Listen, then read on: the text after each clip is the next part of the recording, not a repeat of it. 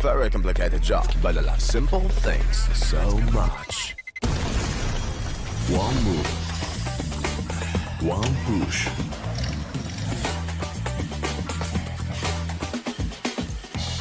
One touch.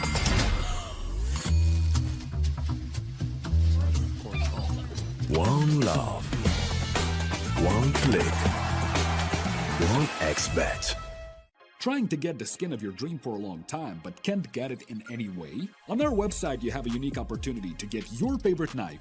Users on our site can hand out skins themselves, and participants need to fulfill some simple conditions. For example, watch a video or buy a case on our website. After that, you automatically become a member of the distribution. Go to the user giveaways tab and do what you like. Hellcase.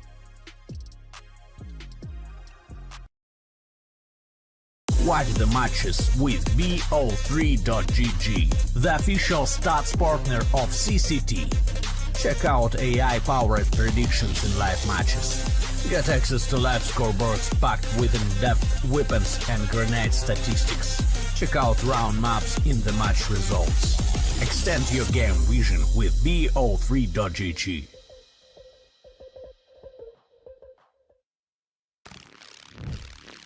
Yo, what are you doing? Exhibit. What do you think? I'm a paperclip? It's Mr. X to the Z. You need to quit browsing like a lame and get Opera GX. Because with GX mods, you can pimp your motherfucking browser. All you gotta do is click here, select the mod, and boom! New look, new sounds, new everything. It's not easy being a legend. Oh, shit. Not again. Change the mod now. Download Opera GX.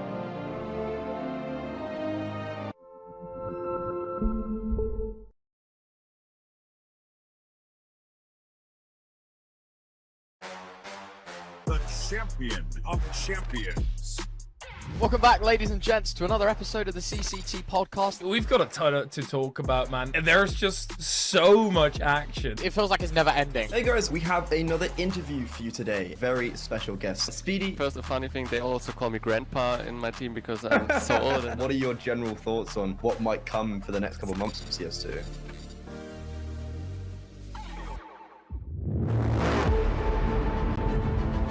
The hunger for glory feeds the desire, the courage to look for a challenge, to feed your ambitions.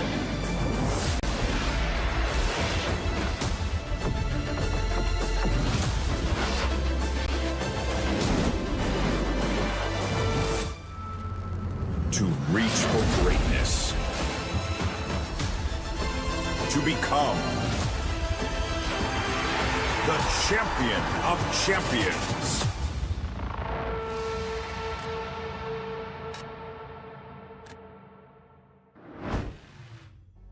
Hello, everybody. Welcome back here to the CCT. How we all doing? How we all feeling? My name is Acho, and I'm here to guide you guys throughout this morning or evening, depending on where you guys are in the world, to be seeing more CCT action here on Eastern Europe's side. It is going to be the 4th online series, and we can already take a look on down throughout the group stage. It's the Swiss round. It's the first round of the Swiss stage, and we've already seen a little bit coming in yesterday. 9 Pandas, Métis Sport, Ecstatic, and Team Space, all the people on the left side of this screen right now have managed to go on over to the 1-0 bracket. Now, there were some unfortunate instances, whereas others weren't. We were taking a look on down at Space, finding a 2-1, being the only 2-1 out of the whole day. Métis Sport being handed on over a free game, well, not a free game, but a free map on a silver platter there at the beginning, as the Witchers did play in another tournament.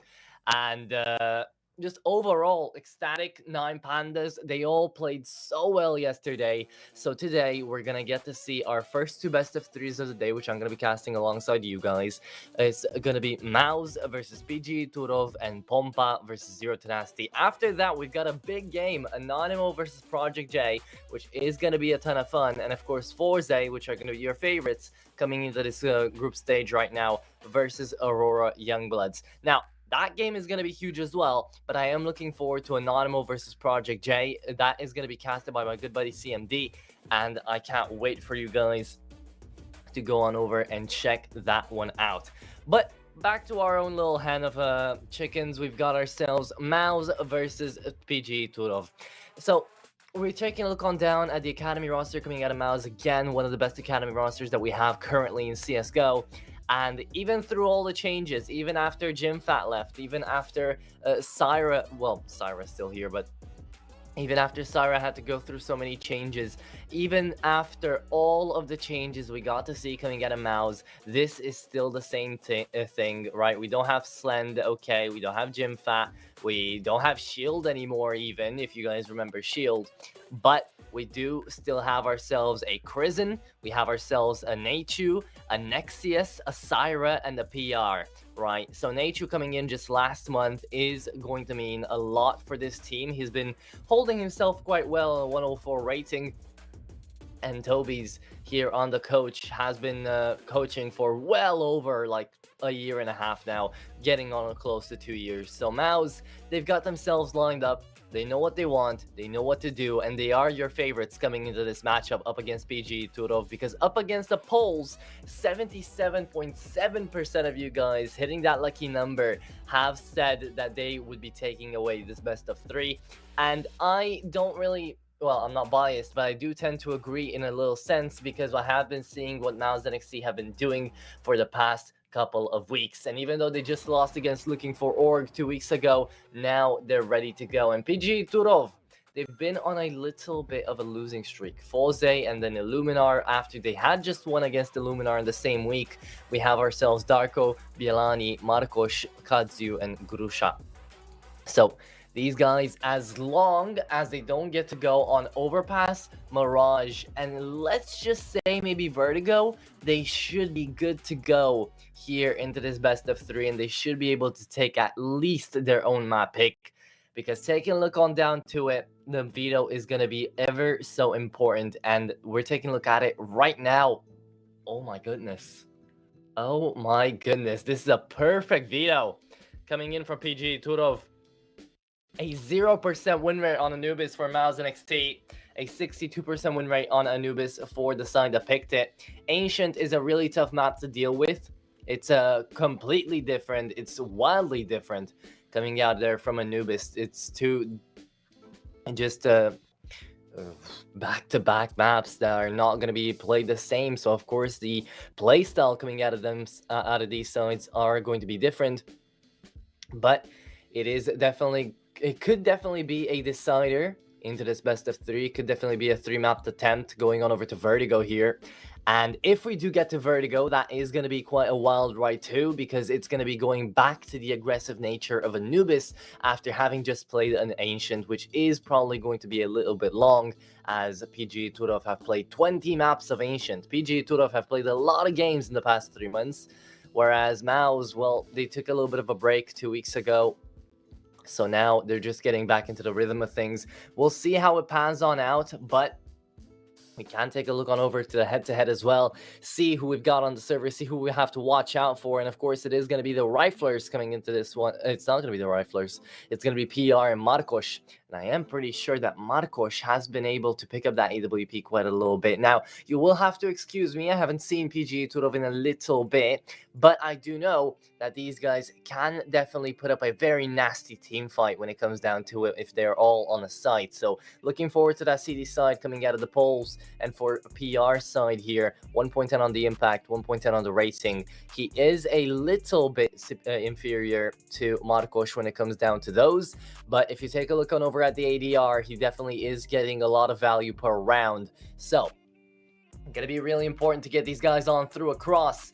And in a second, we're gonna get to see ourselves on Anubis. Now, remember, Mouse, they've played Anubis 3 times and they've lost all 3. So they're not looking forward to the first map of the day here, and it is gonna be the first map of the whole day to be starting things off. So you can be expecting both of these sides to be a little bit not warmed up. But that's okay, since they will have just enough time to warm themselves up. Ladies and gentlemen, for anybody who just tuned in, welcome back to the CCT here into the Eastern European side of things. It's going to be the 4th online series. My name is Atro, and I'm here to join you guys into this best of 3. Let's see what Mao's do here onto the CT side and what PG Turov have got in store, pushing down on middle. This is going to be Nexius trying to hold things off here with the P2000. USP still on connector. Sees them all running down through the desert out here. A2 finds the first one on the dually. Syra trades it back on Grusha, but it is going to be Syra finding 2. Now down to the A side. Ooh, very nice tap coming out of Darko, but he only has a Glock to work with, and he's going to be absolutely just cornered away. Tapped down by Syra.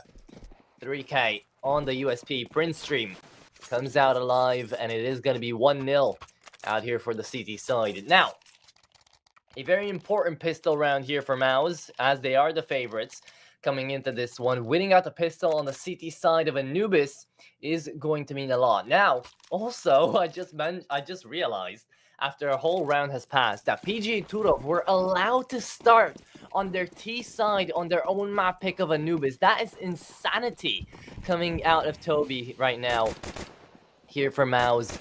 To be telling his teammates, to be telling his team to basically just, you know, give up the first half because we're just going to take it later down the line, especially when they're not warmed up this early on in the day. This is absolute madness coming out of the Maus NXT squad, but it might work out. PG Turov, they're also quite green to the day, so maybe they didn't really get their aim labs in check, and they can capitalize off of that if they are smart about it. Marcos down to low HP as well. Nobody on a buy, only a Deagle onto Kazu, and that's it. So not to be expecting too much out of round number 2 here from the T side. Bomb drop down on water as well, and there's going to be Nate looking in on that MP9 to try to see how many kill bonuses he can find. Nice tap on the burst away there. Mid-range on the SMG. The MP9 does come out victorious. I would say the MP9 is looking like the best SMG right now in the meta anyway. So a nice try here. PR. Ooh, does spot out Marcos in before the MP9 falls. The last Glock goes down as well.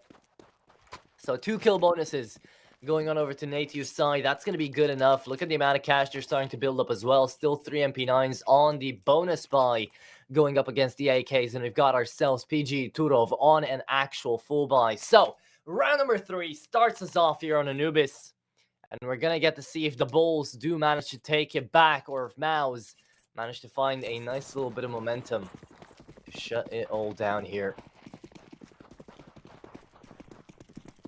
A nice little chill way to start off on Anubis, which is exciting, which is interesting to see. Oh my goodness! I was talking about chill, but for a second, Nexus forgot how to stop pressing W. Just went on over through that smoke. Did get a little bit of valuable info. I think he did spot out Marcos as well with that bomb, but now the rotate comes around to the A side, and that might have been a very sharp edge to land on, because now the A side is completely empty, being baited on over into thinking they're gonna go B. They messed themselves up. Nexius giving away that info. Now it's gonna have to be a retake coming on out here from Maus. They've got themselves the defuse kit, but only 1 there on PR. Time ticking away. They might be saving away the weaponry that they've got. Sending in the MP9s first up. Let's see if there's enough time here. Darko's gonna peek. Darko's gonna go down. Natu, great on the MP9. Natu is gonna be acting as a decoy as well. Time ticking away. PR has the time to defuse on this one. Last kill made. And they're gonna get the round 4v4. And here I was thinking that Mouths were just gonna stand back and wait for their opportunity. No, no, no. Syra 6-0, PR 4-0 as well. Maus going absolutely bonkers on this one and finding 3-0 here on Anubis to start things off, shutting down the full buy round coming out of PG Turov. And now look out the buy that they're at. It's going to be an eco on the maxed out loss bonus. So that is a wild turn already. But it might be a necessary one for the Poles to start waking back up. Nate comes around. Nexius, good counter util, but the Molly is a little bit late. Grusha pushes in through it. Darko manages to shut down Nexius in before Krisen finds the trade back. But 2 Galils and a Tech 9 remain. And they might be headed on over for the A side again. We haven't seen a single B-sided execute in this whole 3 rounds, and now into the 4th one either. It looks like the Polish side here is dead set on going A. And it is a good idea. They did get the bomb planted. A2 on the timing here. Does not find any headshots. Doesn't find anything. Krizen and PR are left standing all by themselves in a 2v3. From a 4v3 nonetheless. Bielani, perfect position here to catch PR off guard. And that's the headshot as well. Krizen doesn't want to sacrifice away the AWP. So this is the round for PGE. Looking on down to it. Impressive way to get back into the game here. Who would have thought they would have been able to win out the eco into the Galils, but it does happen. So 3-1. The T side do manage to bring it back. And Mouse, they will be having enough money, more than enough money, to buy back into this game.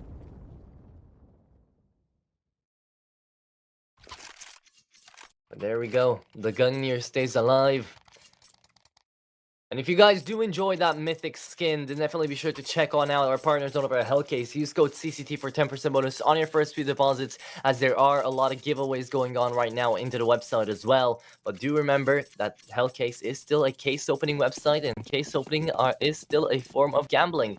So whenever you gamble, you're responsible with your money.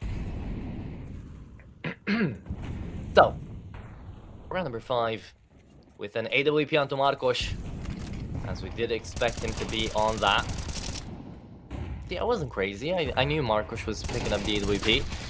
Going on for a PR 1-for-1 trade. Kazu stays on out here to the B site finally. Looking like an execution. It might only be a fake out though. Coming in from long. The bomb is not fully pushed on in. Natu comes in back to the site. There might be a boost coming over the smoke there, and it will happen. Natu having to hold off by himself now, as Nexius is way too far away to help. And Krizen is left off in a 1v1 up against Marcos. It could be the rotate back around as well. Krizen, you have no idea, no business pushing up that aggressively into water, especially with the AWP. Got lucky, Marcos whiffed the shot there.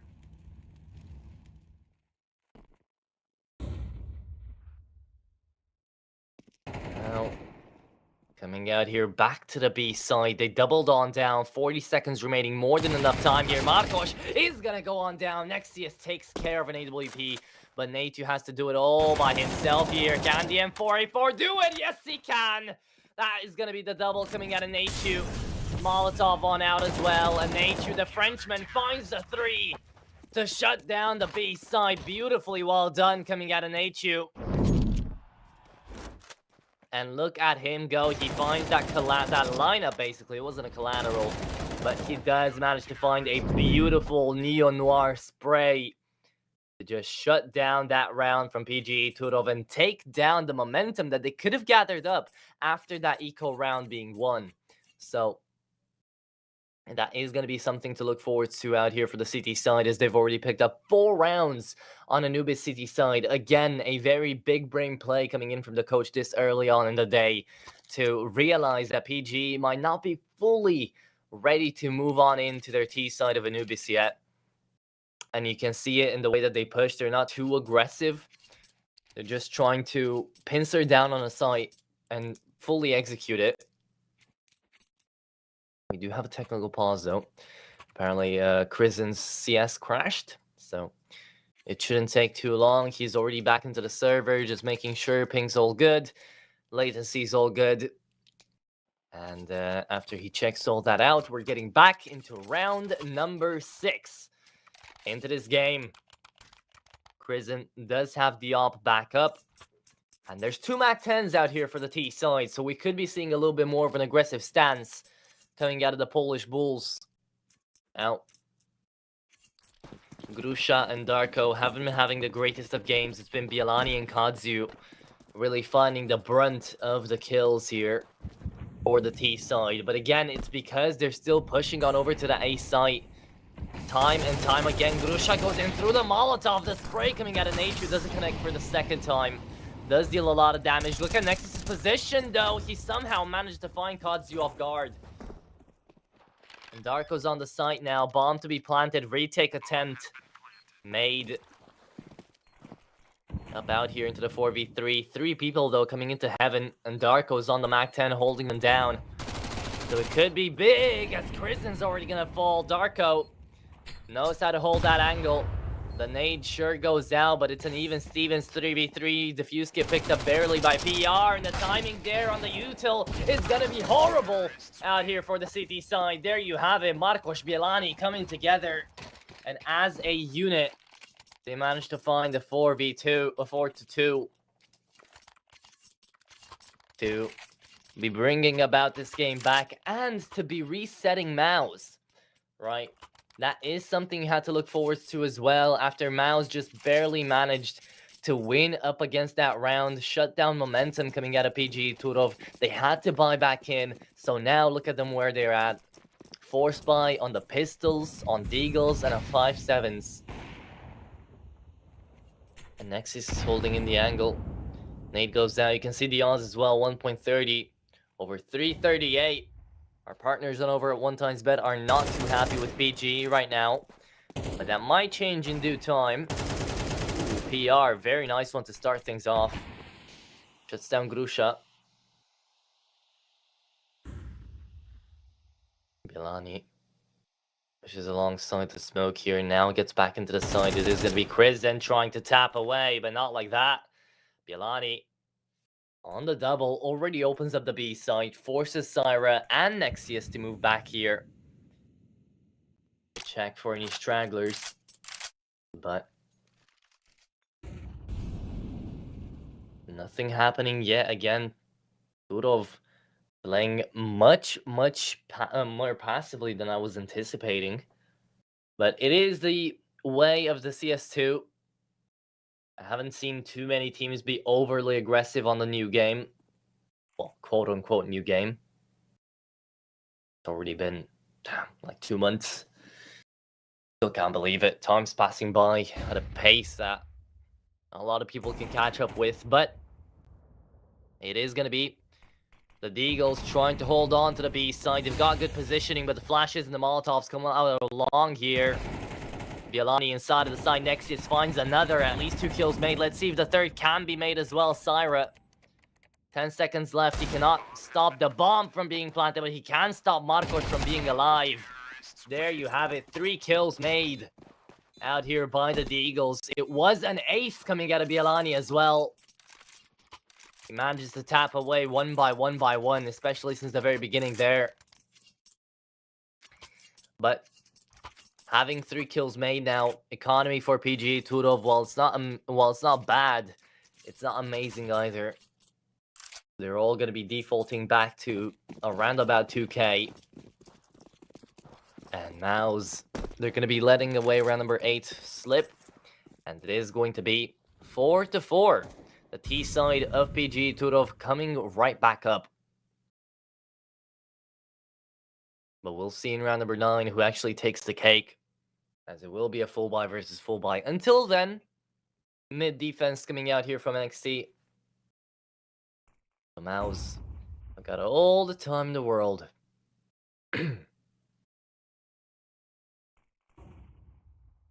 Just see if they can pick up a weapon or not.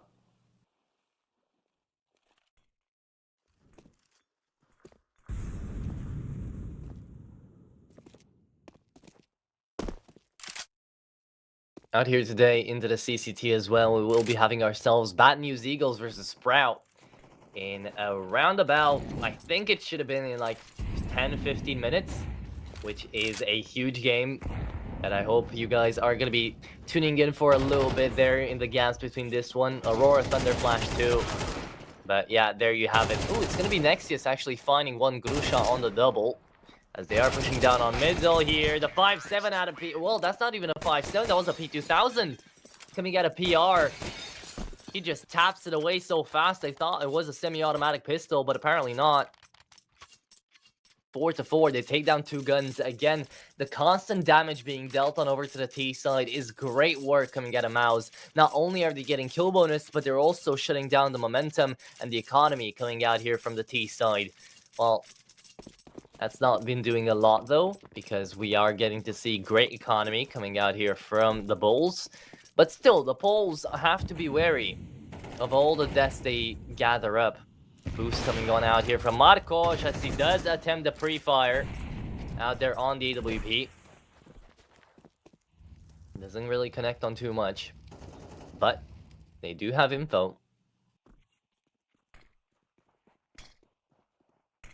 And it is going to be the smoke down on middle. Nobody on the A side again. Mao's just leaving it up to fate. Try to work it out. Nice little pre-fire here, but next, yes, he doesn't connect on anything. He is going to be pushed and probably be taken down. Grusha, aggressive today.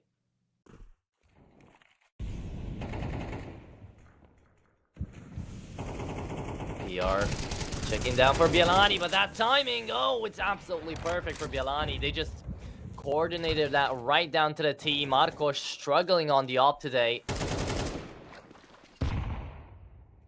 And it is going to be a 2v4. PGE should be taking themselves away on their 5th round, on the economy here, on their own map pick, and on the T side of Anubis as well. Natu finding that op, shutting it down early. We have seen Natu in this position before, but it was where Crizzen is standing right now, and Crizzen needs to get back into the side, help out his Frenchman. Idling away, inspecting the weapon is just absolute overwhelming advantage there on the position. Being allowed to do something like that. PG Turov 5-4. And we're already reaching the later stages of this first half. Only 3 rounds remaining, including this one. And Mouse, I don't even know if they can include this one. It's going to be an eco. A single nade down to the USP of Crizzen, trying to hold up for that AWP, but I don't think he's going to have enough money for it. Although, maybe. Loss bonus is being gathered up here. The nade does deal a lot of damage to Bielani. And yet still we haven't found the first frag of the round. As Crizzen is going to go down. Grusha loves pushing down on middle here. Has done it time and time again. 80 on a 5-7 was almost about to shut down Grusha. But the pole stays alive and finds 3 in this round, opening up the whole A side. Marcos is going to go on down. PR finds 2 as well. AWP on the pickup, and he finds the bomb too. Perfect play coming out of PR. He stays inside of the smoke, and PR. Oh my goodness. Imagine if he shut down Grusha there on 2 HP with a nade as well. Coming in with the flash. Grusha picks up the AWP. Well, not the AWP, the bomb. The AWP is still in the hands of PR. Do think he's called in for Syra to pick up one of these AKs. But PR, he's looking deadly. And he's going to be looking in for more as well. Nade goes down, 64 HP. He does have body armor. So he did invest into that at the beginning of the round. And needing to check inside a pillar there. He's really close to the site. Flash comes in, the peek as well. And let's see. Oh, PR getting so close yet so far away.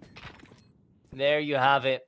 Very nice attempt there from PR. Grusha finds 4. And even at 2 HP stays alive.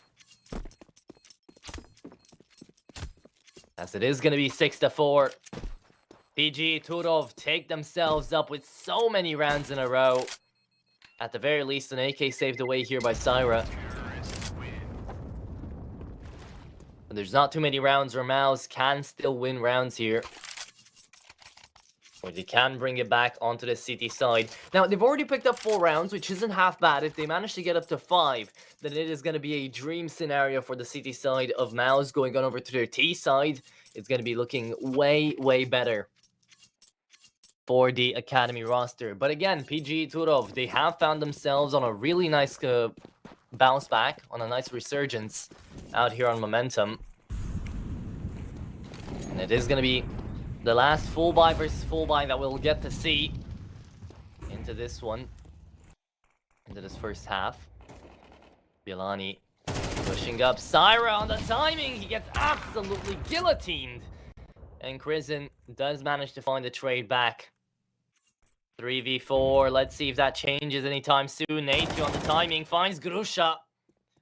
Out here on middle. PR standing down on water as well, having really nice momentum on the position. Manages to work around that pillar and play the corner to shut down one more. Marcos, last man standing, has not been having a great game here on the AWP, and Crimson finds the no-scope to shut him down, adding insult to injury. There you have it, 6-5. And Mouse take away this round in a really important matter, as they do manage to make it up to 5. Let's see that no-scope once again. He throws away the Molotov and just chucked it out to the side. Wanted to pick up the AK anyways. You know, you just love it when shots like that connect, and you never expect them to, but you just throw them out just because. That is sometimes the beauty of this game. But there you have it. Round number 12, last round of the first half. And PG, they have their ups and downs, but they could still take it away on 7-5. Trying to find their own map pick here. Not going to be the easiest of CT sides, but it is going to be a very possible one.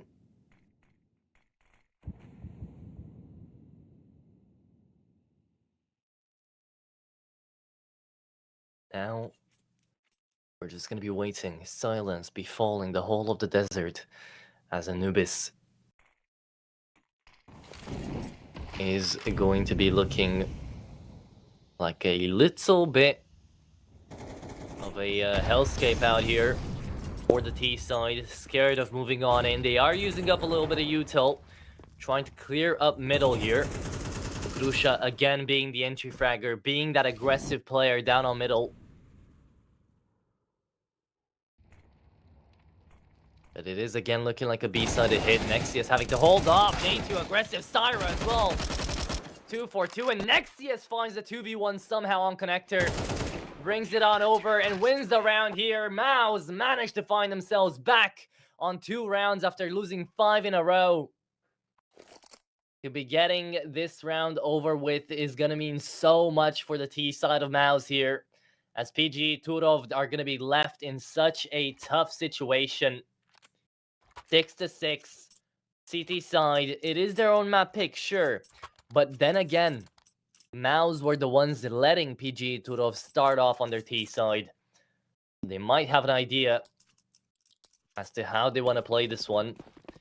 And there are going to be 4 body armors going into this pistol round. So surely we should be seeing some aggression coming out here for the T side.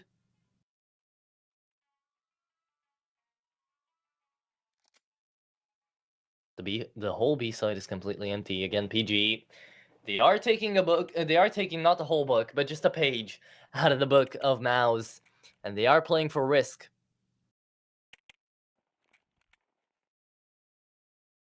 As they don't have anybody quickly there to be anchoring on over to the B side. It doesn't matter right now, although we do get to see a lot of concentration down here on middle. Nexius might want to take the fight here with the Glock. P2000 peaks. Marcos is going to be seen, but he's the only one. So the B side is going to be the one that's going to be hit at the end of the day, most likely. They'll have to go in for a retake, and there is no defuse kit here for the CT side. Checking in behind, knowing there's that possibility. Grusha has just been tapping away those dualies for the whole entire duration of the round. But smoke comes down onto the B side, and now they've heard it as well. Execution is here. Nobody on the side is going to be free on the bomb plant. Let's see if this is going to work out. PG Turov have hit the wrong side of the coin. But they're coming in from long, and already PR is going to be shut down. Marcos not going to be only looking in for one, but it's going to be looking in for more. Grusha trying to push in with those dualies, still tapping them away. Let's see, finds the first headshot too. Looking good out here for PGE, trying to find the retake. Natu still keeps on pushing back in, peeking and peeking, and now not dying yet, but will be in due time. Time ticking away. Crizin, Cyrus still alive, being pushed on over. Crizin's the last man standing, and it looks like Crizin's gonna deal some damage. Looking in on the defuse kit. Marcos is tapping it away. The Glock's still alive, but not for long enough. There you have it. PGE manage to find this pistol round. Really important out here for the CT side. And somehow, 100% win rate on the pistol for the CT side. First it was Maus, now it's PG Turov taking it down and finding immense momentum, which is going to be very, very important for their CT side. As remember, Anubis still overwhelmingly CT-sided. Maus. They might have lost the pistol, but they did get that bomb planted, and they found a couple of kills. So, of course, we are going to get to see Kristen on that AK, Mac-10s all across the board. And an all-out force buy out here for the T side. A2. He has this position down to a lock. Imagine if he finds both of the players pushing up right now, but I don't know if it's going to happen, as Kadziu knew where to check. And he was doing it with a reason. Shuts down the Mac-10 early on into the round. Shouldn't be expecting too much more aggression now. Out from Maus for the remainder of round number 14.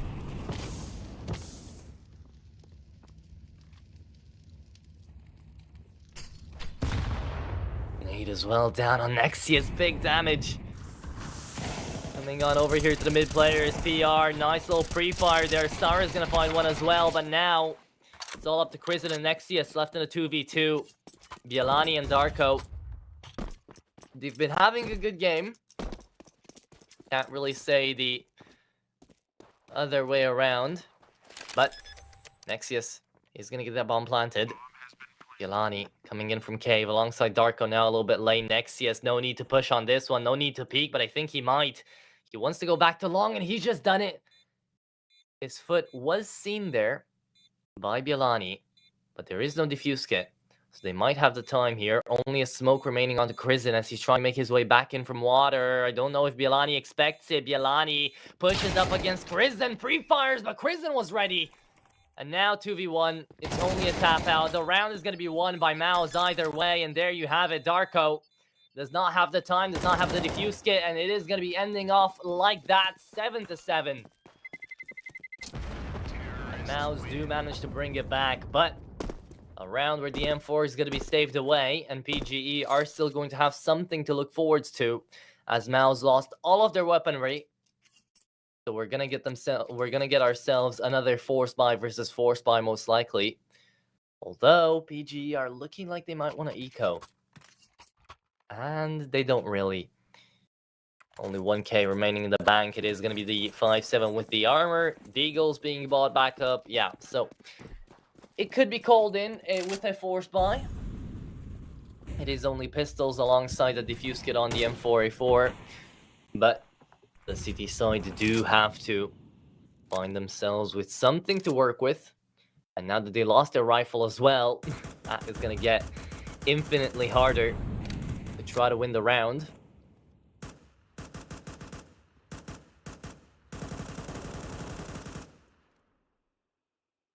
Mouse. Remember, 0% win rate on Anubis, and they are putting up a big fight.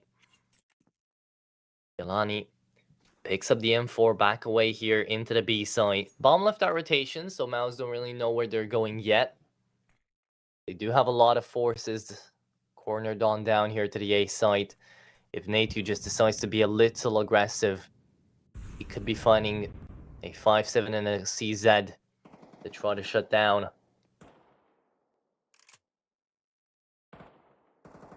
GG, they've lost their temper, and now the Galil is going to start pushing, and that's going to be the double coming out here for Syra and Natu. They managed to open up the A side. The bomb's going to be planted, and the round is going to be won as to be expected. But yeah, PGE still, they do manage to hold on to that M4. And I think this round isn't half bad either way.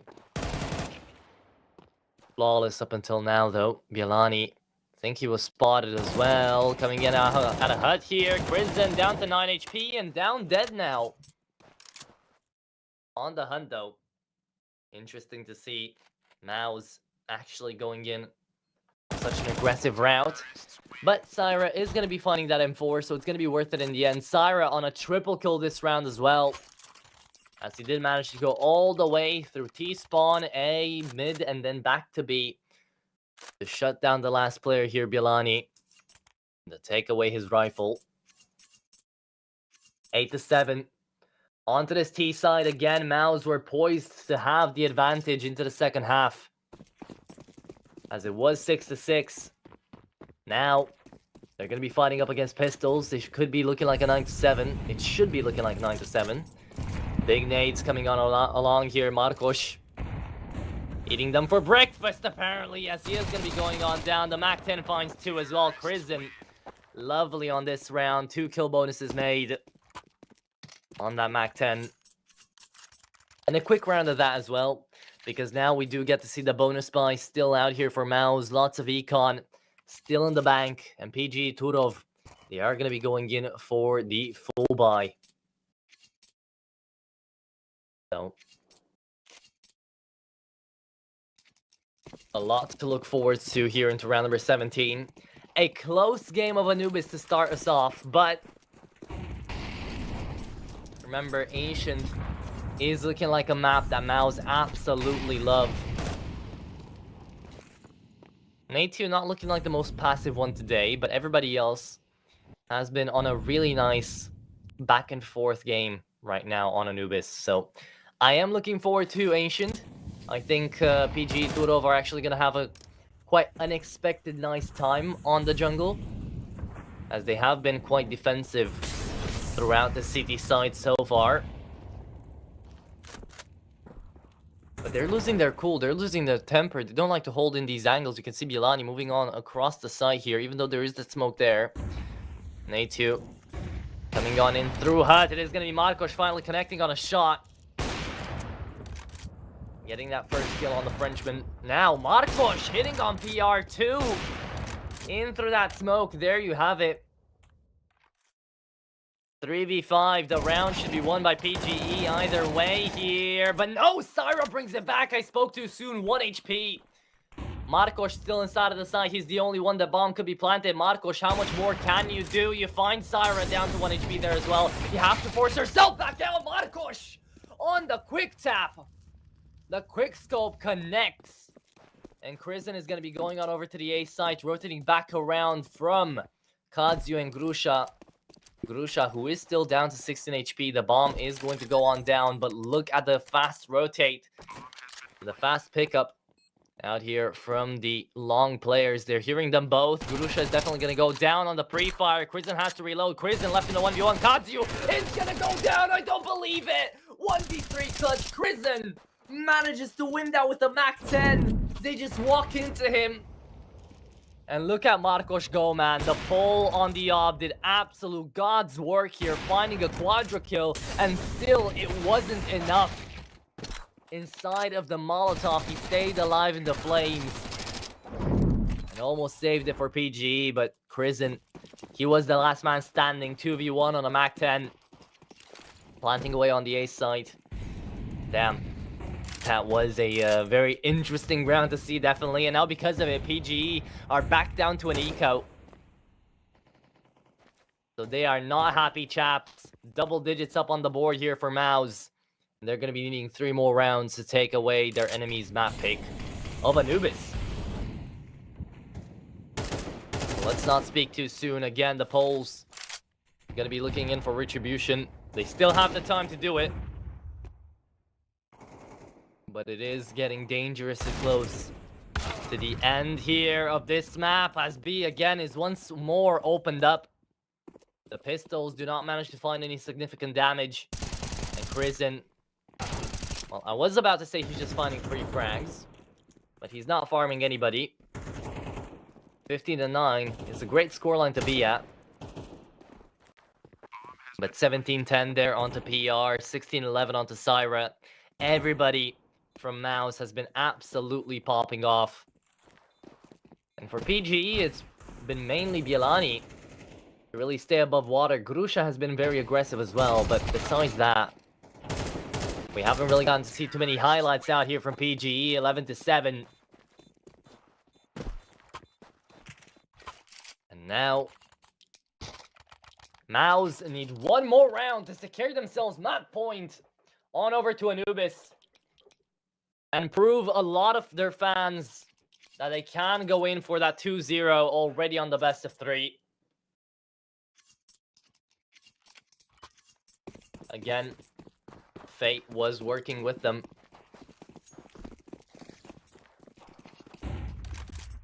But round number 19, and there is going to be a full buy coming out here from the CT side. Crimson will be going in on the peak. Marcos is not going to peek away this time from double doors.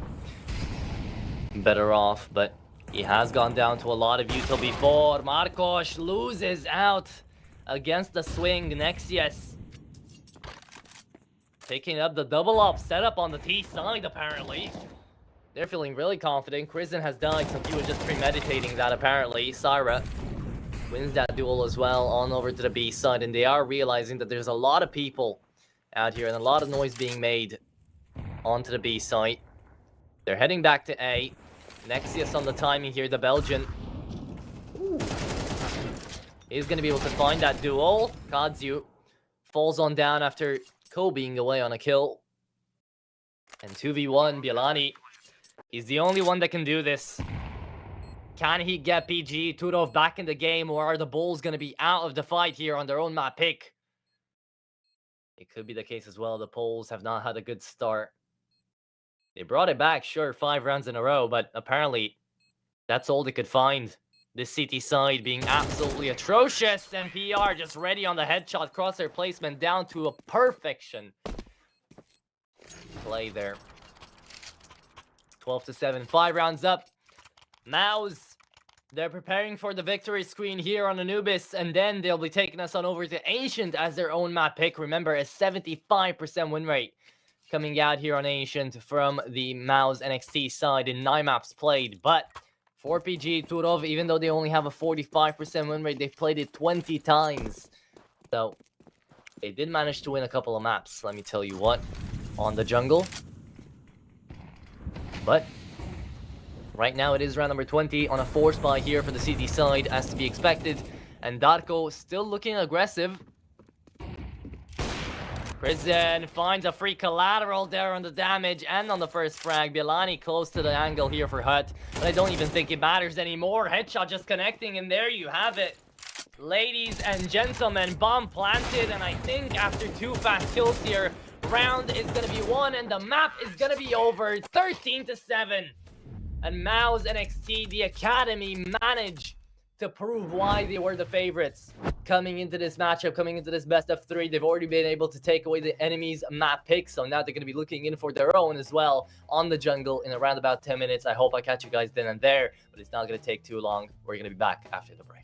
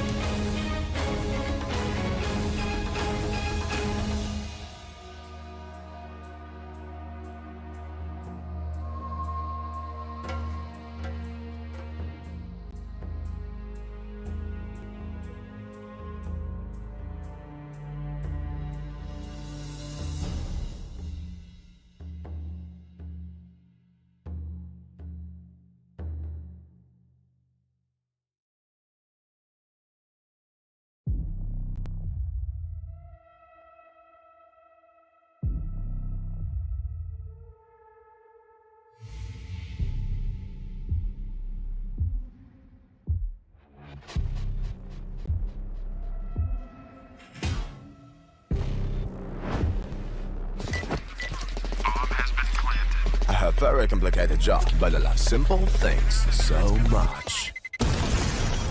One move, one push.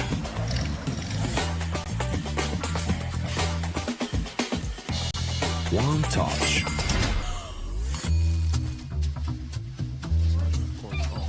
One love. One click. One XBet. Are you sick of just opening cases? Join the events. At each event, you can find special cases from which tokens fall. Tokens are your ticket into a world of unique awards. For tokens, you can buy a skin, premium, or special balance.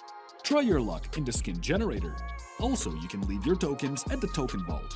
And the more tokens you keep, the better skin you'll get. Add variety to opening cases with Hellcase. Watch the matches with bo3.gg, the official stats partner of CCT. Check out AI-powered predictions in live matches. Get access to live scoreboards packed with in-depth weapons and grenade statistics. Check out round maps in the match results. Extend your game vision with bo3.gg.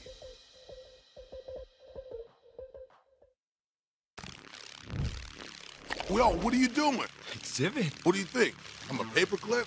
It's Mr. X to the Z. You need to quit browsing like a lame and get Opera GX. Because with GX mods, you can pimp your motherfucking browser. All you gotta do is click here, select the mod, and boom! New look, new sounds, new everything. It's not easy being a legend. Oh, not again. Change the mod now. Download Opera GX.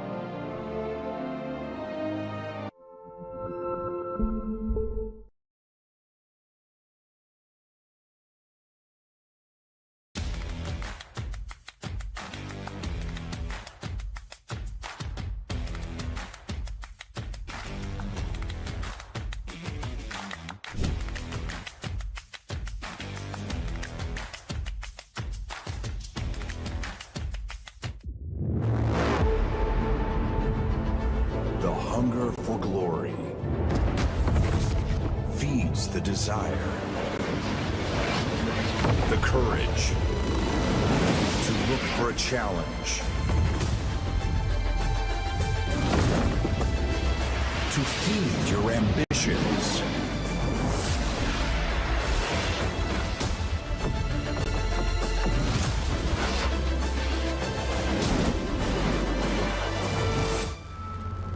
To reach for greatness.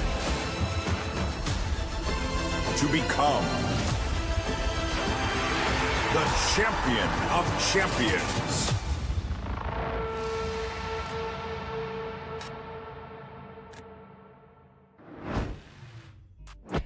Welcome back, everybody, here to the second map of the best of 3. We just got to see a 13-7 going on over to the first map of Anubis, being the first map that Mouse and XT actually managed to win this season on the Anubis map pick. So I am very pleasantly surprised and over by the Academy, managing to take down the PG Turov squad on out here into this one and managed to find their first win on Anubis. Congrats to them, they did a great job. But now we move on over to Ancient. The map pick coming out of Mouse, and they're going to be starting things off onto their T side. So they're going to be looking in to try to shut this one down in another 2-0 fashion, just like they did a month ago, by the way, in another best of 3 up against PG Turov. So this game has already been played before on Ancient and on Vertigo. And on Ancient before, Mouse manages to beat PG Turov in a 16-4 on CSGO. So here on CS2, let's see if that's going to be the case as well. Grusha finding one, traded on back by Nate2. Kadzu manages to pick off one more before they actually fall on back. And yes, into this second best of 3, they can actually take it away into the 2-0. But PGE are going to be looking in to try to find a reverse sweep and get that revenge match that they do actually want. So losing out on their own map pick is definitely a little bit of a tough pill to swallow. But Syra has been playing incredibly well. Kristen as well. Nate2 has been very, very aggressive, and I really have enjoyed it watching him play. And PR too has been keeping up his head-to-head performer status there, as he should have. So coming on down with the last 40 seconds, it is going to be Sunlight's being attempted. Bomb could even be planted into this one. There is no defuse kit, but there is going to be a lot of damage. Del Darko is going to shut down the bomb, maybe not. Planted on down. Nexius is the last man standing, but at least Mouse managed to get a bomb plant down and over with. So that is very important to see. Nexius is going to fall on down. Syra did a little bit of team damage, but hey, that's okay. Coming on over into it, it is going to be the defuse coming out of PGE. And the City side are going to find themselves off with the first pistol round. So still, all throughout this best of 3, the City side has won 100% of the pistol rounds. As it was customary, like a couple of months ago. That trend did change though. We got to see a lot more of the T-sided pistol rounds going in that favor here at the CCT. But apparently that's not the case anymore. So I don't really mind for this best of 3. 1.17 over 469 on the odds. Apparently, Mouse, they are still very much the favorites, but PG are starting to gain favor back on those odds, little by little. But we'll see how it pays off here on Ancient. Gonna be the force buy, of course, coming out through the T side, as he did manage to get a bomb planted. Mid completely empty now. Only Grusha. Gruha or Grusha? Whatever you guys would like to call me. Let me call him. Not call me. Then you guys can let me know. But Grusha is going to be witnessing a lot of damage dealt out here on middle. Nexius is going to fall down first, and Syra up next. MP9 connects. And Nexius and Syra barely did any damage to the Donut players either way. Molotov is going to be good out here into the back of the side. Grusha still goes in for more, and Grusha, a bit greedy there. Did already find 2, was looking in for the 3rd as well. Crazy on the lurk back around, though, has a perfect setup to try to take down both Kadzu and Marcos. But he needs to see them both first. And Marcos might just be seen out there. Kadzu and Marcos get seen. That's going to be 1. And the second is not going to be found yet. Kristen, last man standing, 2v1. Let's see if he expects the push coming in from behind and from in front of him right now.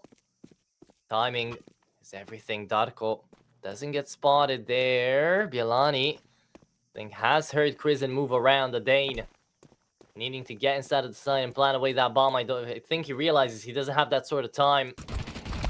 So there it is. Jumps into enemy fire. And it is going to be 2-0.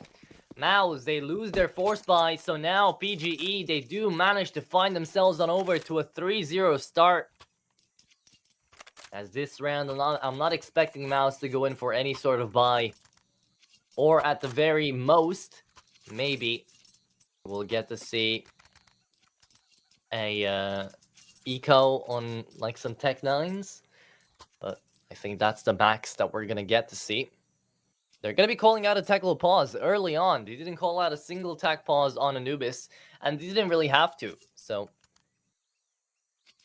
interesting to see this is the case now here for Ancient very early on.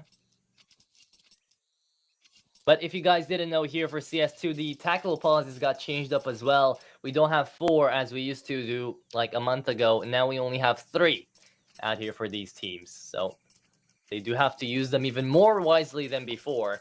Whereas before you could just spam away tactical pauses whenever you felt the need to.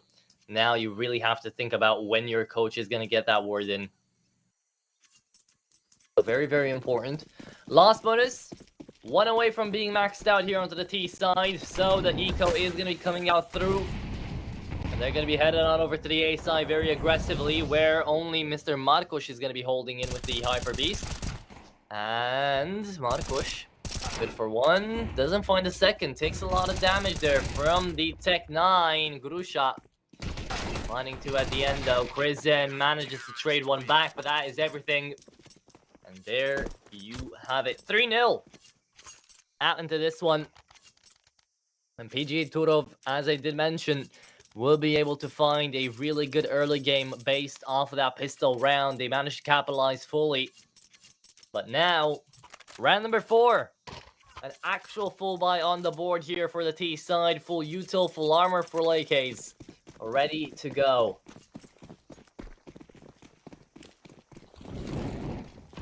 And PG, they've got Econ as well, so even if they lose this one, they should still be good to find themselves at least another buy, even if it is gonna be feeling forced if they lose. But this is a good start here for the Mouse side. Nexus finds 1, and Syra just goes in blindly through the smoke. Grusha still looking so damn good, 7-3. Shuts down the whole offensive down here on middle. PR, sure, he trades it back into a 3v3, but right now he's down to low HP. Can't hold on to that B side attempt. So it is going to be A now trying to be hit. A2 has to push on him. PR timing there on the execution. Nobody left though. Going on over to B.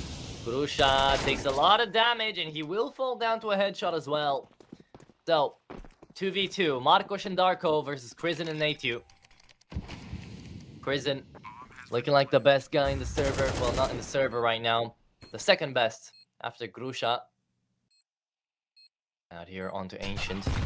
Nade goes out, big damage onto the Frenchman. A2 sees Marcos fast, and Marcos is not going to be going down yet. Instead, Krizen is going to fall down first. And Nate needs to check on the bomb. He has got a defuse kit there. Darko is going to be going in on the defuse. And it is going to be 4-0 out here on their enemy's map pick. PG Turov looking absolutely amazing.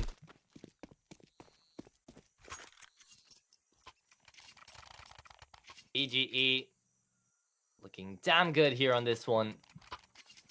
Ancient looking like it can be theirs. But Mouse, with that maxed out loss bonus, are going to be going in on an AWP buy. Right. They're trying to win their first one on the op, which is going to be quite ambitious. But we'll see if it pays off.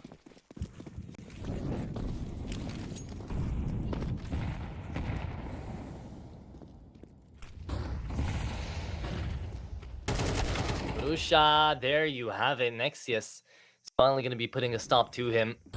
Has been having an absolute roll down on middle, but he has died 5 times as well. There's only been 5 rounds, so we do get to see Grusha die quite a lot, but he's very aggressive, so it pays off here for PGE. This time around, though, even with Marcos on that AWP, I don't know how much it is going to be paying off. 5v3, but Kazu's about to make it a 3v3 I was about to say. But I got messed up in my words. That's okay, though. Darko, Marcos, left out here into the B side. A completely empty, but there's no way of Mouse knowing that yet. And A2 is going to be going in on a little bit of recon. We'll see if he spots out the empty site and calls it in for Krizen. Rotate back around.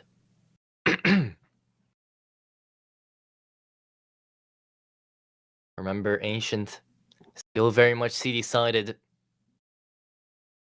And it is city-sided for the reason that the holds can be made quite easily. The retakes especially are really, really nice on this map. So it all matters what happens after time. But the bomb does finally get planted, and with this man advantage, I'm not expecting PGE to try to go in for a retake. Saving down to the AWP and the AK is going to be very, very important. But Darko with the back turned away. Nate, you should be having a free frag here. Ooh, he doesn't have it. Marcos gets spotted. He will be the one to fall. And now Darko just trying to stay alive. Shuts down PR at the very least. In before he dies. AWP secured. In for the next round. But 4-1. Mals are back in the game, and PG Turov are going to be finding themselves in a little bit of a tough spot. They should be taking a tactical timeout right here. Be discussing whether or not they're force buying or not, but I don't think they really need to. An eco right here would be fine enough. That's exactly what's going to happen. The Eagles 5-7s. That is going to be on the menu right now. And PG can't afford to lose 2 rounds here to stabilize their economy back up.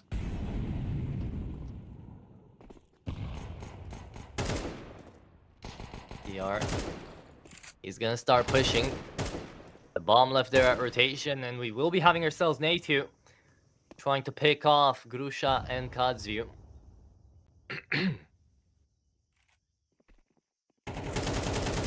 Darko's got a really nice angle there as well, as you're onto cave.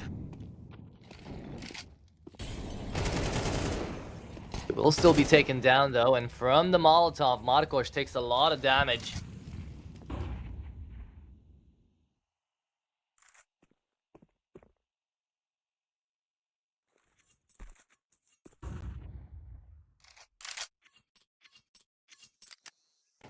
You just have to run them over.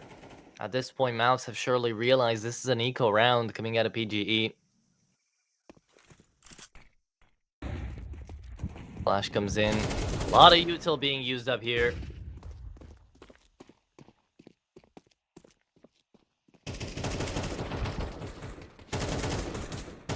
Big damage coming in from the USP onto Nexius. But I do not believe that the IGL is going to fall down that easily. So there you have it. 4-2. They do take it out. Flawlessly as well. Syra on a quadra kill. Quadrupling his kills up until now.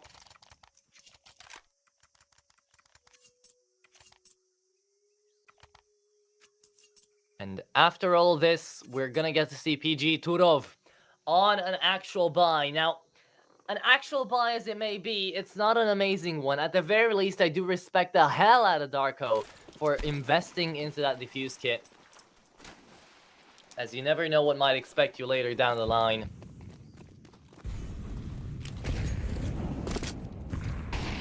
But it is going to be a full B-sided hold out here from PGE. Aggressive, pushing down into ramp. Double man setup as well. Molotov to be cutting Kazu off guard. But Nexius is going to find that initial first frag of the round. Flash comes in. Back away for Cave as well. Bielani into the site alongside Darko. They could be finding this 2v3.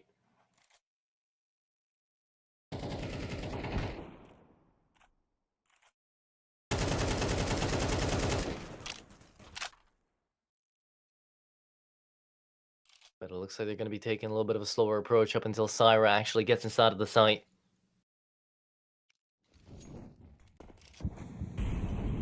Smoke, Molotovs, they all come out now. They're expecting the push, but instead it is going to be PGE being the ones that push. I told you these guys would be losing their cool quite quickly. And deliberately going into their death. That is not the right play to go for PGE. Should have thought about it twice, but now Grusha is going to be the only one saving away. And Maus are going to be having another flawless round of the bank. Cash is going to start rising on up if Syra didn't already have enough. So the Poles are giving away their advantage here. Not looking good on their side. But it is what is going on right now. Can't change the present. You're going to have to change the future a little bit. Lyra, 33 HP. He could be the first one to fall here. Although Grusha, I don't know if he wants to peek on this one. He is getting a little bit paranoid as well by all the angles he could be taken down from. And look at that. He still goes down. Oh, no. Grusha died so hard, Bielani had to quit the game. Literally crashed himself. And now we're going to have to wait a little bit for a technical pause. You guys don't have to worry about anything, though. It's just like what happened to Krisen. Should only be a quick fix. There has been a lot of crashes down on CS2, though. I don't know if you guys have been getting them. I, for one, haven't, but I also haven't played too much, so I don't know if this is a common occurrence going down on only the CCT or just in general. But I do know that on the 3rd of November, we did get that new patch. So it was a pretty big one as well. Like to see that. I wonder how much more the game is going to be continuously updated until we get to see the bottom left little patch note go away. Basically take the game out of beta, because right now I still feel like it's in beta. Even though it went out to the masses, went out to everybody, and it's now even being played at the competitive level. A lot of pros and a lot of casters as well have been voicing their opinion on the fact that they feel like the game isn't finished ready yet for competitive play. But I'm sure that with time, it is going to be getting much, much better. So without further ado, 4 P250s coming right your way out here into the B site. Let's see if we can find ourselves at a 4-4, and that is going to be a lineup to CPR. Looking in for the ace. Let's see if he gets it. That's the Quadra looking in for the ace on a single mag. PR doesn't know where the last one is. Darko does get spotted. Darko gets the frag. And he doesn't allow PR to find the ace. Too bad, so sad, but still. Mouse managed to bring it back 4 rounds in a row. And now the true fight begins, just like on Anubis. This is exactly what happened on Anubis as well. It was 4-0 starting things off, and then 4-4 back away. So, T-side on Ancient here. Mouse aren't looking half bad, but there's only 4 rounds remaining to prove themselves on this half.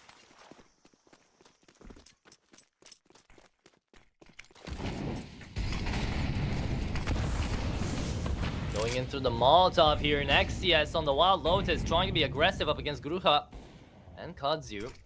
Prison somehow finds the first frag though, and that's going to be Nexius being taken completely off guard. Barely even knew where to check out for those frags.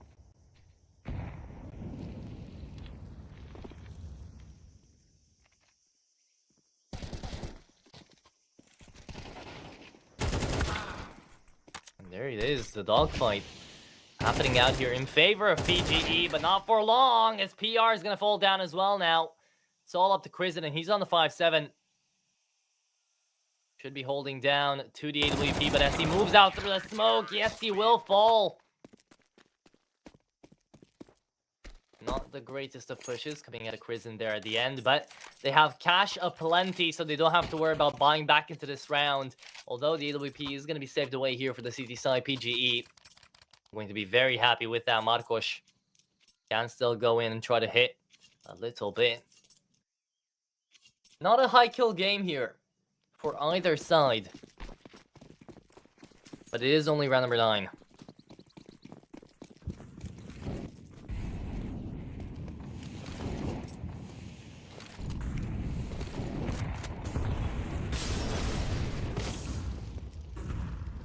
And round number 10 here, Darko already takes a little bit of damage. The smokes right now being up to 20 seconds instead of 10 like before. He's definitely going to be buying up a lot more time. Using it up as Molotov stops. Things like that. Not going to be as effective. Well, not necessarily as effective, but as worth it. Nexius might just be walking into his death there with a knife out. Gruha looking so happy and excited to be making a couple of frags, but everybody's just moving right past him. Double op set up on the T side again. This is going to be biting them in the back. There you have it. Gruha is going to be picking up the AWP. Not going to be doing anything with it, but still picked it up. Found the frag. Kazu and Bilani. Last man standing out here in the middle. And even though PG just got the advantage back now, they have to hold down to it in a 2v5 style. And Prison is still left alive. The Gungnir finds one more. And it is looking like a 5-5-er. Mouse do manage to bring it back, but we are getting down to the later stages of this Ancient on the first half. And it is most likely going to be looking like a pretty interesting half, because it's either going to be a 6-6 or a 7-5. There you have it. Prison even stays alive there, so that is going to be good for them. But again, Cyrus on 12k. They don't have to worry about money. They're fine. Coming into the second to last round of the first half here, PG Tunov are going to be left in a standstill. They have to eco for the last round of the first half, so Maus are almost secured a good half here onto the T side. Again, just like they did on Anubis, they're playing this one very smartly when it comes to the rotations of the halves. And they will be the ones on the advantage at the end of the day, on their own map pick as well. And on the map pick that they're comfortable with, unlike Anubis, where they still managed to win. There comes the push. And somehow, apparently Natu still didn't fall, as Nexus is just trying to clear them out. He goes in through the Molotov. Not sure if that was needed, but Syra shuts down his own teammate. And Crimson falls down. Natu fell away before he could run. But again, it doesn't really matter. Last round of the first half, lost bonus maxed on. Now we'll be having ourselves a full buy versus a full buy, and we'll see if it's either a 7-5 in favor of Maus going on over to their city side, or if it's going to be a 6-6 here on an equal half. Maus again being your favorites, and being your favorites for a reason into this matchup. They've been doing an amazing job of keeping this game alive. Gruha is going to be the first one to fall again. So aggressive coming out of Gruha. But it has been his playstyle. And PG have managed to proliferate a lot because of it. But now, he's fallen. And Bilani gets traded out for PR. Marcos connects onto Syra. And that bomb needs to go down, but Darko's still playing down here on Cave. Marcos, great on the AWP, finally connecting down on 2. Looking in for the third, and he finds it as well, 6-6. And the game is still yet far from over. 4 rounds for one side, 4 rounds for the other, and now they're just trading it away. Maus, round number 13, and they start things off here onto the CT side. And again, remember, for now, onto this best of 3, it has been 100% win rate onto the CT side for Pistols. We'll see if that tradition gets broken here. But look at the odds. 948 for PGE. If that doesn't scream one-sided, I don't know what does.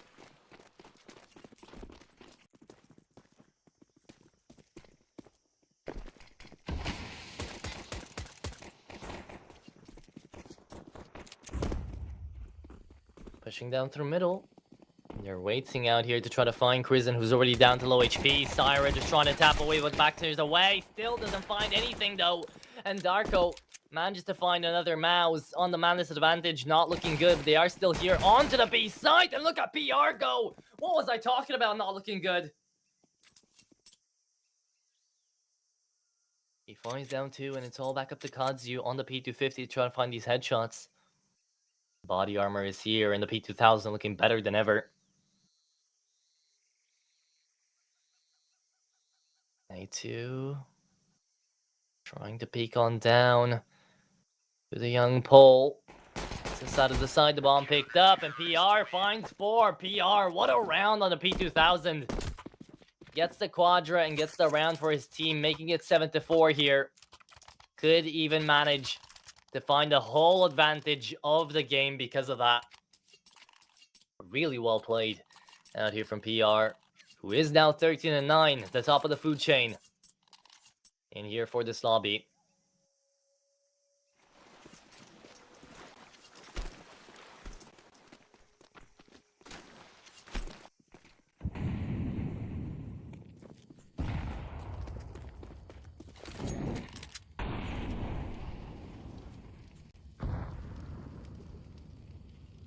But into a round like this, I'm not expecting PG to do anything magnificent.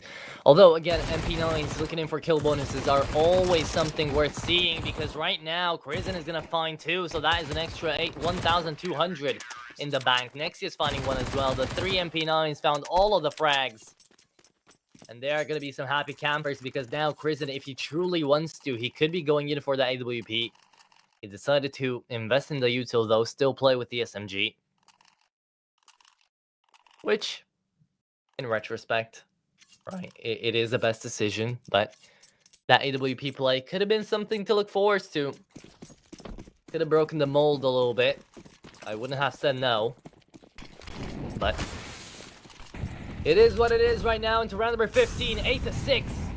Mouse, again, just need a platform to take off, and this round could be it. Nade going down onto Gruha. Doesn't find anything. And instead, PG start playing it even slower than they did on their city side.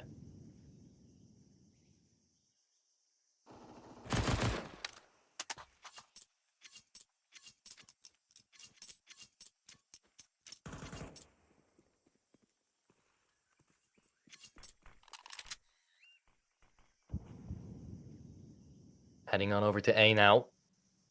Main play coming in here for the T side. It is going to be using up the util they've got.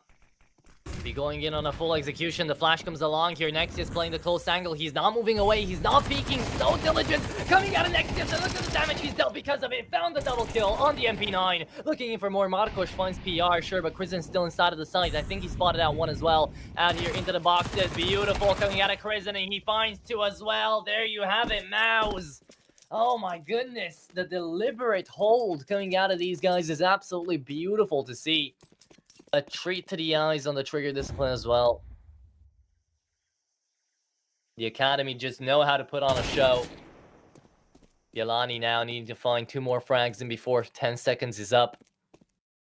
The bomb in possession of Natu, and the Frenchman is going to get it. There you have it, 9-6.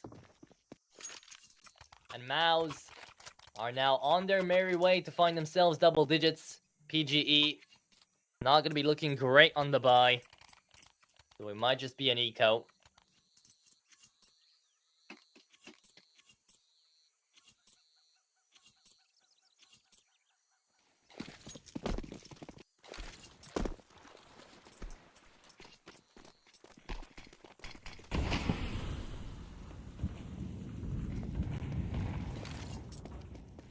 Tech-9 rush though. Could be going down here on middle. The eco itself isn't half bad. Flash is coming down on middle. Nobody here though. PR found the way on there onto main. He manages to find the bomb holder. Knows that at least the bomb is going to take a little bit until they get to the B side. But here they are though. They've rotated fully. And that might be a bad call coming out here from Nexius. Everybody on mid, but they still have the bomb on A. So it doesn't even matter that PG have opened up the whole B side here. The rotate is still good. It still works because they've got that bomb. I thought for sure that Kadzi was going to pick it up and just run it down through mid. Get into the B side and try to hold. But look at the situation now. Now are just pincering on down to the Tech-9s. And you would think that Mouse are on their T side. They're making me lose my words. That Mouse are on their T side being this aggressive. But no. They just realize fully the situation that they're in, and they are reading this one perfectly. Beautiful. Coming out here from the Mouse NXT squad. The Academy seemingly looking like veterans. We did have a lot of tier 1 substitutions coming in out from this team. And I'm not only talking about Jim Fat, I am talking about Krizen, I'm talking about Syra, right? So, right now, again, looking like the top of the Academy leaderboard. Mouse is just going through PG like butter, and they are repeating history. We had another 2-0 happen just a month ago, still on North Europe. Actually, was it on North Europe or was it on East Europe? Let me check real quick. Yeah, it was on East Europe. Still on East Europe, so still in this tournament on close qualifiers. But right now on a full buy, back to our own game. Round number 17, and Bielani's already dead. Nexius trying to push out here, and Nexius finds another. Oh, the man advantage. Oh, the damage. Oh, the absolute destruction being handled on by here by Mouse. They're almost making it look easy. And PGE, I'm sure they're frustrated at this point. Every single tactic that had to work, they lost up against the duels. Even the 2v4s, even the clutches. So now, Gruha on 5 HP. Doesn't have anything left to do here. PGE, even on the even on the maxed out loss bonus here, they're not going to be able to have the greatest of full buys. They're going to be having to go in for Galils.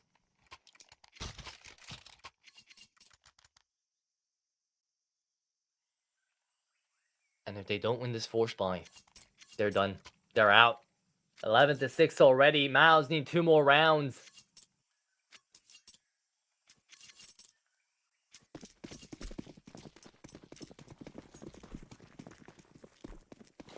And it is going to be an eco. So, if this eco doesn't fully go in full W on the B side, then it's over. They're going to be wasting way too much time. Mouse are going to be getting all the angles needed, all the positions taken care of.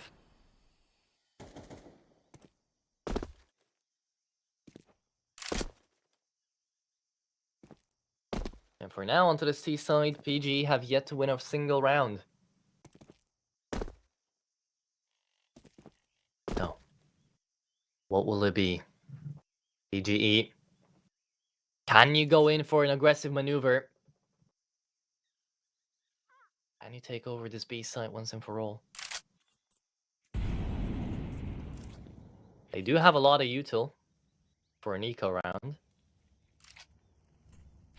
They're setting it up, but they're waiting down that timer. And they're waiting down the timer still by throwing the util, so not the greatest of ideas, but it is going to be Darko finding the first one. Bielani being traded on back, though, a 2-for-1 branded on deal.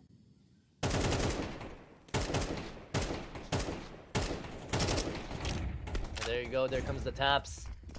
There should be coming in the B push as well. Nexius on the spray. That forces Kazu to take care of his own teammate.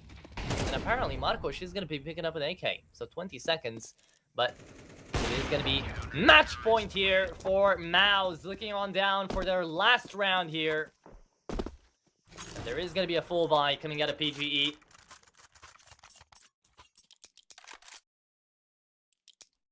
Everybody, and I mean absolutely everybody from Mouse here, is net positive on the kills. Their scores have been insane, and they have just been dominating both Anubis and now their own map pick of Ancient here onto the city side. They haven't dropped a single round. And PG, they do want to make that change, but they would need 6 in a row. And at this point, it's not really looking too possible. Look at Nexius go, man. Look at him just push on through. No care in the world. No nothing. Nothing being checked either. Syra, free frag on the op. Natu manages to connect on the duel. Of course, they've been winning every single duel up until now. And again, history is seemingly being repeated time and time again. As Kazu and Gruha are the only men standing, Syra just pushes with the back turned away. Gruha cannot do anything about it. There it is. 13-6 after a 30-7 on their enemy's map pick. Mouse take away the best of 3 and manage to make it look damn easy. Very well played coming out of Mouse and XT. And the Academy do it once more to take themselves on over to the 1-0 bracket here inside of the CCT.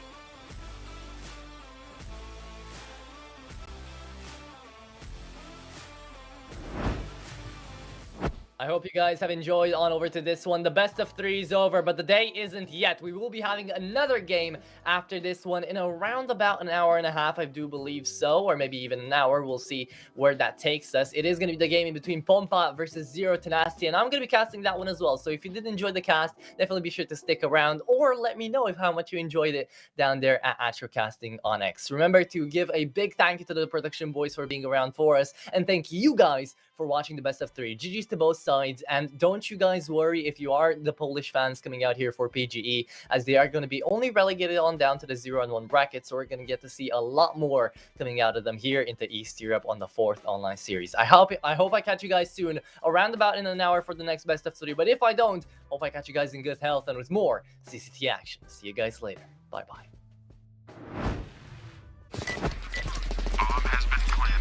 A very complicated job, but I love simple things so much. One move, one push.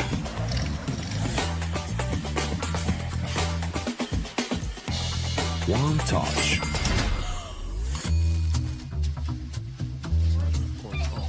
One love.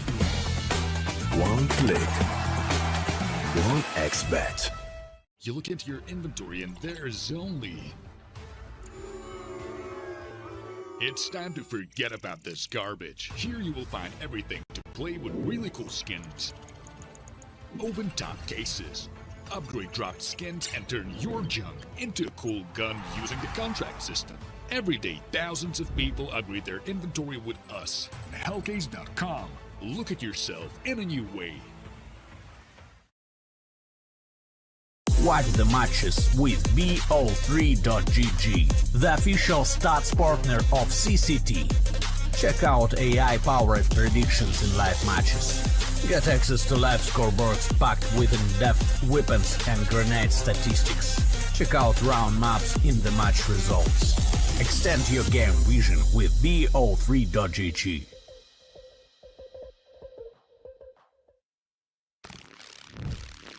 Yo, what are you doing? Exhibit. What do you think? I'm a paperclip? It's Mr. X to the Z. You need to quit browsing like a lame and get Opera GX. Because with GX mods, you can pimp your motherfucking browser. All you gotta do is click here, select the mod, and boom! New look, new sounds, new everything. It's not easy being a legend. Oh, shit. Not again. Change the mod now. Download Opera GX.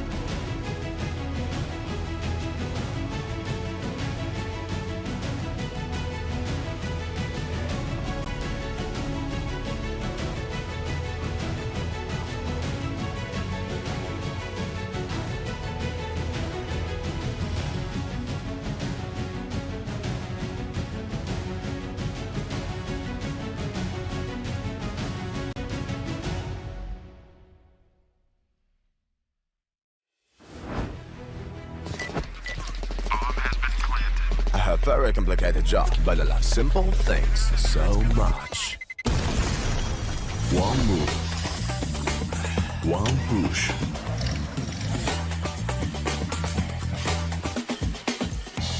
One touch.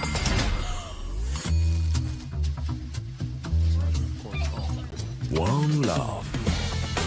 One click. One XBet. Trying to get the skin of your dream for a long time but can't get it in any way? On our website, you have a unique opportunity to get your favorite knife. Users on our site can hand out skins themselves, and participants need to fulfill some simple conditions. For example, watch a video or buy a case on our website. After that, you automatically become a member of the distribution. Go to the user giveaways tab and do what you like. Hellcase.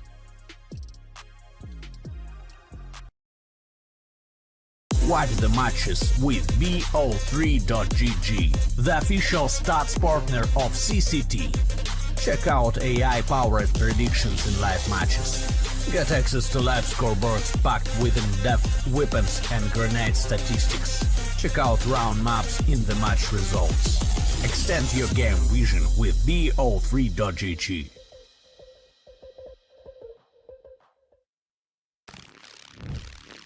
Yo, what are you doing? Exhibit. What do you think? I'm a paperclip? It's Mr. X to the Z. You need to quit browsing like a lame and get Opera GX. Because with GX mods, you can pimp your motherfucking browser. All you gotta do is click here, select the mod, and boom! New look, new sounds, new everything. It's not easy being a legend. Oh, shit. Not again. Change the mod now. Download Opera GX.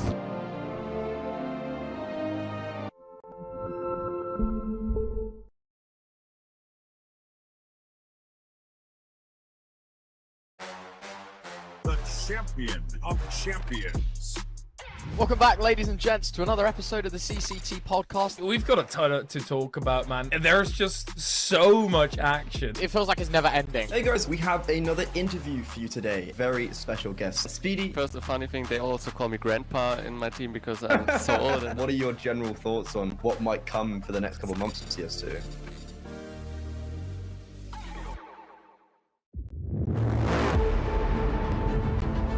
The hunger for glory feeds the desire, the courage to look for a challenge, to feed your ambitions.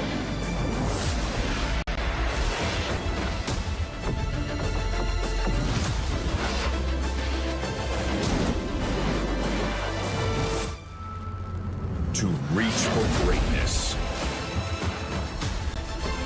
To become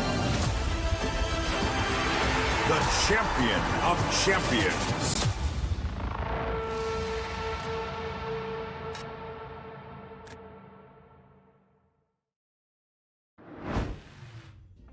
Hello, everybody. Welcome back here to the CCT. How we all doing? How we all feeling? My name is Zatro, and I'm here to the second best of 3 of the day for you guys to see Pompa versus the lads and over at Zero Tenacity. It's gonna be a fun time on ahead here, and I want to get straight into it, because I want to take a look on down to the group stage and show you guys what's been going on up until now. Taking a look straight at it, we are going to be seeing that after a 2-0 that we just got to see out of Mouse, going on over to 13-7 and then 13-6 to beat on down the Polish side. Now we have another Polish team taking up the reins, and this time around it's a Polish team that is going to have a substitute, but we're going to get there when we get there, and a Polish team that are the favorites coming into this into this best of 3, into this matchup, and the favorites coming out from you guys, because 68% of you guys have said that Pompa should be able to take this one away. Now, of course, that depends on the veto, and that depends on a lot of things, but this is the game that we have right now, and after this we're going to have another Polish team going up against another international team, which is going to be Anonimo versus Project J, which is going to be a great game. I recommend you guys go watch it, and I also recommend to check up on what's going on right now into Central Europe, being casted by my good buddies there, B-Dog, and I believe Grimmy Renard going into it. It is Bad News Eagles versus Sprout, and I think it's like 6-4 right now. It's a really tight series. I think that's going to be a lot of fun. But on this one, it's going to be a lot of fun too. Anonymous of Project J, then Foze and Aurora to end things off here for the day. But Bomba and Zero Tenacity, let's take a look on down at it. Let's take a look on at the rosters and see who we're dealing with, see what's going to go up right now, because we will be having ourselves Morels, Harn, Jet QR, Beanox, and Emmy. Now, you're seeing an outlier here that you shouldn't be seeing and that you may be wondering why he's here, and that is Jet QR. He is substituting in right now for Sly, and the poll is joining up here from Ago to be, making it on through here for the Pompa lineup. Now, of course, Ago hasn't been a thing for a little bit now, or not at the very least that we've seen really actively on the rosters. It's been with depression and those guys, I believe. But yeah, we haven't really gotten to see too much coming out of them besides the Yala tournament thingy. So now Jet QR is finally getting off the bench from Undefined and is going to get to play a little bit, which is going to be great for him. But will he be enough to be making up for Sly here to try to take it on over and actually win out the game? Well, we're about to find out, because IMD will have to go in for a great veto if Pompa want to have a chance in this one. But let's take a look on over at the other side of the river to see who we've got, because it is going to be Zero Tenacity with a good old roster that we all know: AVN, Yofo, Nemanja, Simke, and Brute Monster, right? It's the good old that hasn't been changed for like a year and a half with a single player. And it doesn't need to be changed right now, because these guys are playing together as a unit and they know each other best when it comes down to CS2 here. Now, of course, CS2, still a lot to learn, still a lot to go through. But Ficus as well is going to have to do a great job for Zero Tenacity to be able to bring about a good map veto. And I'm looking forward to seeing Brute Monster at play again on that AWP. I think that's going to be a ton of fun. But definitely will be having a lot of competition with Harn, and I'm going to get into that when we go on over to the head-to-head. But until then, let's take a look on over at the veto. Let's see what we've got, and let's see what the maps are going to be. Inferno, Nuke, and Overpass. Okay. Interesting maps to be seen out here, especially the Overpass there on the decider. Now, both teams have played each other before. We have seen this matchup in before to the Northern European side of things.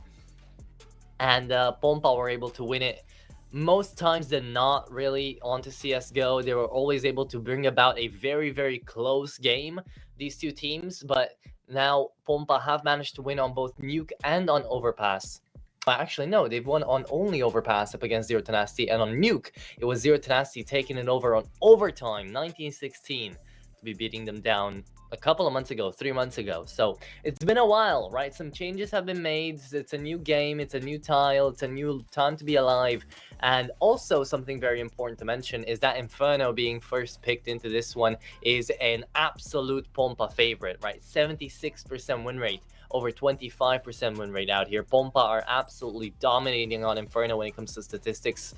And that's the case as well when it comes to Nuke for Zero Tenacity, right? 56% win rate, over 33%. So not as good for Pompa, but this could be looking like a 3-map affair. On that third map, Overpass being quite equal with 53% win rate, over 43% win rate as well. Now, there is one more slight little thing that I do want to mention in before we move into the head-to-head, and that is going to be the history in between these two teams for the past 3 months, for the past couple of weeks, actually. Pompa have been on a losing streak. They've lost every single damn best of 3 they've played against the Witchers, Godsend, Sashi, 9, the Chosen Few, you name it. They hadn't had a good time. But Zero Tenacity, on the other hand, they have gone on over to a different level, a different tier of teams. But they have managed to win 3 in a row. So they're feeling quite good right now. They beat ENS Academy, they beat Raptors, and they did beat Sangal as of late. So they're in their form. They're feeling okay. We'll see if that is going to be enough to take down the Polish team or not, though. Taking a look on down to that head-to-head, let's see the Oppers being shown up out here, because Harn and Brute Monster are really going to be just monsters. So looking down at it, the impact on Brute Monster is so much higher, 1.16 over 102. But remember, Harn is out here usually more on the AK than on the AWP, but when he does get a hold of that scope, he always performs as well. So I'm really looking forward to see how this one is going to go. 1.14 rating over 1.11. Brute Monster does not have Harn beat in that department, but that is how it is going to go in for these two sides. ADR is worthy of AWP players as well, but coming down to it, Pompa, Zero Tenacity. I want to know who you guys are rooting for down in the chat below as well. And remember, actually, I think we can take a look on down towards the odds as well to see what our partners on over at One Times Bet are thinking for this matchup. But I will tell you that definitely Pompa are going to be the favorites coming into this one, and Zero Tenacity are going to be underdogs, but they're going to be some happy underdogs because they do have definitely a lot of chances to go up into this one. So we're going to get to see, once we get into this first map of Inferno, how things are going to be played out, how it's all going to go, and most importantly of all, who's going to take this first map. Because if Zero Tenacity managed to somehow take away this Inferno from Pompa, it could be a 2-0 affair as well. It could be Zero Tenacity trying to take it all over, but it's definitely not going to be an easy best of 3. Let me tell you guys what, up until now, history suggests to us that this is going to be close, and I think it's going to be close as well, and we're going to get to see what is going to happen. In just around about a second, we should be getting into the game as well, just setting some things up for the lobby, so it shouldn't take too long right now. But I think we can take a look back at the video. I do want to mention the bans as well, coming in what order they were made, because there were some interesting things going on here. So thank you to the production boys for changing it over for us. But the perma ban coming out from Pompa was actually Vertigo. So Pompa are one of those teams that play every single goddamn map. They've played so many maps for the past 3 months that they have got win rates and plays on all of them. And they're ready to move. But the permaban coming out of Zero Tenacity is, of course, ancient. They don't like to play it. We get that. But for Mirage to be open for so long on such a low win streak out here for Zero Tenacity, right? Even after the Inferno map pick coming out of Pompa, which I think is a little bit better than Mirage. I am surprised that we don't get to see Mirage as a decider, and instead Zero Tenacity just banned it away and decided Overpass is a better territory, and it actually is with a 43% win rate, but we will get to see how that is going to go. Let's take a look without blabbering on too much to Inferno, to the first map of this best of 3 to see who is going to be your next entrant on over to the 1-0 bracket and who is going to be going on down to the 0-1s as well.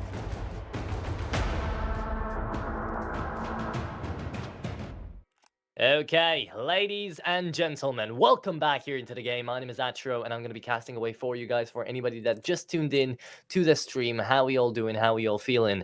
This is going to be Pompa versus Zero Tenacity on Pompa's own map pick here of Inferno, and we get to see a little bit more Inferno out of the CCT, right? Everybody missed it, right? Here it is. New and revamped into a new game, and the T side coming out here from the polls. Second mid going to get pushed, and most likely top bracket control is going to be asserted out here as soon as possible. Oh, AVN, that is a beautiful way to start though. Look at that. That's the one tap you wanted to see start things off here for Zero Tenacity if you are a Balkan fan. Coming into this one. Now, Pompa are going to be a little bit scared of pushing on in. AVN looking in for his second victim of the day.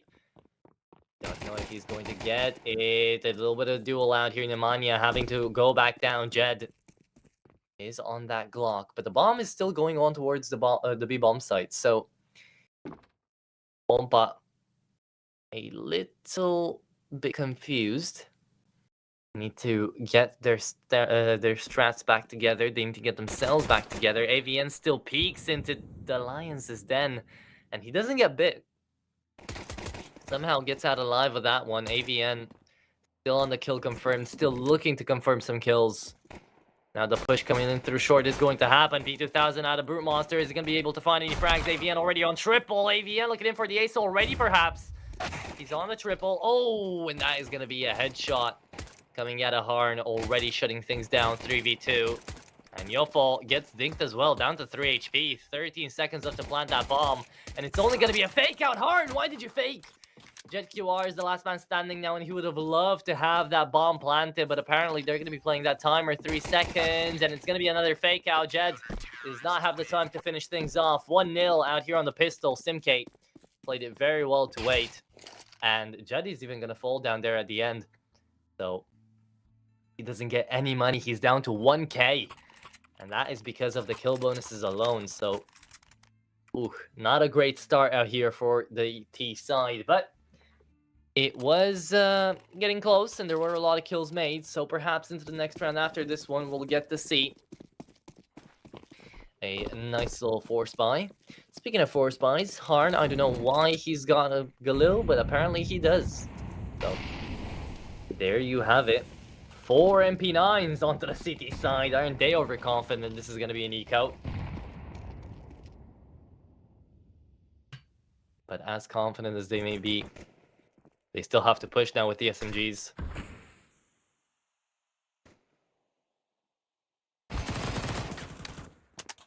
That's going to be Harn taking the first bit of damage of the game here, of the round.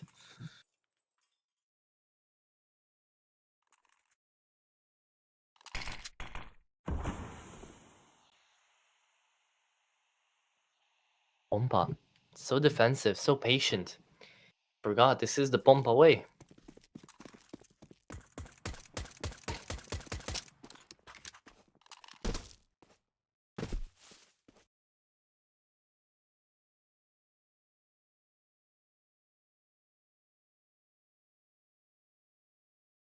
Now they're pushing into top brackets. Getting back into middle here after what seemed to be a long wait.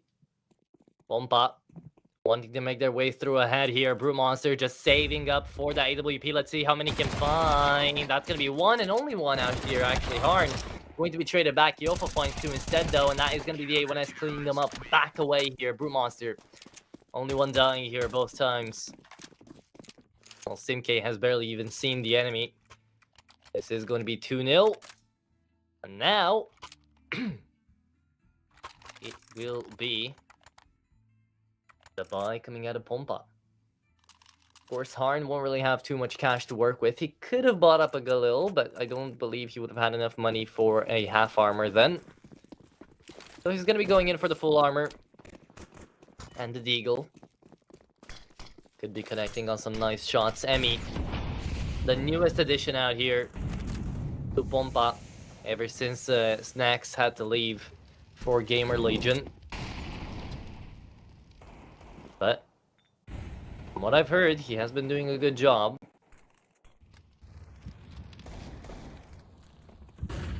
Flash over the top here. The MP9 manages to connect, and there you have it. Ooh, Harn trades it back 2 for 1.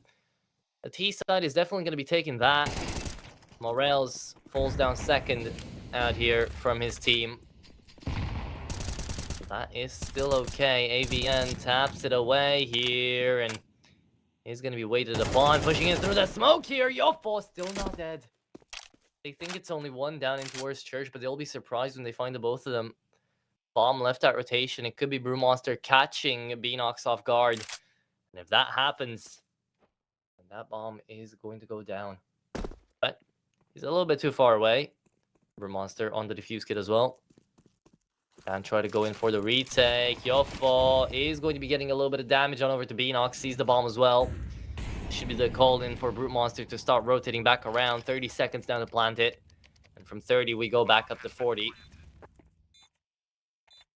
AVN using up a lot of ammo. Brute Monster. He's got a lot of util.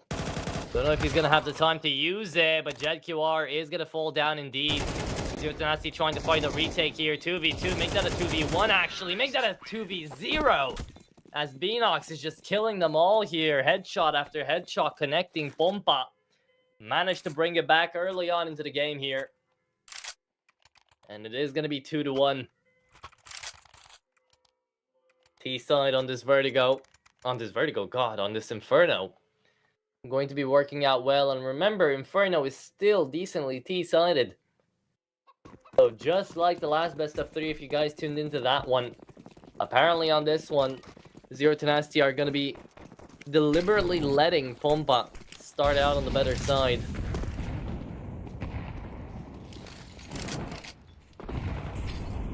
Flash comes around, Nemanja down to 2 HP. And the cross on out here from the MP9. MK picks up the A1S.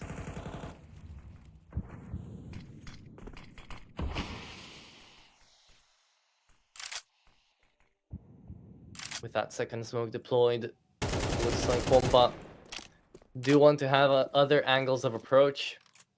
But Banana is going to be the winner in the end. No nades, no nothing. Only 2 flashes remaining out here for the CT side. Whereas for Pompa, we do have a couple of smokes to work with.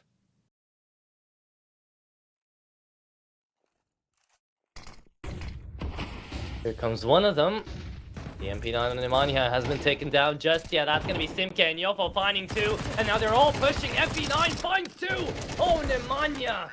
Even on that 2 HP, you still manage to find so much value.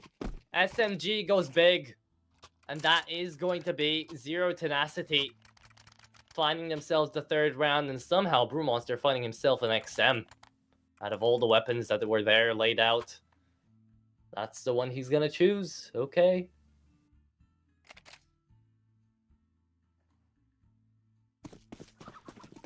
But it is going to be turning into round number 5, and there has been a reset on Pompa. The economy's not looking good. But that M9 bayonet freehand was definitely looking pretty damn good. If you guys want one as well, head on over to our partners, Zona by Hellcase. Use code CCT for 10% bonus on your first few deposits. And hope you get lucky, because that is not an easy skin to get. But remember, it is still a form of gambling opening cases, so be responsible with your money, please. As you should.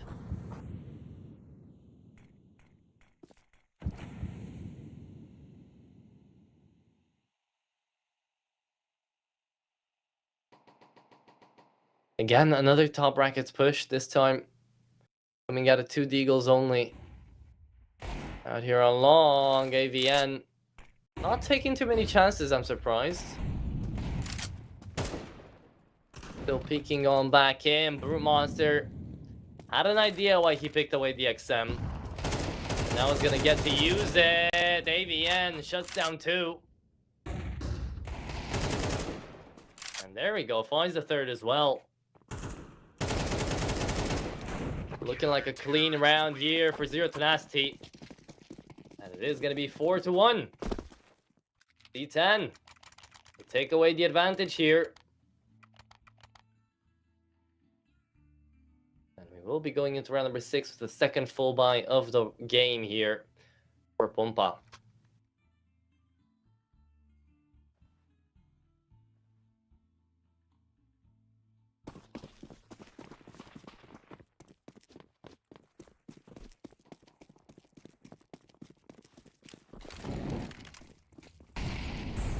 Aggressive sniper shotgun down towards middle now. Root Monster wanting to clear away those smokes. AVN is holding up for his teammates. And Nemanja is going to be able to find one. Brewmonster trying to play the trigger discipline here. Oh, he's holding it. Oh, he held it really well. Brewmonster finds the 1-tap. Could pick away the AK, but it doesn't look like he wants to get a rifle. He wants to hold on to the XM. Even though he had all the chances to go back into Mexico there and actually take away the AK. Apparently that is not going to be his goal.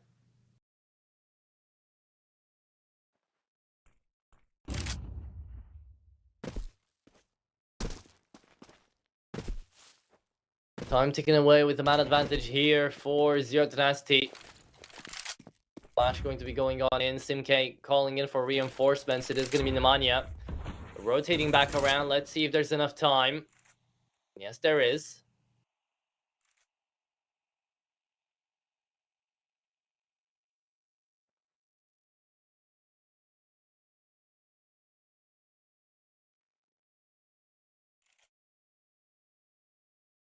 Monster still holding down to his XM. To his old trusty Betsy. And Nemanja now has to hold. Let's see the spray down, and nothing connects. Brewmonster through the smoke, through the flash, gets that one too, and there you have it. Morels is the last man standing. Can he get that bomb planted? He will try. And he indeed will. Brewmonster finding a 3K though with the XM is absolutely ludicrous. But it is going to be 5-1. So, Zero Tenacity. Happy with the cash. Happy with the rounds. Happy with the way that things are going right now on their enemy's map pick. It's 5-1. And it is Brewmonster just absolutely dominating on that XM. The sniper shotgun really was brought back into the meta ever since CS2 went out. It's so good for clearing smokes as well. There you have it. The odds have been displayed. 174 over 202. They are close, but still the favorites coming into this one now are going to be Zero Tenacity after managing to find this 4-round lead.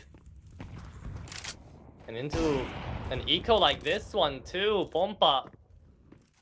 You would think they would be a little bit more frugal on the cash, but apparently not. Brew Monster finds 2. And Brute Monster already 10 and 3. It's absolutely popping off. Nemanja barely left alive here. And Brute Monster on the triple. Brute Monster gets saved by the bell there on Yofo. And Emmy wants to peek on down. Emmy down to half HP. Deagle brought out. And Brute Monster finds himself a quadra. Ace denied, but still secured out here by Zero Tenacity. The round going on over in their favor really easily. Pompa basically ran into a brick wall there on middle. And with the amount of cash they have, Zero Tenacity have got no worries in the world. Even if they lose everything up until like round number 11. But let's see the chromatic aberration in play once more.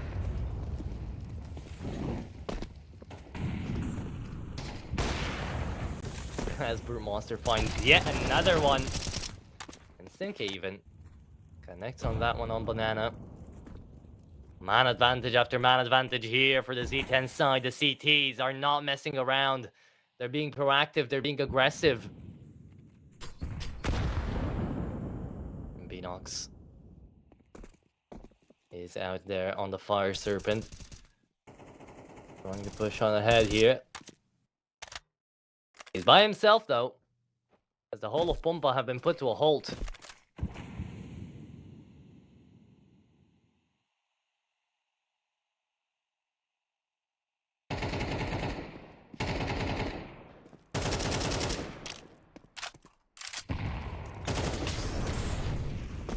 Molotov on down the car. And maybe we're finally going to get to see a little bit of gut coming out of the remaining players out here from Pompa. Jet QR, Beanox, and Morels have not been having the greatest of starts here in Italy. But Simke is going to have to hold. He finds yet another one. Nemanja falls down to 25, but still dies only after finding the frag. There you have it. Ooh, Beanox. For a second thought he was going to get out alive, but that did not happen. So 7-1. Here we have it. Zero Tenacity already take away the first half. And they do it in an extremely, extremely dominant way as well. Pompa. Not looking like this is their own map pick, honestly. A tough start. And they had time to come right back around.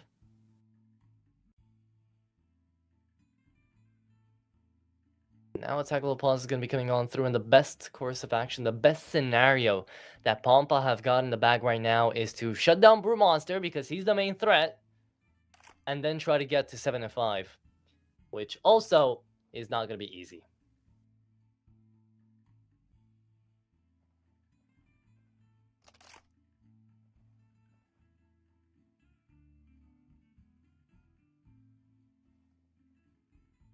Diversely, though, we do not have the info, or at least I don't have the info. Maybe my admins do, and if they do, I hope they will give it to me. But I do not know why Sly couldn't play, actually, right now. If you guys know, maybe, if he's on another tournament, substituting in or something, I would be very interested to know. But Sly did have to swap on out for Jed.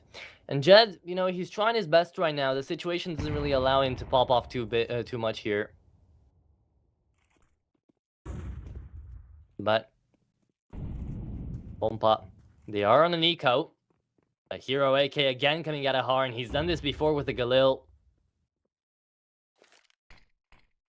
Again, this time trying to push back into the B site.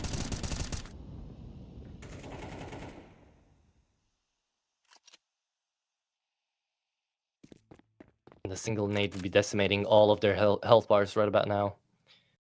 Nemanja doesn't have one, though. I don't believe CK is going to throw his Molotov in time.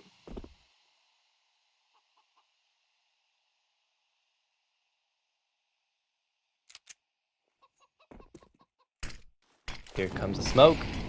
Should be a flash as well anytime soon. They're still so passive, Pompa. They're not finding their rhythm here into this T side at all. 25 seconds, we've seen the timer go down already a couple of times. Ever since the first pistol round. Brewmonster being pushed on out here. Brewmonster connecting on that shot. Brewmonster just not dying. My goodness, Simke cleans them all up. And it is going to be a 14-5 onto Brewmonster. 9-2 for Simke and AVN. Absolute domination out here for Zero Tenacity. 8-1. And they are just taking this map by the reins. A one-sided affair is definitely the right thing to call this. Pompa basically here on their third full buy of the first half. Could even call it their fourth, but I don't know. They really enjoyed their buys up until now. Their economy has been struggling. Brewmonster connects on that shot as well. This guy's gonna get the 20 frags in before we even get to see the second half start. Which is absolute insanity.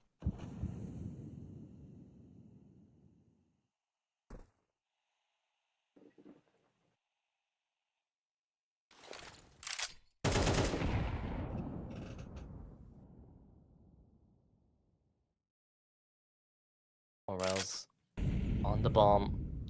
Still struggling out here on mid. Molly done off. Don't let the minimap fool you. That's not a moto molly. That was just one down on mid. Jet QR managed to shut down Simke as well. Jet on the double. There you have it. Jet finally opening up a little bit of this game. Pompa. They can have an angle towards the B site. I do want to see, though, Brewmonster and AVN trying to go in for this retake. A big hold coming out of Harn. Trying to find a late lurk. Late flank. Brewmonster is holding in for it, though. That timing. Still behind, still watching AVN.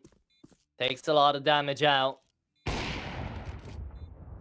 There's nothing that can really be done out here by the CT side to try to retake. So it is indeed going to be 8-2. Pompa finally bring it back. And they do have a round on the board here. But Brewmonster is just not stopping. I mean, who is going to be putting a stop to them right now? 16-5, Brewmonster. I knew he was going crazy on the op. Even on the pre-show, I said that I can't wait to see him play. But this is just absolutely insane. Nobody can take this guy down. I mean, for God's sake. Emmy is on 2-10. Morel's 2-9. They're not allowed to play the game because every time they peek, they either get taken down by Brewmonster or just some brilliant swings coming on in here from the remaining players of Zero Tenacity.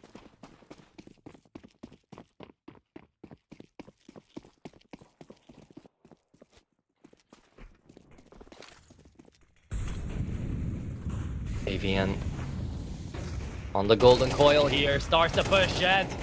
Back alive, back into this game.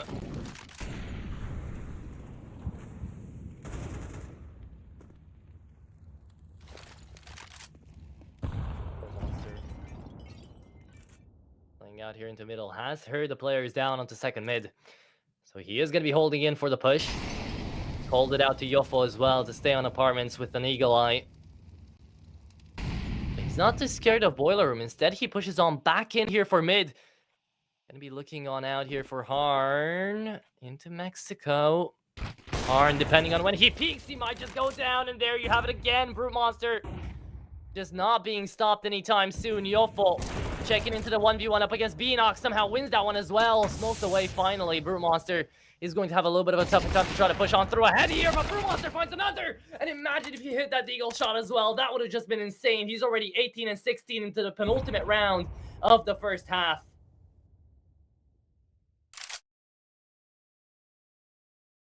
So now,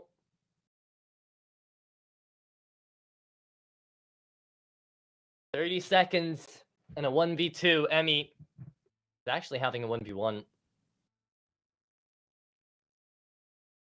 Into the A site, Yofo trying to hold it down. He's got the defuse kit in hand. He's got the flash as well. Spots out the enemy first. Emmy wants to push on fast aggressively, but can't really do it. He didn't even have the time to go back and plant, even if he got the kill.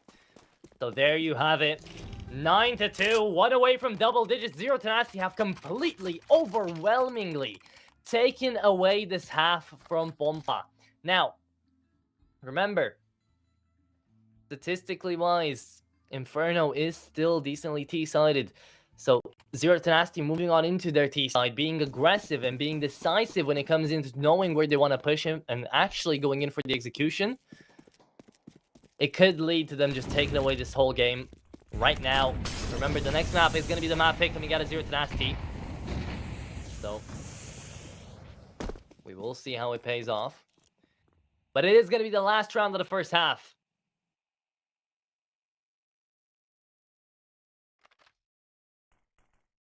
Monster. Bosnian. Coming on ahead here.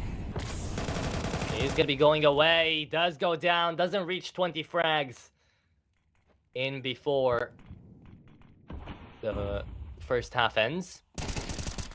But SimK reaches 11-4, which is another amazing scoreline to be at. Make it 12 even. 3 KD, and Yofo is going to fall back away to the A side. AVN, last man standing into the first letter of the alphabet here. Going in to try to pick up the bomb, but it's been left at rotation. AVN shuts down Beanox. I think he might have heard the reload as well. Going on in there from Morels.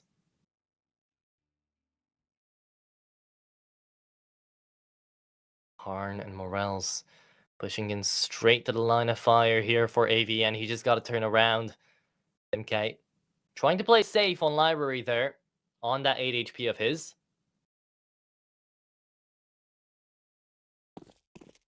But it is going to be going on over to the B side. SimK is not there to intercept.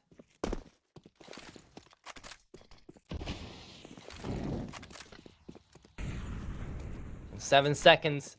The bomb is going to go down. Nade thrown in for default. Nobody there. SimK having to peek on out here. Low HP versus low HP. It's going to be Morels winning it out. And AVN. 1v2. Molly's off down in towards Church. Nade onto new quads. It is going to be dealing damage to Harn. But it is going to be enough damage to try to spray him down. Pre-fire does not connect. And there you have it. 9-3. Zero Tenacity do not get to double digits in the first half, but still, look at the amount of damage dealt out there by a single member. Brute Monster, 1.7k in 12 rounds. That is amazing coming out of the AWP. SimK doing so much. AVN as well, 2KD. These score lines are just insane.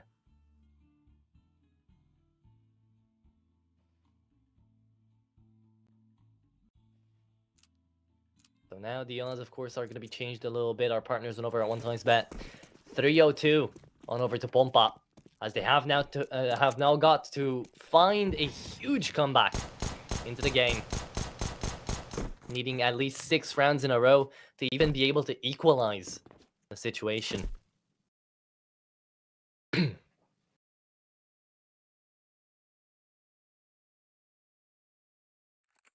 But the second half starts, and there is a defuse kit on the Emmy, which I do definitely appreciate. MK pushing in slowly with his team out here into the A side. They're just waiting to be found out. The waterfall comes out around here. Jed was flashed away, but it didn't even matter. It was the top brackets hold. Coming on over from the CT side. They are about to be pushing in from both long and short at the same time. The P coming on over from Harn, and it is going to be Jet QR falling down first. Nemanja on the P250 connects, and the Glock is also going to be finding a double tap. SimK going in strong on this one. Nemanja does get traded back, but Morels just goes on in. Morels, beautifully well done. Finds 2, finds 3 even. Gonna be looking in for more. The defuse kit is still there. AVN is the last man standing in 1v2 now. And Emmy is gonna be going in on the defuse kit. There you have it. That's gonna be the round one out here by the CT side. There you go. 9-4. Pompa. They do manage to hold it on down. And the Polish side manages to not only pick up the pistol, but regain a little bit of momentum. They'll be needing as much of it as possible.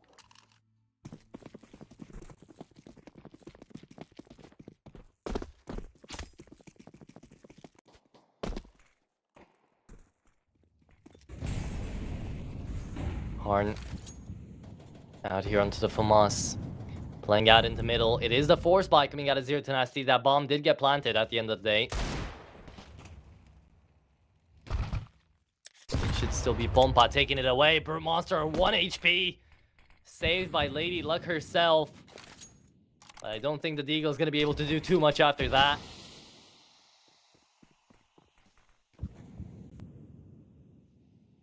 Manya. I'm going to be spearheading the offensive in towards the B site. Tapping away though. Beanox is a dangerous fella to go into.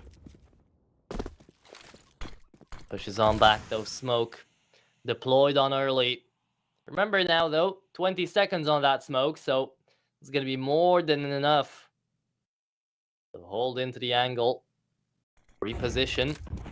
To call in for reinforcements perhaps, but it's not going to be enough here. Beanox does manage to find one, runs out of bullets, but perhaps not all of them. Gets a lot of damage done onto Nemanja. 22 HP to be precise is going to be left remaining. Everybody and their moms coming on in here from the CT side, trying to retake in from Banana. And they do have a lot of weapons to work with as well. Low HP though remaining on the alive players, and there's going to be Morels finding another headshot. Mac 10 goes down as well, and there you have it. Pretty damn easily. Pompa managed to find 2 in a row here. But 2 bomb plants in a row as well. So Zero Tenacity, they're going to be going in onto an eco after this one. Or maybe not even an eco. It could even be a force buy. Loss bonus is being built up.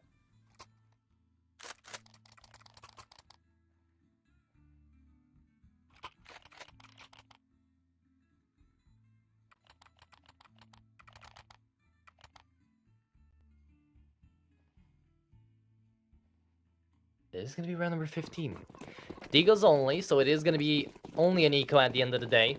Going in for the absolute full buy for round number 16. Spamming down on cross middle. That was some nice tracking on over to YedQR, but it did not connect in through the walls, so all that luck gone to waste.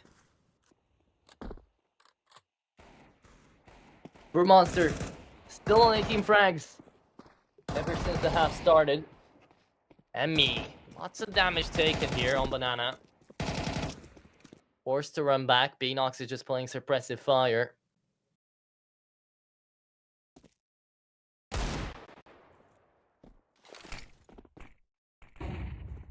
As a flash comes around, they might be getting prepared for the push out here, but Zero Tenacity, they're none the more aggressive than Pompa were on their T side, but they are a little bit more aggressive. We've gotten to see a couple more bomb plants coming out of them in succession. Molotov on down to short as well. Again, buying up time, as much time as needed. They're going to be going into the last second anyways. 30 seconds now left on the clock. They can still wait a couple more. And now's the push going to be coming in along. Simk finds Morels.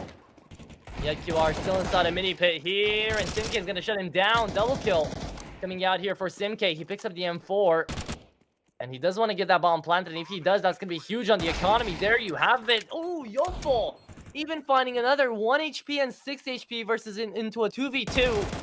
Emmy does manage to go on out here, and the M4 coming out of Harn is going to be picked up and defusing the bomb as well. So there you have it.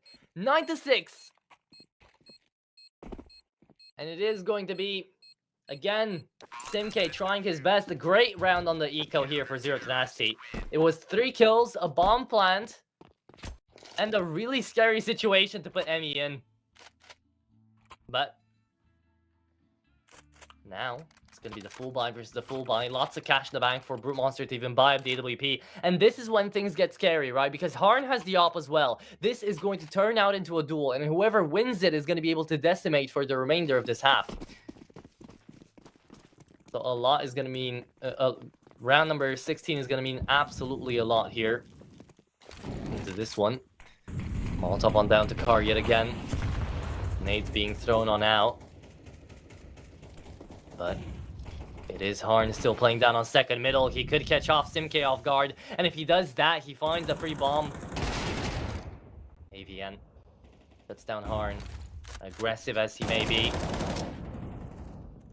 Finds the man advantage there. And of course, they're not going to be playing a double off setup onto the T side. No need to do that. But the smoke for long is going to go on down. They have to check in for short as well. Molotov right on top of Morel. Forces him out of position. And the NQR is there as well. Managed to find the trade back. Does get a little bit of damage on in. Emmy trades it back onto Nemanja as well. Yofo connects on that shot. The spray. It did work out. The fuel injector is injecting some kills right now as well into the game. And yet is going to be turning away. Fully flashed, white screen of doom. Brute Monster finds yet another frag here into the second half here, and it could be double digits for Zero Tenacity, getting to their ideal 10 here, to their titular 10. If you want to call it that way. They are going to need only 2 more rounds to secure overtime and a map point on their enemy's map pick. Pompa, on the other hand, will need 6 more. After they did manage to find 3 in a row here, they did get put to a stop. So, how is it going to turn out? Again, I do want to see a little bit more coming out of Emmy and out of Beanox. They are struggling for now. But as long as Beanox gets to stay alive there and still get to play onto that B side, suppressing fire, then it won't be all that bad.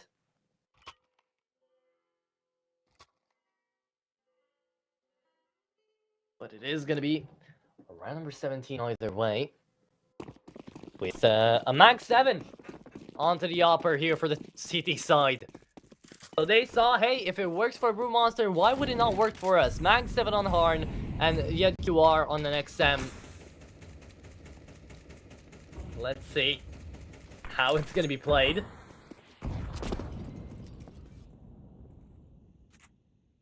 The shotguns aren't going to be enough here. Yofo might just be meeting a face full of lead here, and that's exactly what's going to happen. AVN trades it back. But it is going to be Harn finding that other one. AVN not really too happy about the whole ordeal, but it is going to be an AK picked up for Harn. Oh, I wanted to see the movement going out there into flower pots. Nemanja face to face with the enemy. Face to face with the beast rising from the east right now. Harn has no idea, but neither does Simk. And now, Brute Monster. In his natural habitat. 1v3 clutch. This isn't the Australian outback, but it is going to be some proving grounds here for the Opper.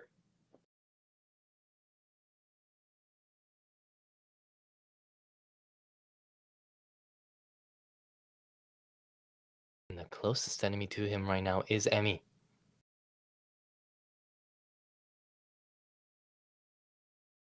Monster's got the bomb as well. Needing to check into CT, he throws away the smoke and the flash inside of the side as well. He's not even going to check to see if there's anybody on the side, but right now Brute Monster tries his luck. Time taken away. Brute Monster is going to be forced off by the Molotov. And there you have it, 10-7.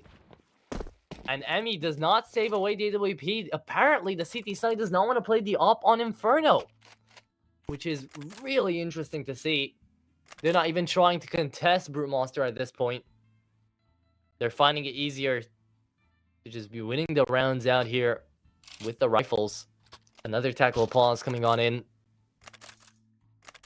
Yeah, the buy is going to be a little bit tough. Emmy, does he drop away a weapon here? I don't think he does. He buys up for himself. So,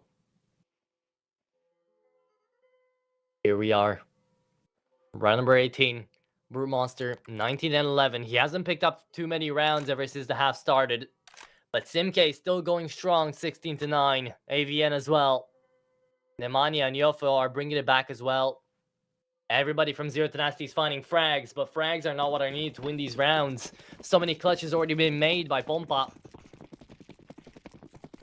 From 9 to 3, it's already 10 to 7.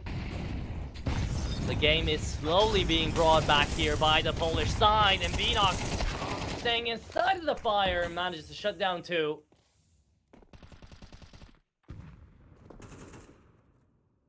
Taking away a huge advantage here for Pompa. Losing their own life, but it works out in the end. Brute Monster checks in behind Morels. He's with the crosshair there. Brute Monster just too quick with it though. 20 frags reached already.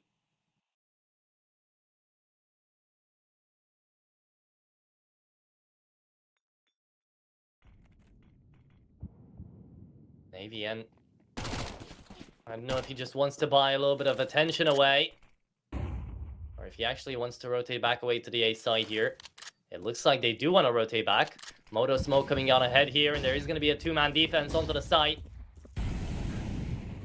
Simk down to half HP. Harn now last man standing. Brute Monster takes so much damage, and Harn left into the 1v1 out here up against Simk, who is going to fall down as well. There you have it, 10 to 8.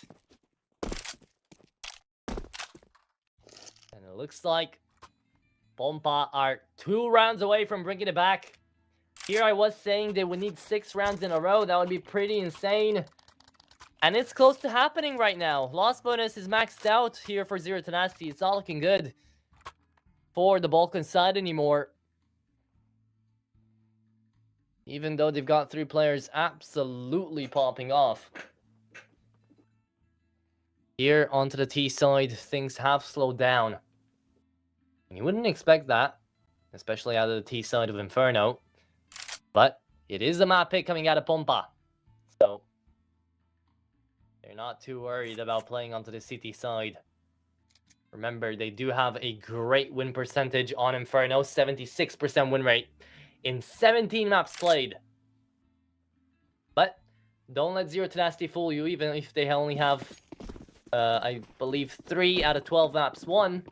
With a 25% win rate. Quick maths. Then they should still be good to go here onto this advantage. Harn going to be starting things off strongly here. Up against the Eco for Zero Tenacity. Brute Monster taken on down. And Harn is just going to have a field trip. Going on over to the shooting range. Doesn't really connect on any of the targets though. So now, the push on too long should be happening. Emmy, Harn, they shut it down. And this is going to be the round coming up here for Pompa once more. Flawlessly done as well. 10 to 9. They're bringing it back, Pompa. They need 3 more rounds to get on over to that fabled 12. While Zero Tenacity are just struggling right now. Getting back up on the board.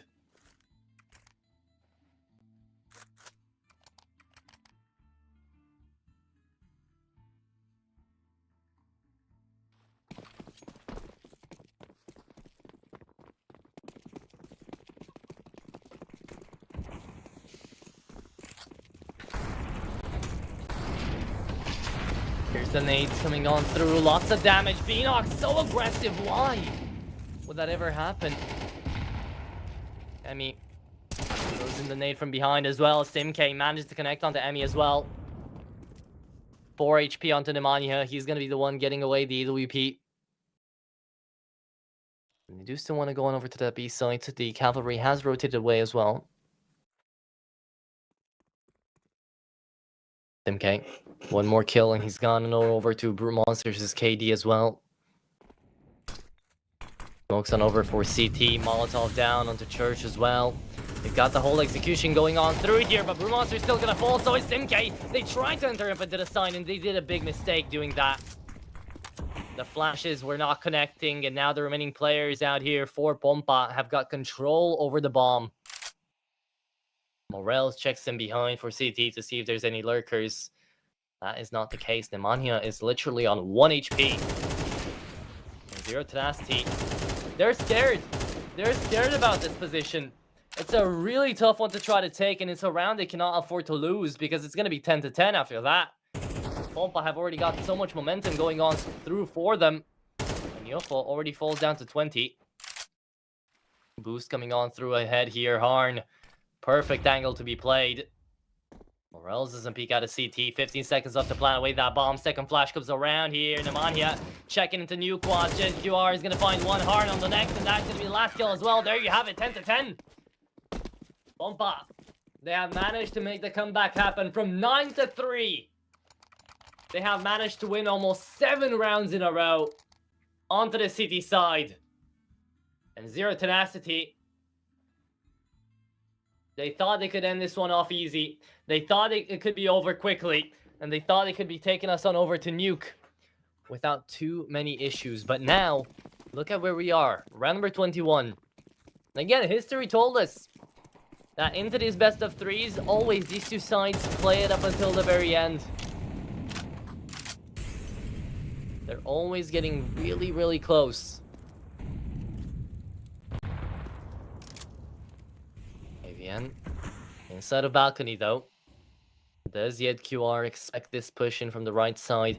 Doesn't expect any push right now. The smoke is there.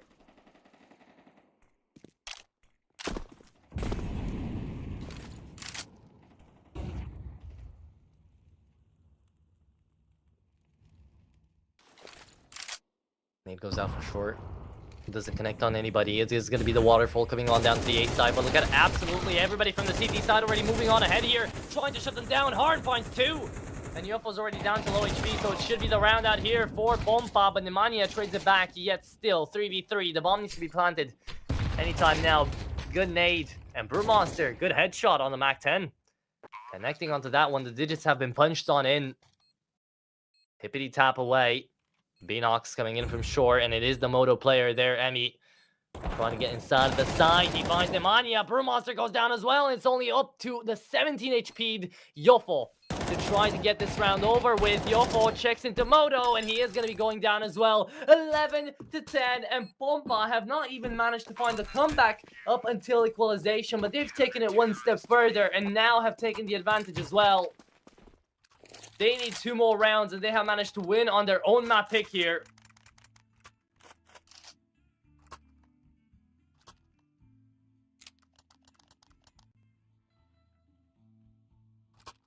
I've been doing an amazing job being able to hold it on down.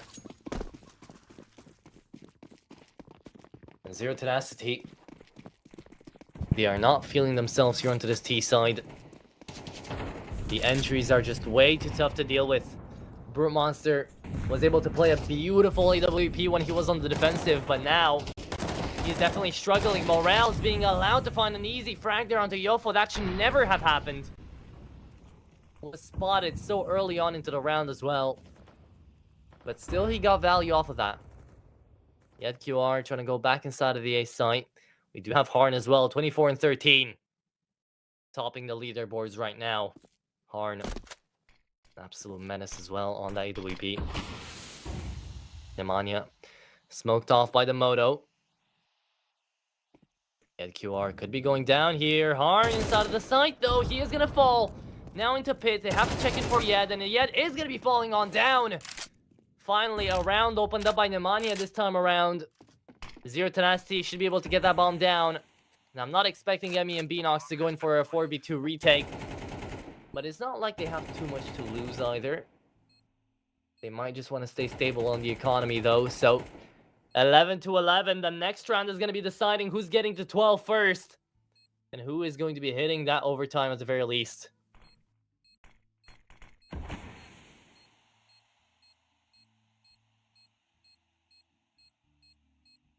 it is. Time ticks away. I am curious to see how many T-sided members stay alive out of this one. They don't really have a lot of money to work with. AVN, I do believe he gets out. So there you have it.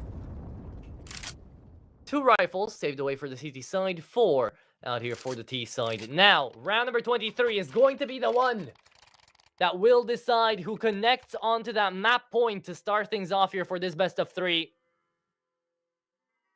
We thought it would have been a quick nuke. We thought Zero Tenacity would be able to take this one with a lot of momentum, but that is definitely not the case right now. And Pompa have used up their last tackle pause. Zero Tenacity, not even one. The loss bonus is not maxed out anymore either. So Zero Tenacity, you lose this one. You're not going to be seeing AKs for the foreseeable next round.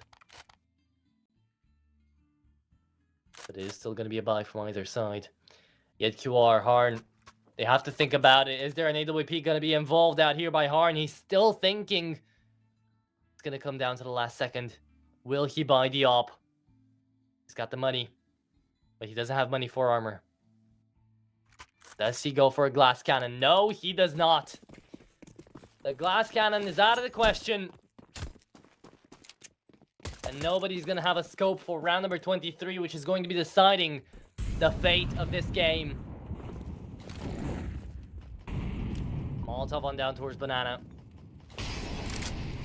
The defuse kits have been bought up, though. So Pompa, they are ready for retakes in case it's needed.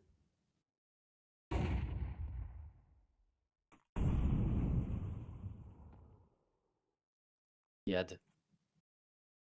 Into balcony. Going to hold off on apartments. It's going to be Harn as well. Still standing himself out here onto top brackets. Waiting for Z10 to actually push on ahead here. Yoffo needing to check into the left side here. Is going to be going on down. 1-for-1 trade. Simk. He finds themselves over to that one. But Morels is still inside of the side. Harn, big nade damage onto Simk. As he's just managed to reach 20 frags as well. They are going to be running away. They're going back to the B side, but it might only be a fake out. They're trying to get these players out of the A side as soon as possible. But they don't have a decoy in towards there. So not the full rotation is going to be made. Morels and Harn still stay inside of the side. The Spider Lily has to check on down for long. And it is 25 seconds remaining. They should be realizing this is definitely going to be an A hit. Simk gets spotted, taken on down. Brewmonster finds the trade back, and it is going to be Harn going down as well, so the bomb can be planted. 2v3 onto the retake. Emmy and Beanox again. They didn't do it once, but they have to do it now. Zero Tenacity, no way. No way. They have been granted 12, and they have been granted the map point. Pompa are not going to be going in for it. They're saving it away.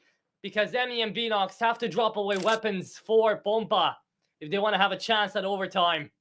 Otherwise, this is still Zero Tenacity taking away this map. As it just has begun. It's going to be ending off the same way. Depending on who is going to be playing off round number 24.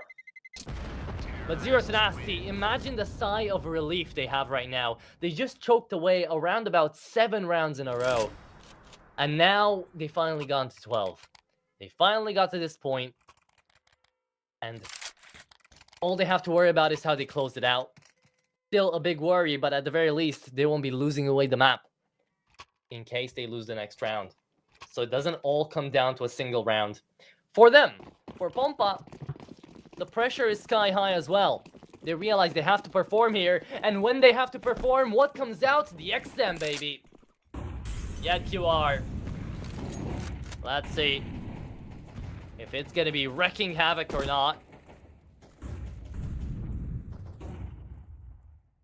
Brute Monster on the AWP though. And yet it is holding things down there onto apartments. Smoke. Prepared out here by Emmy on the info gap. Oh, and they're going to be heading straight into this XM, aren't they?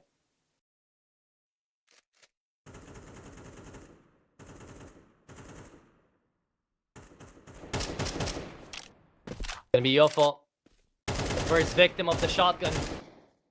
Out here from Yed, depending on how the peak goes.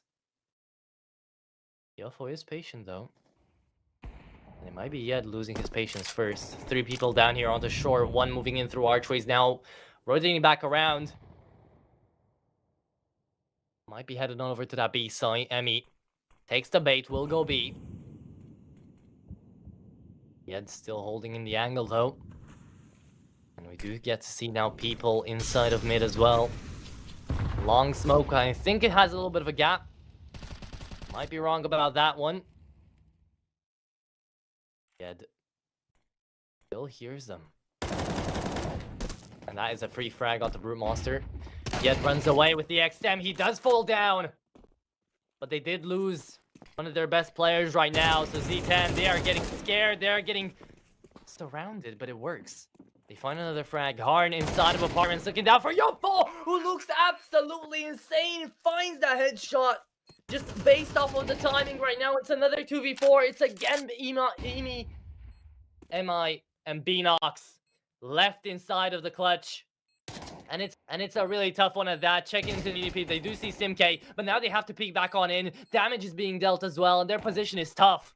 They don't have any util to work with either. The smoke goes into the middle of the site. Emmy finds one, but Emmy's the last man standing. And now Emmy's gonna fall 13-11, 0 tenacity.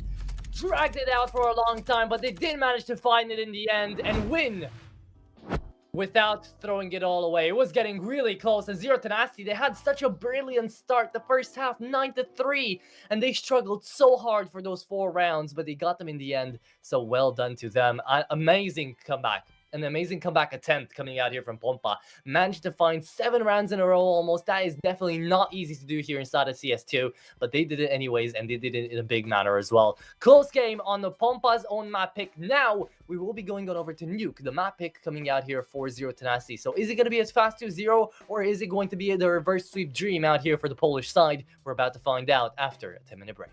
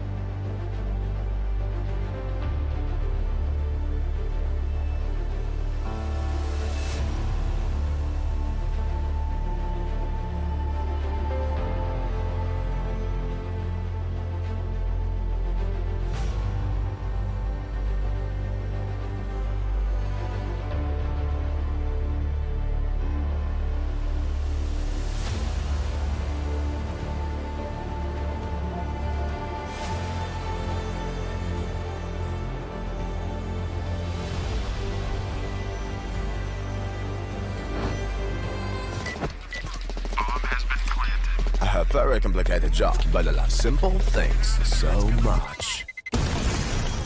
One move, one push.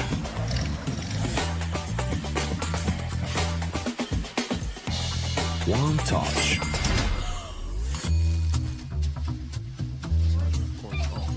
One love. One click. One XBet. Are you sick of just opening cases? Join the events. At each event, you can find special cases from which tokens fall. Tokens are your ticket into a world of unique awards. For tokens, you can buy a skin, premium, or special balance. Try your luck in the skin generator. Also, you can leave your tokens at the token vault. And the more tokens you keep, the better skin you'll get. Add variety to opening cases with Hellcase. Watch the matches with BO3.GG, the official stats partner of CCT. Check out AI-powered predictions in live matches. Get access to live scoreboards packed with in-depth weapons and grenade statistics. Check out round maps in the match results. Extend your game vision with BO3.GG.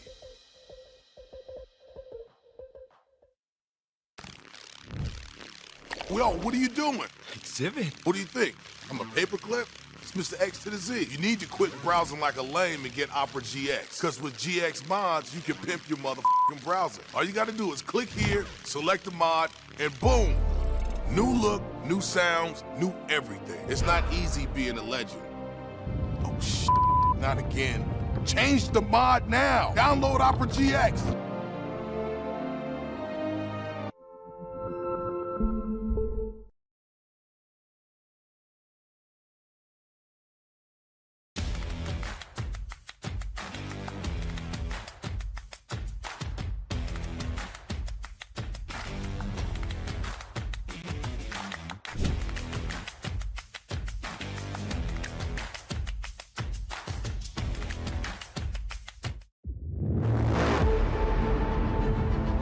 The hunger for glory feeds the desire, the courage to look for a challenge, to feed your ambitions.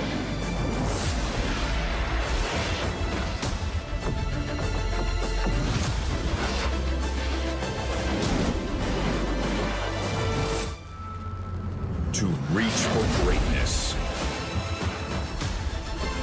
To become the champion of champions.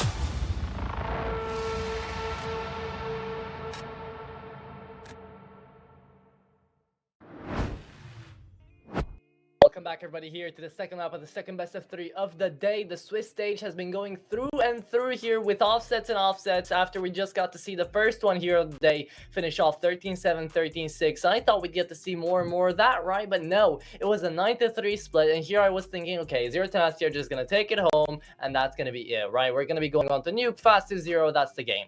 But not really, because we did go on over to a 9-3, sure, but then we managed to find a 10-10, right? They brought it on back. It was even 11-10 in favor of the Pompa side, and yet still they couldn't bring it home 3 rounds in a row. We're taken on down there by the Zero Tenacity side, and they were able to win it all in a 13-11. So now, Nuke, map pick coming out of Zero Tenacity. The Balkan squad is going to be looking to try to shut these guys down once and for all, and to actually try to find the 2-0. Now, that is much, much, much easier said than done, because Pompa are now ready and pumped up, and they're ready to start getting some work done. City side on Nuke, a map which, I don't know, I feel like is very subjective when it comes down to whatever side you think is best. I think it is quite 50-50, but if you're a team like Astralis that love to play it, then you're good. If you're a team like G2 that love to play it, you're good. Onto the T side as well. But, of course, as any other map into CS2, it can be quite city-sided if you are that sort of team that knows how to play passively enough to employ the positional advantage of the CTs always. With that said, we are in the technical pause. It shouldn't take too long here, as I have heard one ready in the chat, and I think we're going to get the second one as well anytime right now. Pompa are the ones calling out this technical pause. Again, shouldn't take too long. Should be fun at the end of the day. Let's go over a couple of stats that we did get to see through the first match here, because I do have them on my right side here. So, the only ones coming out of Zero Tenacity that weren't positive, and I'm surprised they weren't positive, was Nemanja and Yofo. Nemanja played very aggressively, so I get why he's not positive, all the deaths going on over him. But Yofo did kind of have to play the support role, which, you know, somebody has to do. So, it is going to be working out like that. But in here for the Pompa squad, it was Harn doing absolutely everything and anything he could think of to try to actually get the game on across. He had a 1.37 rating, just as good as SimK. And he was 25 and 16, right? He was absolutely carrying. Morels was the next one up after him, and he was -3, right? So Harn, if he decides to put up another performance like this one, then the game could be going in favor of Pompa. If not, then they're gonna have a really tough time trying to take on Nuke on the enemy's map pick. And speaking of that, let's see ourselves into the second map, into the second game. I hope you guys are ready and excited, because here we go into the pistol. Out here, Pompa, city side, 010, T side. So, the Glocks themselves are going to be heading on over from lobby into most likely A. They get to see the execution. Morels is going to be the first one to fall. Yofo shuts him down in here from garage. Now Harn gets in close and even closer, but the Glock does not connect on a headshot. Instead, Slippery Joe out here. Harn is going to stay alive, yet QR finds 2. And that is going to be the round out here for the CT side. Yofo gonna get knifed out here by Harn. Oh my goodness, he is out for blood. And Pompa are going to be taking away their pistol round on a big show. Would you look at that? There you have it, 1-0. Pompa are already off to a grand start. A knife kill nonetheless coming out of Harn here. So of course he insta-locks the AWP. No questions asked, no second thought. The odds might not be in Pompa's favor, 351 over 128, but still, right now, this is a brilliant way to start. And Zero Tenacity, they did get the bomb planted, so of course we're going to be getting to see the force buy coming out of them. But Harn is not going to be playing the off outside, actually. Instead, he will be playing out here until heaven. The smokes go out, and the execution is baited on in here. Beanox might want to push, but I think his spider senses are tingling right now. He sees the bomb as well. Head on over to the B side, calling for reinforcements. Harn holding in an extremely close angle. But if he gets flashed out here, that is going to be a free WP on the pickup for Brute Monster. So you have to think of the consequences as well.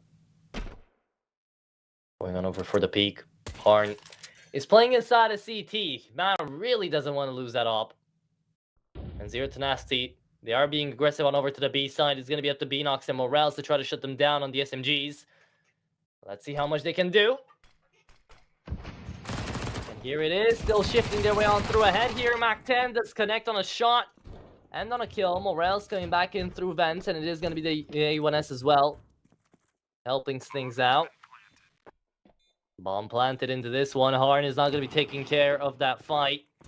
So it's actually going to be instead a 3v4 and make that one SimK, finding one more. AVN on the Galil. Connects on that one as well, and yet QR is going to be able to find one more. And now Harn really wished he would have been the part of the fight right here. No defuse kit though, time taken away. Harn does have a smoke to work with. SimK on the Mac 10, AVN still on the Galil, half HP on each, and time is taken away. The round is going to be won out here by Z10, and there you have it. SimK even finds 3 on the Mac 10. And even if they will die due to that bomb, they have won the round, and that is the most important part of all. Oh my god, nobody even died. SimK saves away an A1S, AVN on a Galil. Amazing round out here from Zero Tenacity. They win out the force buy. Even with Harn on the AWP, which again, I don't really know why he didn't decide to just play it outside. Do something. But now Technical Pause comes on through, and I have a feeling Harn might get a little bit chewed out for that round. But it is going to be 1-1. So this is what we're going to be taking a look at.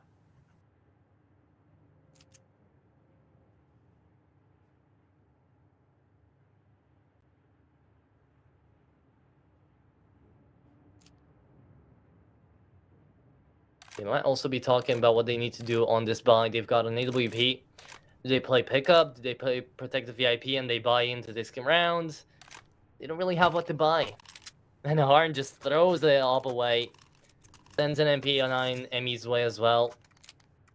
And they will be buying into this round, so... Careful about this one. 2 MP9s, a Deagle 5.7. It's not looking like a bad force buy. But Brewmaster also has an AWP, so you have to think about that when you push on through, and Brewmaster didn't think twice. He went on down, got flicked upon Harn. Happy with the outcome here, takes down his enemy. Harn does get traded back, but the op can still be salvaged by his teammates.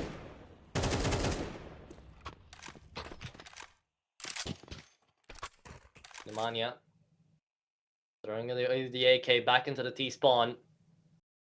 And now they are heading on over towards the B site where Beanox is waiting for them. Beanox.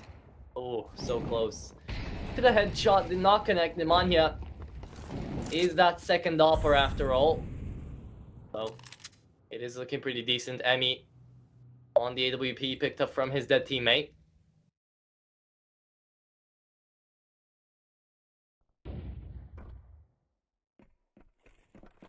And they're going to be heading on over to the B site once more. Morels this time, though, going to be playing it very slow. Not going to be making any noise up until they get into the site. Nobody even checks out here. AVN is going to shut him down. They're getting inside of the site.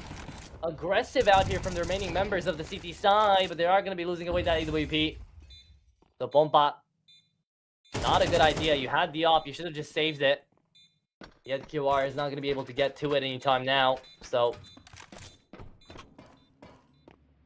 2 AWPs out here into the round. Only one is going to get out, and yet he is not finding himself any sort of weapon to save away besides that MP9.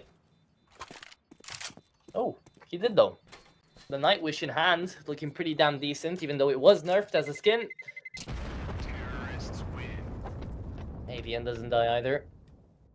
Speaking of skins, you guys can check out a lot of cool skins on over at our partner at Hellcase. Use code CCT for 10% bonus on your first few deposits. And remember, there's a lot of giveaways going on right now as well. So if you're a new user, definitely be sure to check up the site and join in with our link. Remember, it is still a form of gambling, so better be responsible. 2-1. 0 tenacity, staying consistent, finding 2 right here, and possibly even the third, as it is going to be a save round coming out of Bomba, playing with whatever they had in the previous one, only investing into a 5-7 for the whole round here at a Harn.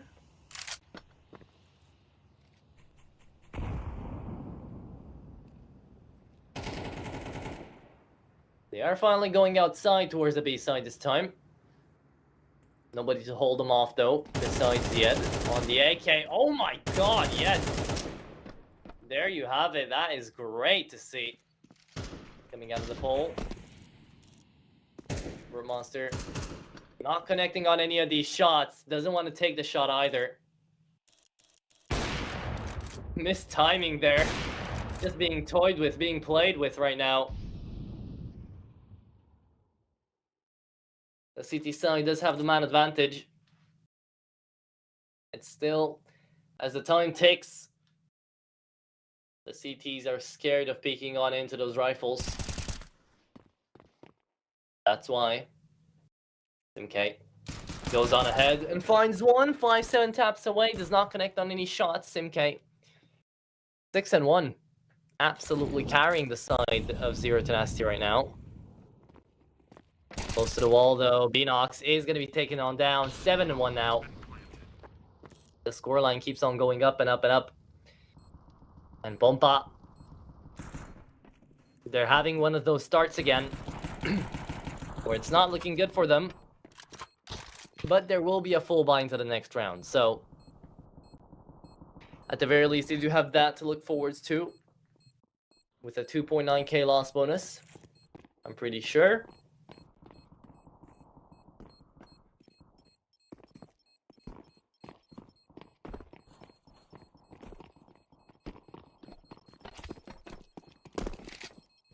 There you have it. Bomb explodes. AK secured by Emmy. They do still manage to save away another AK. That is all they'll find. 3-1. Round number 5. And a full buy coming out here from the Pompa squad. Let's see if this is going to be enough to shut down Simk, who is 7-1. Absolutely pumping off. taking Pompa down.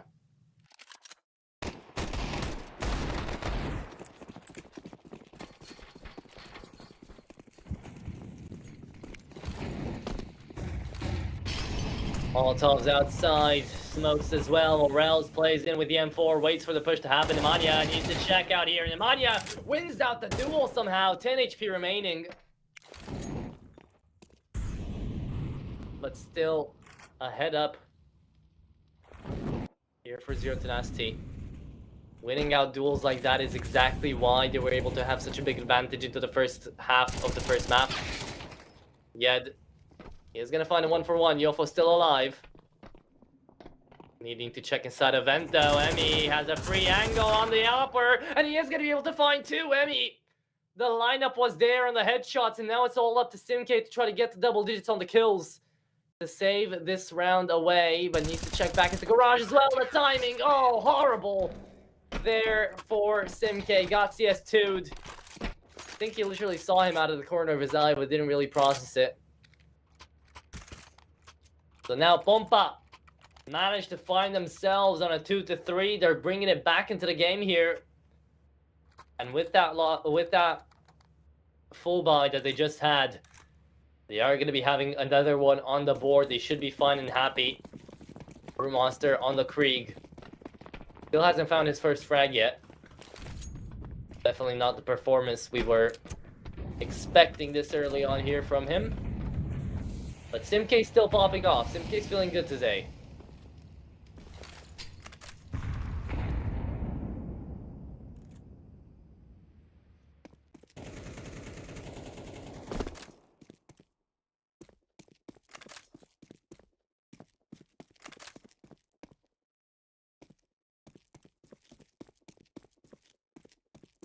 Morels could be having a little bit of a duel out there with the AK outside. Nemanja is just waiting for him to peek into him.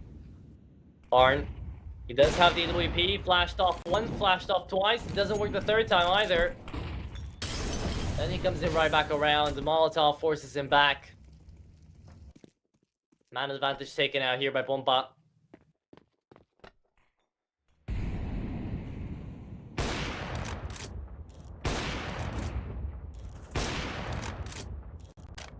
Nemanja is going to be falling down in the end now. 3v5, pushing in through to the B side. It's going to be up to Beanox and Emmy to try to deny this one. The nade breaks away the window. And it is going to be Beanox easily finding one there. AVN on the double. Bomb planted. And now it's a 3v2. Diffuse gets on the hand for Morels and Yet QR. But they're both going to be playing out here from double doors. Planted in here exactly for them. And Pompa know about it. What are they going to do? They're going to be Molotoving off onto the stairs. And Brewmonster is going to find one looking on down for the AWP. Somehow Harn gets that kill. And AVN is the last man standing. Time ticking away, going in on the defuse. It's only going to be a fake out though. And it looks like it is going to be working on out. Time ticking away. They won the round. Pompa managed to win it in the nick of time. 3-3.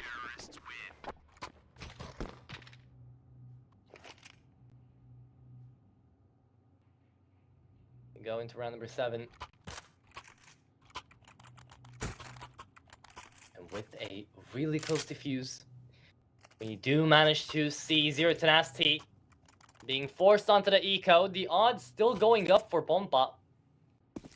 But they do have the full buy and they will have the advantage in rounds after this one. Monster scout outside. Gonna be looking in for headshots. Doesn't connect on anything yet. Did throw out one shot though, looking in for a couple more.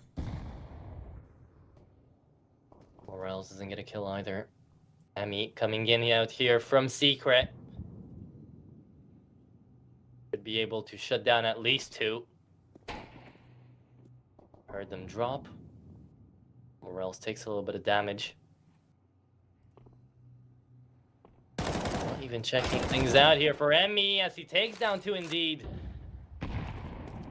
Nade outside. The round, of course, was going to be won out here by Bomba. But now they're doing it without casualties as well, which is always nice for their side. There you have it, flawlessly done, 4-3. Bomba do manage to bring it back after losing out a lot of rounds in a row at the beginning. Now, it is going to be round number 8, and it's going to be a full buy versus full buy. We'll see how this one plays off.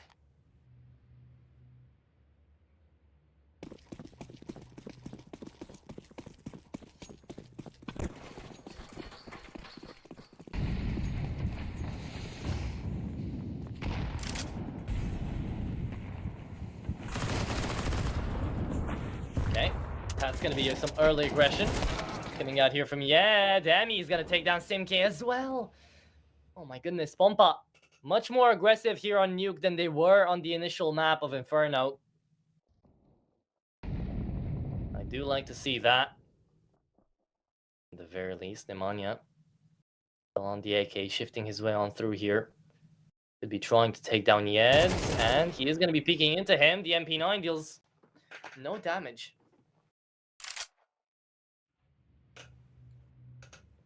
And Beanox is still playing out here onto ramp. As we do have Brewmaster walking into his doom. There you have it. Morels, unchecked, unfazed, still have a worry in the world. And it is going to be AVN, last man standing, trying to find the 1v3, but he's walking straight into Beanox, so there you have it. 5-3. Pompa. They managed to take away 4 rounds in a row.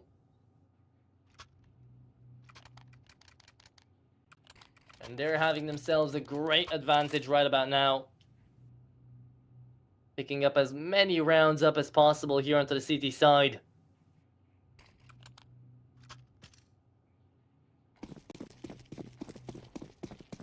And sure, the eco's going to be coming out here from Zero Tenacity.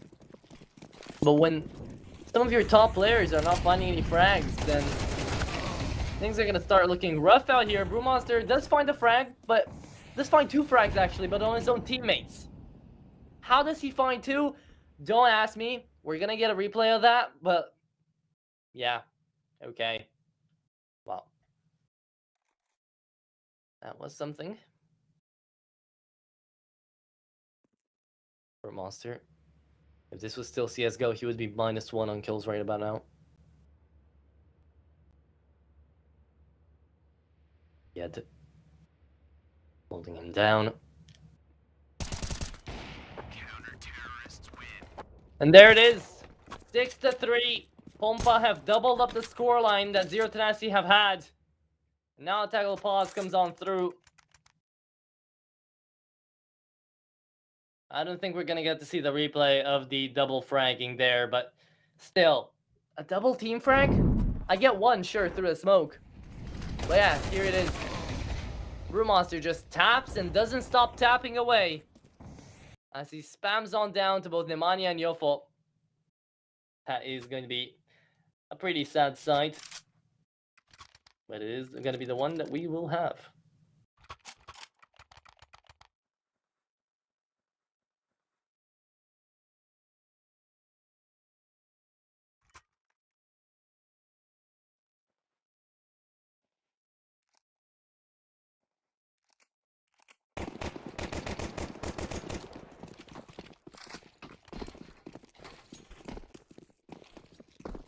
Round number 10.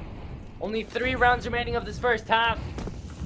And it could be another 9-3 out here this time in favor of Pompa.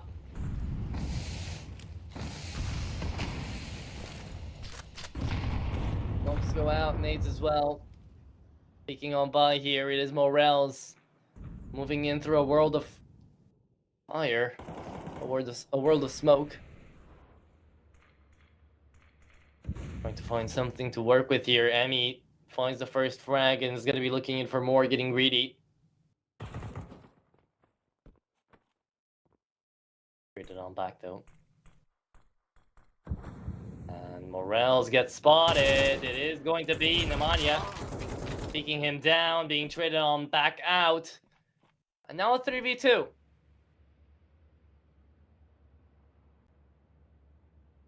Yet QR and Harn, the two top players into this lobby right now. The only lads left alive. And Yed is on a big lurk around as well. So it's going to be up to Harn to try to deny the push. Here's the move in through vents. Going to be checking out for Squeaky, and he's going to be able to find Brewmaster. That is going to be the first one coming on down here. Looking in for Yofo as well. Has heard the weapon switch up. He's AVN. Looks in for the headshot now. Is preparing for the push. And Harn should be able to find the second frag as well. But Yofo, nice headshot, gets it. The bomb needs to be planted as well. Molotov is not going to be dropped on down. That was a nade. Flash comes in. And Yed finds that frag. All back up to Yofo. Wants to flash instead of saving his teammate. And yeah. There you have it. That's going to be the defuse kit. Yet just finds the clutch here easily. Yofo, doesn't even matter if he finds the headshot. It is 7-3, and there are 2 rounds remaining of this first half. Pompa have displayed brilliant skill out here onto the CT side. And they have got no issues taking on these rounds. Brewmonster is going to try the op once more. He has been bestowed that right now.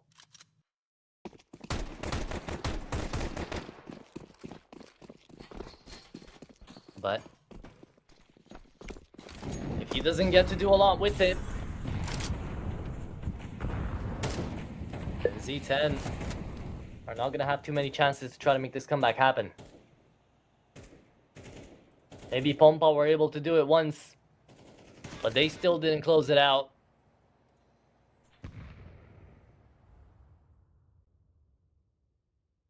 But now Nemanja pushing in through God's lair there, fully white on the screen. Morels is still standing on the same position.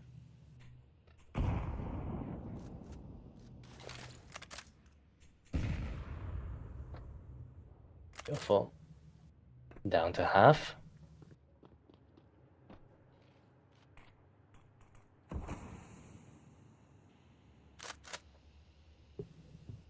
And he is going to go down here with this nade. As he's going to be enabling up the smoke. And, ooh, maybe not. Yofo does not get spotted. Flash comes on through. He's expecting the push to happen as well. Didn't make any noise, though.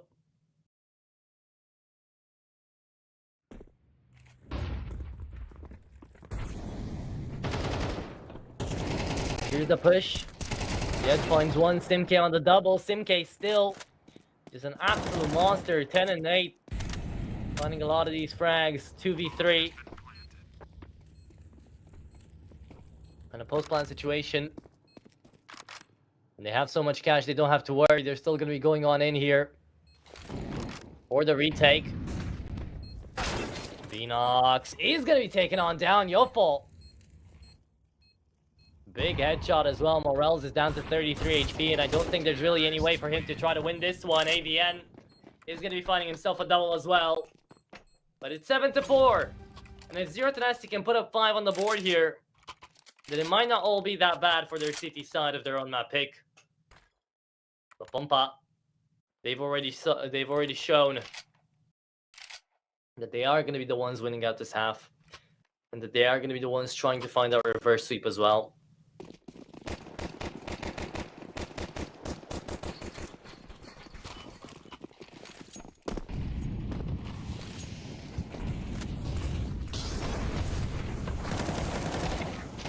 And here it is, aggressive coming out of Morels. Already shuts down the first one. AVN trades it back. Molotov down on towards Secret. Harn, he can definitely find a couple of frags here. Holding in the crosshair for the boost. Not going to happen yet.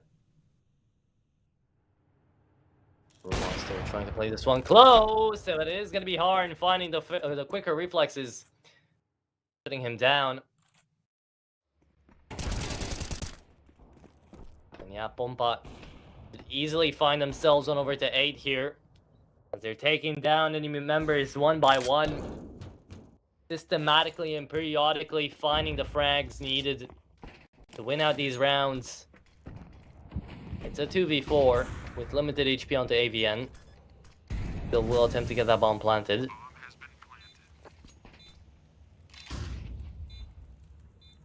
Beanox finds the free frag there. It's all back up to Yofo in the 1v4. Mollied off as well. Seen by Emmy. Headshot connecting, yet QR takes a lot of damage though, back up to 1 HP. And somehow still he finds them both! Yofo still alive. Needs to reload right now. AWP onto Harn remaining. He picks up the M4, just taps it away, fakes it out. He wants to win this round. Harn aggressive, but it is going to be Yofo in a 1v4 clutch. Bringing back the hope here for Zero Tenacity. I don't believe it. Yofo. There you have it. He wins that duel in this lineup here. Beanox even shot back towards him. But he played Squeaky really well. And the timing worked in his favor. Yofo is going to be sending Zero Tenacity with a smile into the second half. As 8 and 4 would have been pretty deadly, but 7 to 5 is a little bit more doable.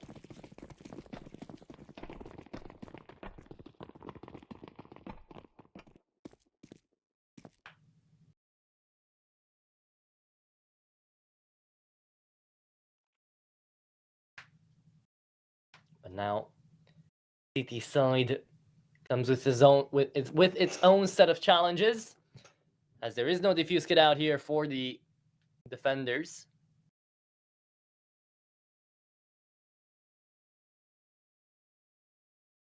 The Serbians and the Bosnians and Herzegovinians are standing out here, waiting for the push to happen. Brewmaster does not connect on these shots. This map has not been Brewmaster. He has not been him. The bomb already planted. Again, no defuse kit to try to retake onto this one, but they have to still. The nade goes in. Deals damage to Emmy, but not really that much. Big nade damage being traded on back, though. He was sent away, and Emmy still left alive. There you have it. Pompa managed to pick up this pistol round as well. Yofo would need another 1v4 clutch. And right now that is just not doable. So there you have it.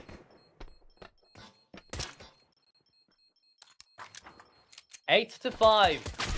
And Pompa have won away this pistol round. So now they're going to be looking in for their 9th as well. And perhaps double digits after that. Zero Tenacity need to go flawless to find the comeback.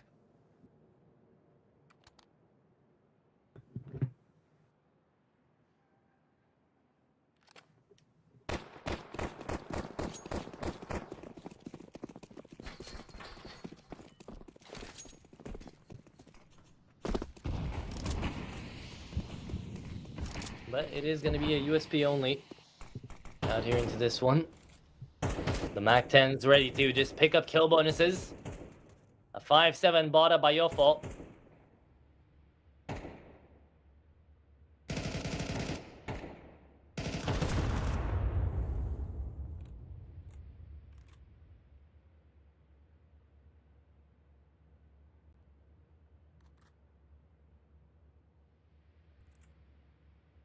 They're playing it slowly though again. It looks like Pompa are always going to be waiting down that timer, whether or not Zero Tenacity won or not.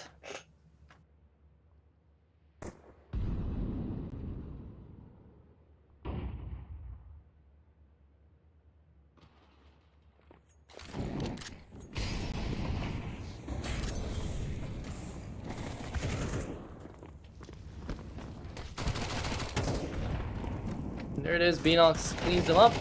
Finds 2, Harn on another one, and the 9th round is easily going to be going in favor of Pompa, as to be expected.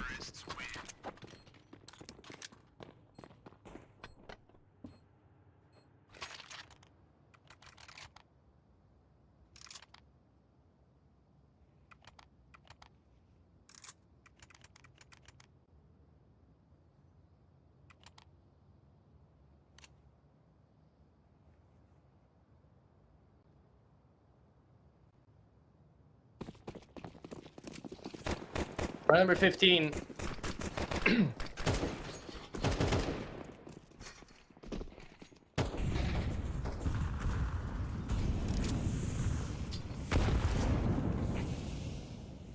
It is a full buy versus the bonus coming out here from Pompa.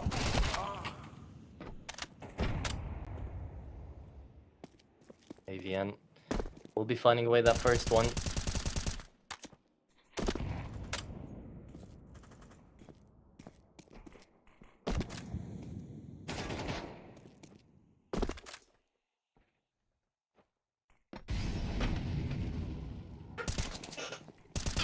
The Mactan still goes on strong. It is going to be Morels finding a trade back. Nemanja spamming it away, dealing damage, but running out of bullets. Being pushed himself. Doesn't stop to reload. He would have had the time to do that either way. Harn pushes alongside him.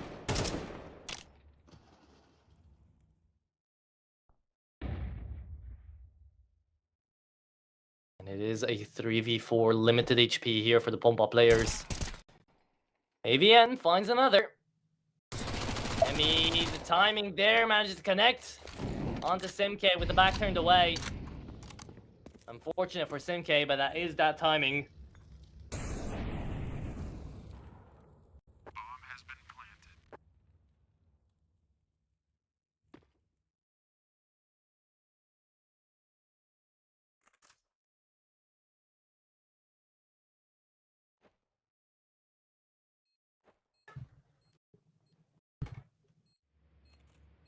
And they're just going to be saving it away.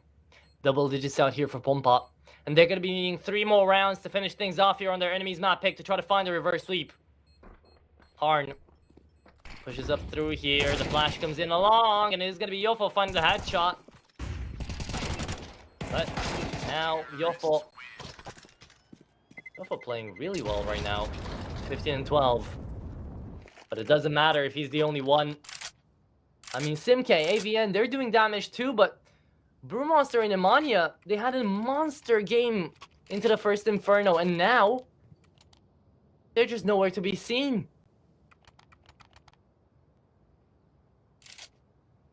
It's really wild to see the discrepancy in between the maps.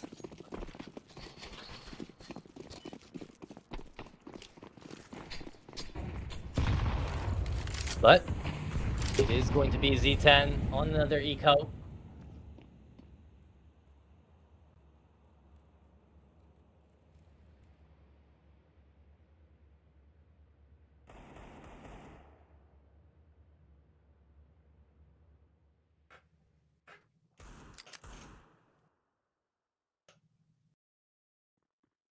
And the pistols gonna be holding in their angles. We'll see if they find any frags or not. Although for now, I do doubt it. They need to find those headshots. Flashes, Molotovs, the whole shebang coming out here. Yofo just trying to hold, and it is going to be Yed finding the first one. Looking on down for more, Yed on the double. And now, all that remains is going to be the B site. AVN. Next victim. And one by one, they will all fall. Pompa. Again, not having any issues with this one. 11-5. And they're going to be needing 2 more to take us on over to Overpass for that third map decider. And to be shutting it all down here and now on their enemy's map pick.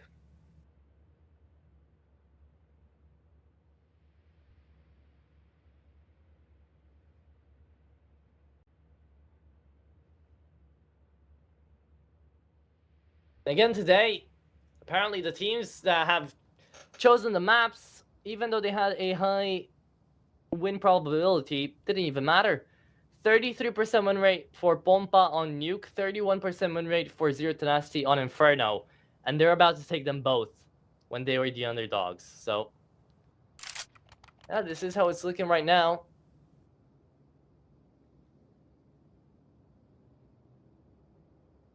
Yed doing a great job alongside Emi here. For Pompa, 15-9, 15-10. Even though Yed is substitute in, he is still pulling through for the team. So he is a big factor keeping Pompa alive right now.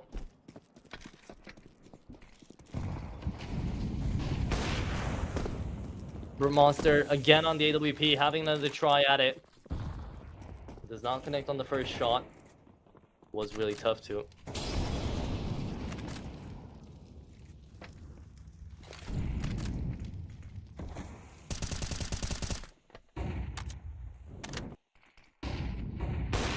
And in lobby is where the fun will be at. Brewmonster gets back out here into the red box. And he does manage to finally find these frags. It's been a while, Brewmonster. Welcome back into the game. Triple kill connecting for Brewmonster. And getting out this round for himself. Harn just playing with that Brewmonster on the Quadra. There you have it. The round won by Zero Tenacity. And it took a while, but Brewmonster is in fact back into the game. They did kind of walk into him though, so with the knife out and with nades out no less. The only person that shot back at him was Emmy.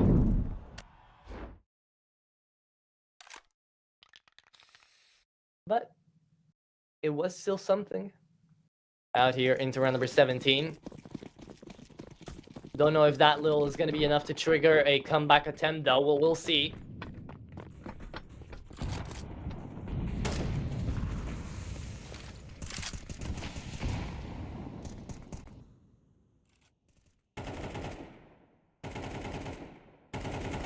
Into this one, Brewmonster is now being aggressive, yet is going to be traded on back here by the life of Beanox. Yofo pushes in again, the timing once more. Just absolutely horrendous going in for those. But what can you do? Both sides have fallen prey to the clock, to the timer.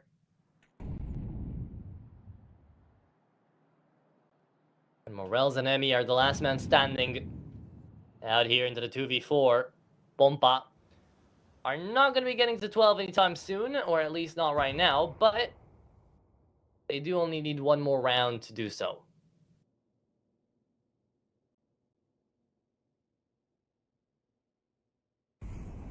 Although still, on that initial map, it was a comeback made again by Zero Tenacity. So imagine if we get to see 6 rounds now here in a row for the CT side. That would be something wild.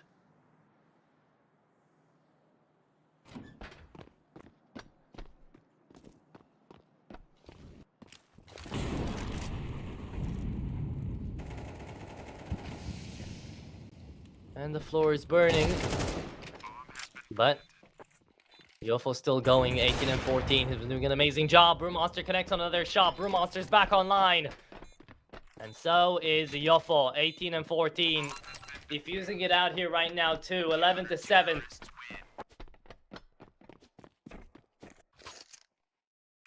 Zero Tenacity are still 4 rounds down, but Pompa can buy back up as per usual. Emmy can definitely drop away at least 2 AKs.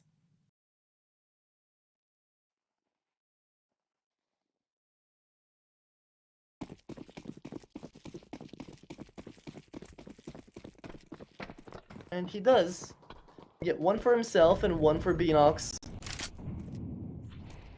As the force buy comes in very late, it is still going to be here.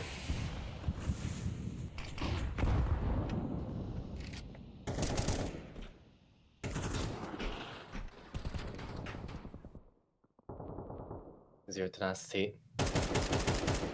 They're taking up their little coveys. They're taking up their little positions here. As Pompa just want to make it on through. Emmy peeks on out here. The reload has been heard, but one headshot gets on through. Yofo only good on one.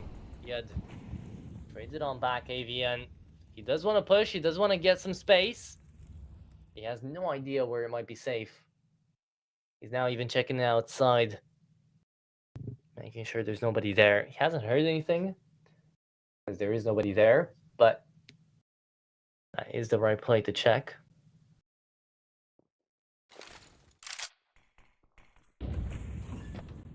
Nemanja smoking off into secret. It looks like somebody is tipped off. They really think that they're going to be coming in from outside. But Pompa, they are here into the side already. Moving in through ramp, all 4 of them. trying to get that bomb planted. Now they have been heard. Zero Tenacity cannot afford to let any round slip.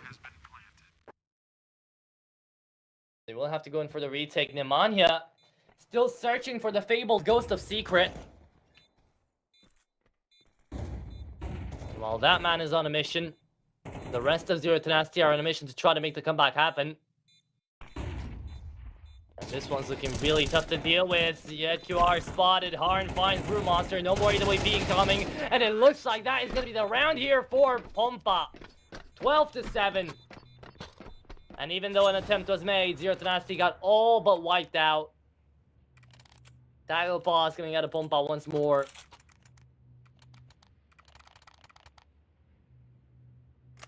And Pompa even ecoed them out. To a certain degree. There were Galils, there were AKs, but everybody was left down to 2k. So look at the amount of cash we've got now here for the T side.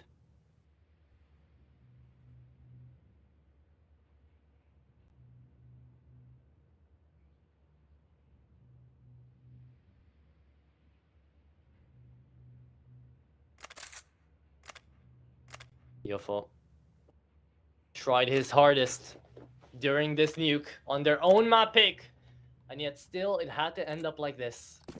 Pompa, one round away from victory here to try to send it on back into a reverse sweep potential.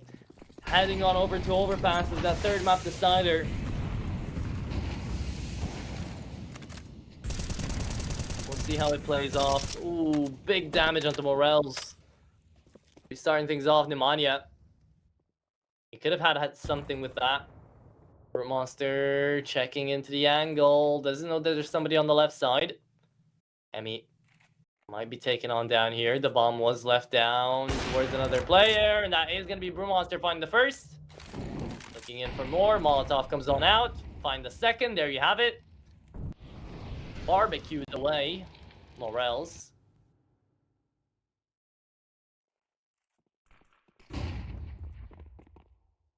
Flash comes into garage. Nemanja hears them both. What will he do about it? He's going to be able to find one. Does not expect the second to come out as well. Harn on the double already. 17-9. Great scoreline again coming out of Harn.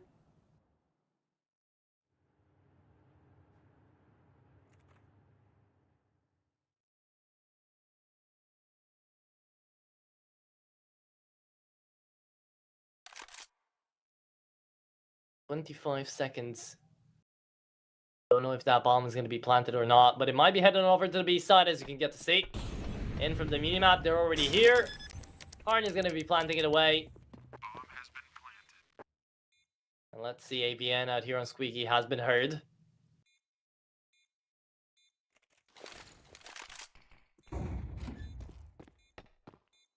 Door opening away.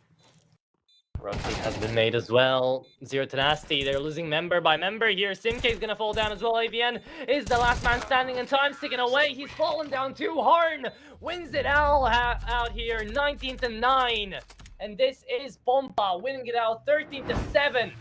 After the first Inferno, which was ended off, and then it's 13-11. Pompa could have already ended it all off here if they could have closed it on the first map, 2-0. But that is not the case. It is 1-1, and we are going to be going on over to Overpass as the decider in around about 10 minutes to see who our winner of the second best of 3 of the day is going to be. Stay tuned to find out.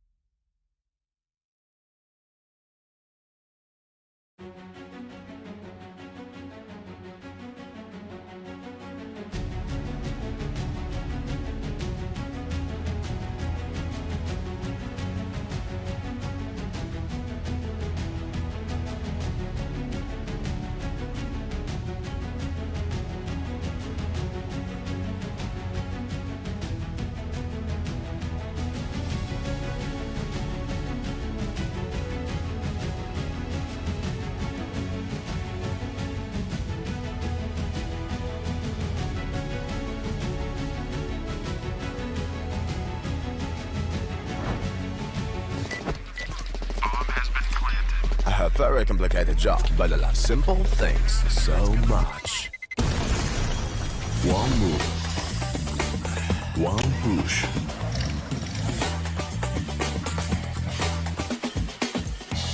One touch.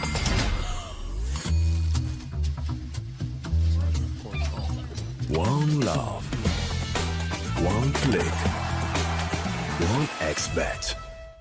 Tired of boring case openings? Do you always get only cheap skins? The Hellcase website has tons of options to upgrade your inventory. It's up to you to participate in giveaways, events, or compete with other players in opening cases. Hellcase, your world of expensive skins. Watch the matches with bo3.gg, the official stats partner of CCT. Check out AI-powered predictions in live matches. Get access to live scoreboards packed with in-depth weapons and grenade statistics. Check out round maps in the match results. Extend your game vision with bo3.gg.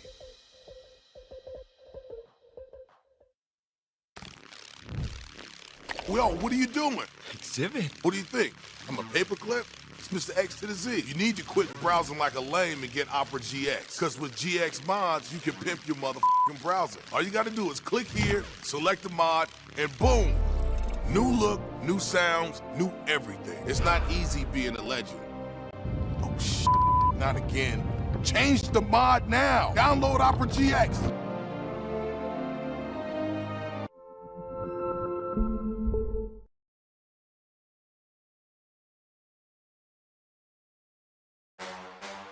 The champion of champions. Welcome back, ladies and gents, to another episode of the CCT podcast. We've got a ton to talk about, man. There's just so much action. It feels like it's never ending. Hey guys, we have another interview for you today. Very special guest, Speedy. First, a funny thing, they also call me Grandpa in my team because I'm so old. What are your general thoughts on what might come for the next couple of months of CS2?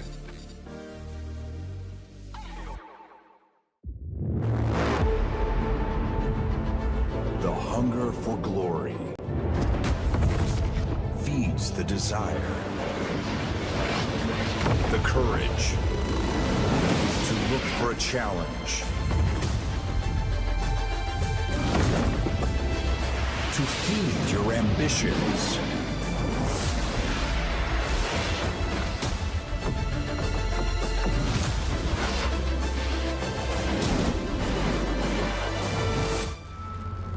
To reach for greatness. To become the champion of champions.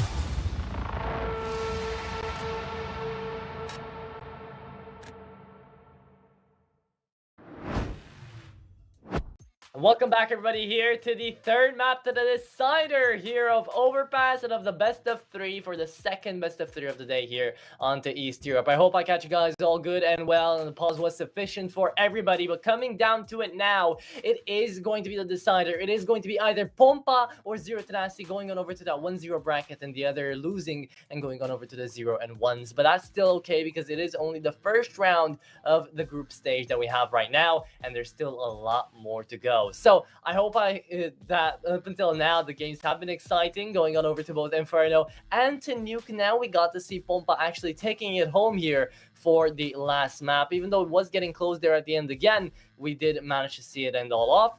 And now we're going to be going on over to Overpass, a map which both teams like, which both teams have played a lot. 53% win rate over 43% win rate in favor, sure, of Pompa.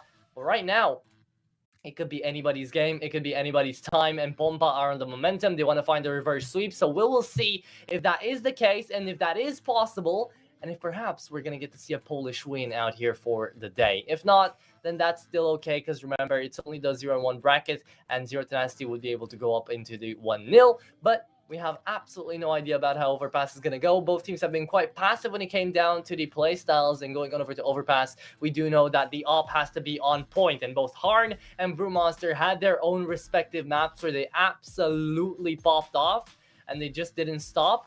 Although Brewmonster onto that last one definitely was having a bit of a tough game.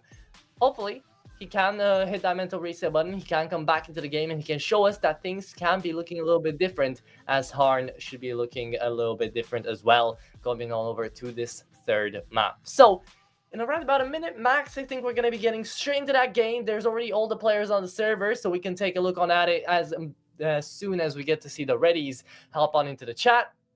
And we will get to see that last map being on over at play, which again, I can't wait for. I don't really have any ideas about who's going to be winning this one. I'm not going to be giving away any predictions because I don't have any for now. So I hope to catch your guys' predictions off in chat up until we get to see the match start and to see how it's all going to be going. But until then, we're going to be right back and we're going to be going straight into the game once we have it live. So don't go anywhere. Don't expect over a minute to go on that break.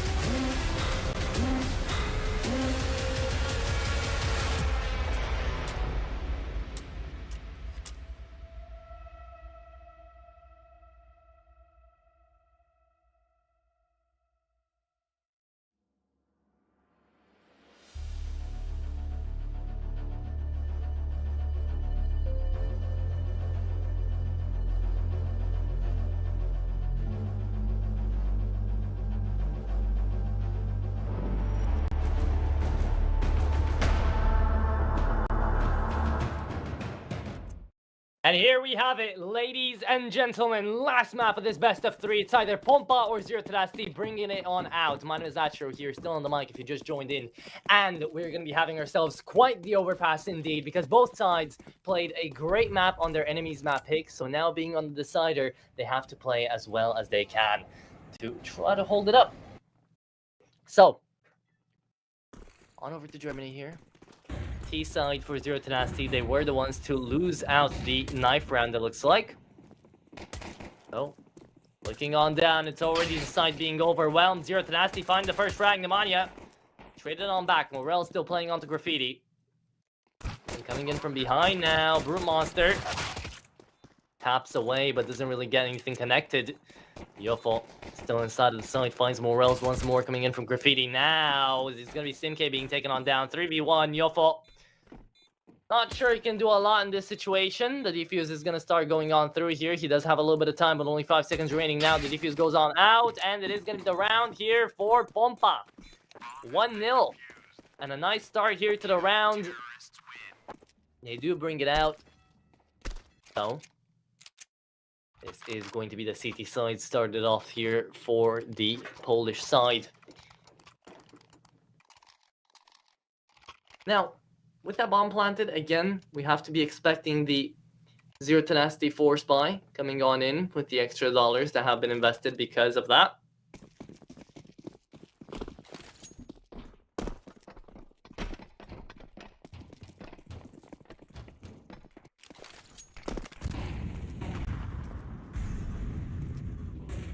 But it is going to be the Galils, the Mac 10s coming on ahead here. Big damage down on middle. And Harn is going to be able to find that one onto Simk. Looking down for more. Harn looking in for the second as well. Nemanja is going to trade him out. Nemanja finds 2.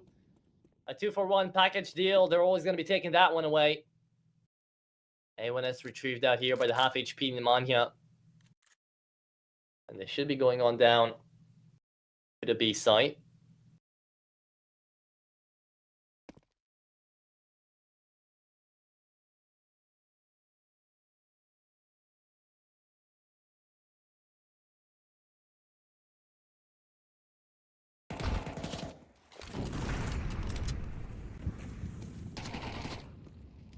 Enox trying to hold it on down here with the MP9, but he needs reinforcements, he needs help. And he's not going to get it in time. Maybe he might just stave away the AUG. Might as well. He's got enough time to do that right now, and he's going to be holding down the connector. There you have it. 1-1. Zero Tenacity. They do manage to bring it on back here. And Emmy is going to be looking across the water towards his Serbian brothers. And is going to be losing the round. But he's going to be saving away on the AUG. That's not all that bad. Having something to work with into the next round is always nice. Gets dinked on through though. He's trying to play Neo from the Matrix right now, and I don't know why he hasn't moved away from that spot yet. Taking so much damage. Now the Mac-10 should be able to find himself a frag. Looking on down, AVN is really just shutting him out, and he is gonna fall. Okay. So the AUG gets saved away. 4-0 out here for Emmy. And the scope stays alive to live another day. That's always nice to see. The odds still favoring Pompa. 171 over 206. It's back to what it was at the very beginning before the match even started.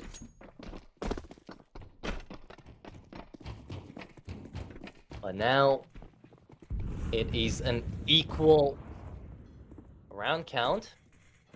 And a 4 spy coming out here from the Pompa side on that AUG count.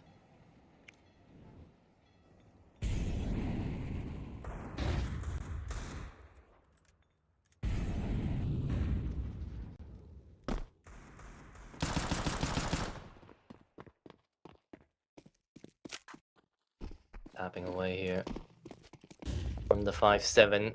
Gets her, but they're going back to the A site. As Zero Tenacity are splitting their members across the whole map, trying to find that first entry frag, see which side they're going to go to.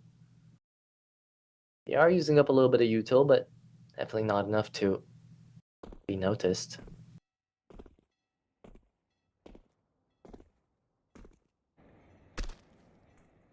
They are being headed on over to this B side. Beanox just trying to play the info gap here on the smoke. He is going to throw it out immediately as he sees that A1S tapping him away. He's already dinked though. And the smoke does go out. We're deep inside of the site. Beanox down to 10 HP. The Molotov going to be going into Toxic actually. Onto barrels. Emmy finds another one as the bomb should be planted anytime now. Brewmaster takes away damage as well. Looking on down forward, Morels! Good headshot onto Nemanja. Half HP onto Brewmaster remaining, and even though they're gonna fall with the pistols, they're still gonna start pushing it down here, and it could be another frag being made. Beanox whipping out a couple of shots though, and there it is. Harn finds that third kill that they needed. Now if he only were to pick up a rifle and run away, this would be the perfect eco round here for Pompa, but it's not an eco, it's a 4 spy.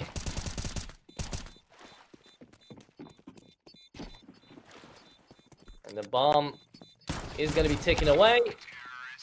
And kills are going to be made? Question mark? Do they have the time to explode? Yes, they do. There you go. Brewmonster loses away his AK, so only AVN was able to save. 2-1. Zero Tenacity, sure, pick up the round, but now Pompa. They had to go in on the 4 spy, so now we won't really get to see anything. Should be looking like the 3rd round here for the Balkan squad.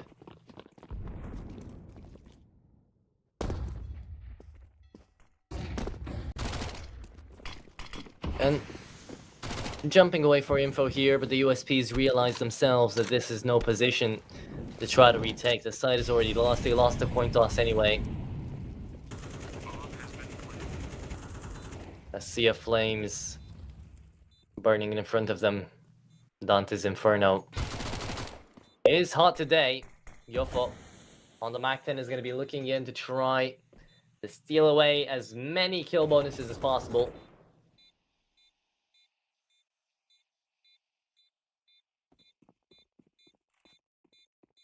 But the extra $600 are not going to find themselves as he stays and waits out there. In towards bank. We'll see if he finds anything. Here's the mole moving through towards long, and how many can he find? Lines them up, and that is going to be a total of 2. Okay, well, better than nothing. Loses out of the Mac-10, but now gets to buy back up on an AK. So he's going to be a happy lad as the full buy comes in here from Pompa. Zero Tenacity. They've got 2 rounds on the advantage, but they'd like to keep it going. 13-11, 13-7. It rhymes, but that will end off for overpass as well.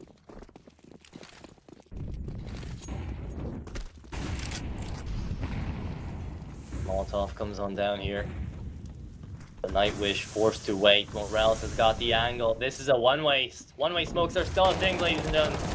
And he's going on for it. Morales, beautifully well done. He doesn't even run out of bullets. Stays so composed and manages to find the triple out there in towards Toxic. Very well played coming out there from Morales. Finding away the round. Gonna be 3-2. Out here, Yofo. He's found 2 himself. And he could take down Morales as well, but we need 2 more headshots.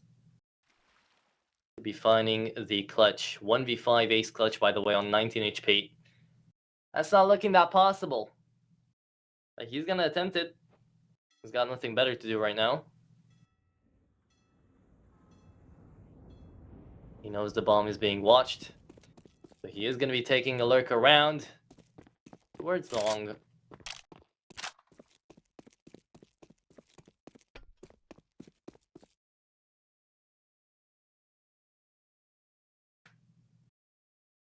Seconds. Can he find any of these frags?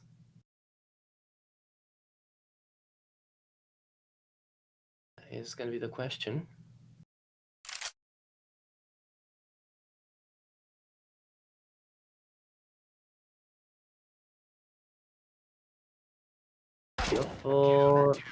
Is going to go down. Even with the huge lurk around, Harn was ready for it. Double kill for Harn, triple kill for Morales. As he had an amazing round here, Morales is going to be getting Pompa up to 2.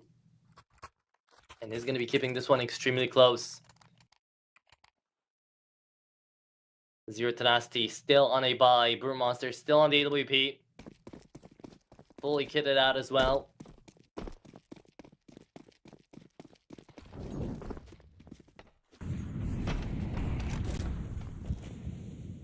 Harn checks in the connector. And is going to be looking on down for the peak. He finds Yofo.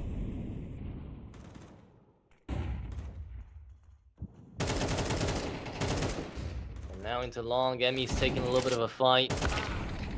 Molotov comes out. Brewmonster does connect on a frag. MK though. He was the one top fragging in both of the other 2 maps. So now, him being a little bit slow here, 0 and 4, is definitely a wild surprise.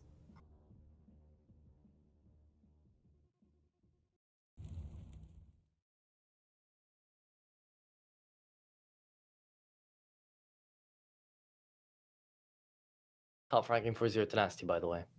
In the whole lobby, it's been Harn, who's plus 19 right now, absolutely demolishing. But even here on the AWP, connects on the AVN and almost on the second Simk. Does not get taken down though. And Beanox is just playing in here for the long con. Nemanja shutting down Morales, 2v3. But Beanox is the perfect position. Shuts down Brewmonster. Looks in for the second. Gets Simk as well. Insane. Coming out here from Beanox. Nobody even thought to check. And 17 HP remaining onto Nemanja. It should be the end of the road here. And there you have it. Beanox on the triple. Definitely deserves that round. 3-3. Did bait his teammate a little bit. Did bait Harn a little bit. But it paid off in the end. It worked. And it won them the round. So I'm sure he's not that mad. Coming into round number 7. Zero Tenacity will be forced to eco. Or to just play with the Glocks.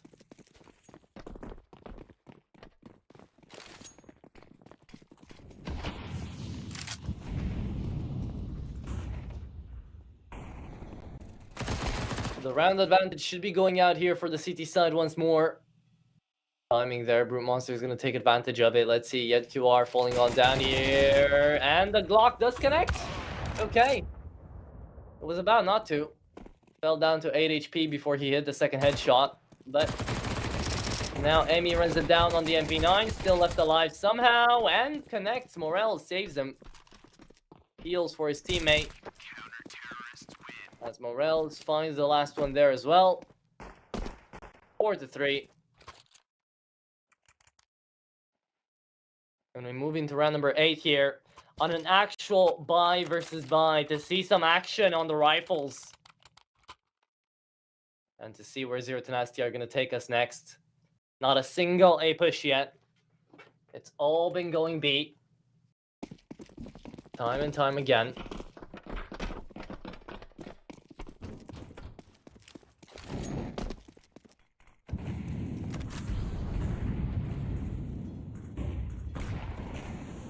And because of that now, Pompa are not leaving any members towards the A site. It's only Yed QR checking into middle once or twice. But it still seems to be working. Yed, he's the first one onto parties. He's the second one as well, down onto towards toilet. And now knows Nemanja pushed him forwards. Harn on the AWP trying to hold him down. He might not be expecting Yofa to be coming in from behind though. Morel starts to push. Morel's catches Yofa off guard, but it doesn't even matter. Yofa still wins that duel. Goodness. Arn trying to stay alive here, going in on the no-scope, did miss it out. Knife in hand, Yofa is happy to have stayed alive twice there now. And Beanox, even though he gets a lot of damage in, Yofa is still going to be connecting. He still continues, he still decimates. And there you have it, 4-4. Zero Tenacity do indeed bring it back once more. And I told you this overpass was going to be very, very close. And that's exactly what is going to happen. The longer it's going to go, the closer it's going to get.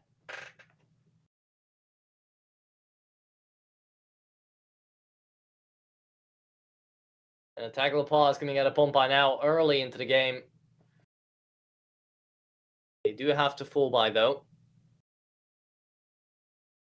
Can't be wasting any more time on anything else. There will be the AWP though coming out there for Harn.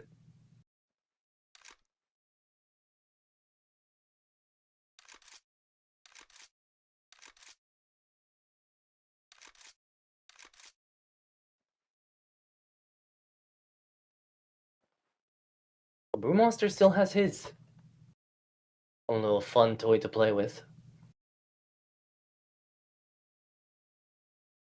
Zero Tenacity. They could be going in for the quad man boost. I would love to see it. I do still believe it works in CS2. I haven't seen it in play here into the CCT yet though. Haven't seen that much overpass in general as we used to.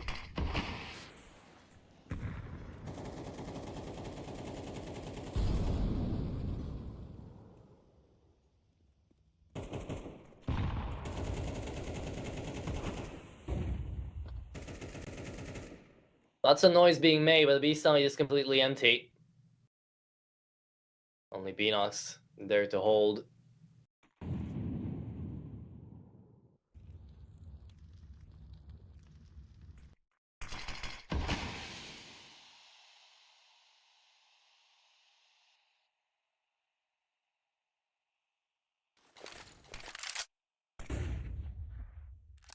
Flash comes in.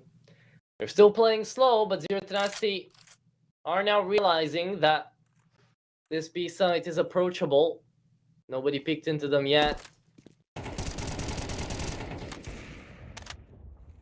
little bit of damage down there onto Brute Monster. They have been hurt now, so the rotates aren't going to be happening anytime soon. And there you have it. Emmy's going to be taking down the EWP. Looking on for more. Nemanja fully flashed away. Great util coming out of Harn. Yet QR still on the AWP, picked it up from the ground. Connects on one more. Throws the Asimov away on fire. And the bomb is indeed going to be planted. But Yofo is the last man standing. And even though he found a 1v4 before, the defuse is going to be coming on through, and he's going to want to save the op. So there you have it. 5-4. Pompa do indeed take away the beginning of this first half. Zero Tenacity still have got to buy in them though, so let's not call it out too early. Another tactical timeout though. Seems like they do really have a lot to talk about, which is good. Communication is always good here for this side.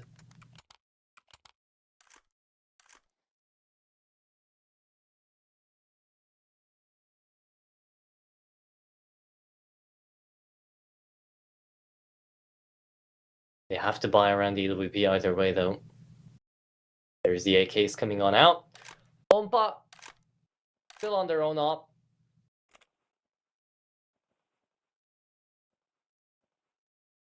But this overpass has not been looking as op heavy as I was anticipating it to. We've just been seeing so much fighting down onto the B site that they didn't really have time to flourish into an AWP game. Already round number 10. 3 rounds remaining of this first half. Harn, speak of the devil, and he shall appear. Is standing down mid with the AWP. Might get taken off guard here, but no, Harn was ready. He finds Nemanja, shuts him down, looks in for the second, and gets Simke as well. Brute Monster doesn't even connect on that shot. Nade goes in close, but it is going to be Yofo shutting down the AWP at the end of the day.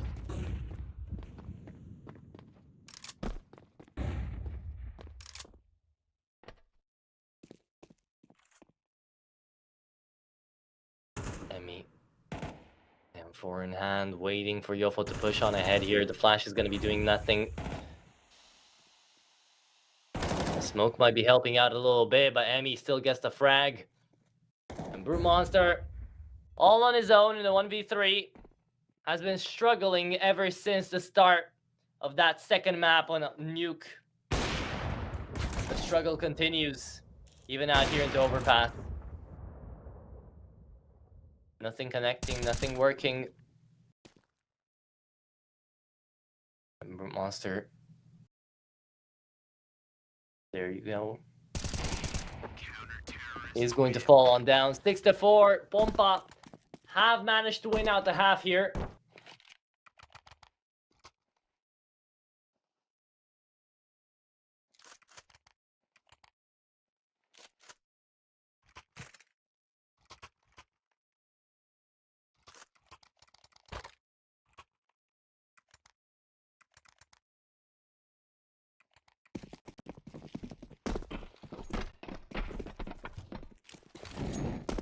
The penultimate round of the first half is going to be ending things off here with an eco coming out of Z10. Pompa could be taking it home, but oh, look at that. Eagle shot coming out of Brute Monster, already connecting on a headshot.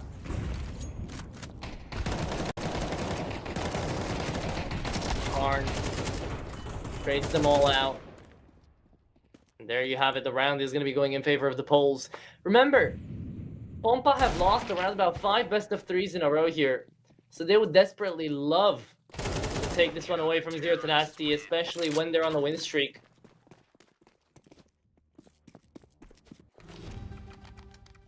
But we are going into the last round of the first half here.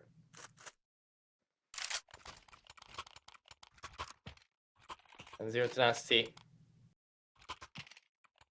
They will be going on in. For the last 5 AKs they've got to buy.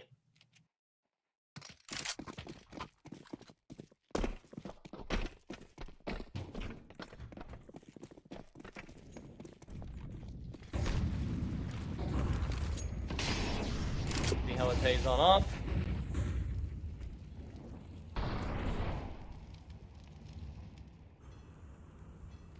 Slowly pushing in through water. It is going to be 1 and 2 Morels. Again, just so crisp, so chill, so ready on the aim. Morels finds 3, and AVN is the last man standing here into the half. Don't think that with 32 HP he's going to be able to take down 3 players. So there you have it, 8-4. Pompa need 5 more rounds to take it away here and find the reverse sweep, make it possible. Away from their enemies, not pick as well. Onto nuke.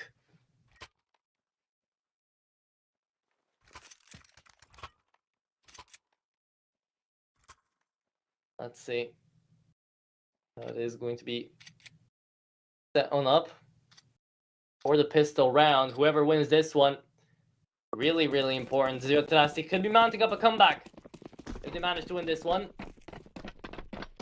Pompa, on the other hand, they could be taking it all the way.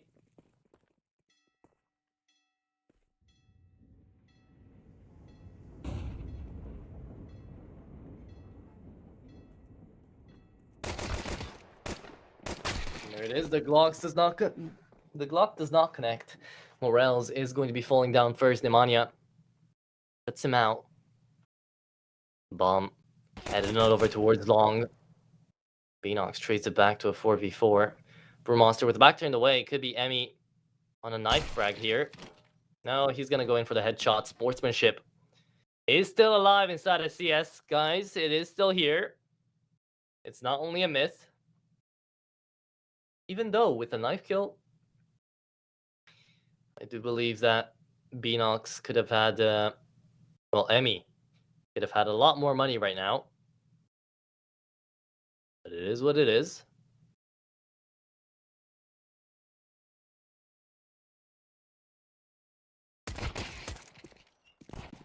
Yofo trades it back once again as the time runs out. Yofo is running out of patience. He's finding headshot after headshot. 14-8. Big positive scoreline out here for Yofo, but he is carrying right now. 4-0 Tenacity. AVN finds that last one as well. Into 1v3 coming out here for Yed. Needs to get that bomb planted as well. Down onto truck. Will he check inside of CT? He's heard it. But he plays on back for middle. How many does he know are there? One or both? Flash comes in. And this is going to be the Glock tapping away. Not connecting on anything. He's just trying to stay alive. And there is a defuse kit there. The Glock finds one. Needing to reset. He runs away. And on the cross, he goes on down. 8-5. SimK saves the day here. 4-0 Tenacity. And it is going to be the CT side still managing to find these pistol rounds.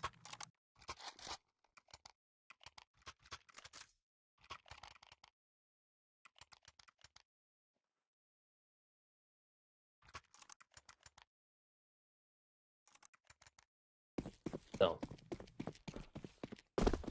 a force buy after the bomb was planted and 4 kills were made either way. A scout here for Brute Monster. Instead of an AUG, instead of a Deagle or anything else, he decides to play up with the scout.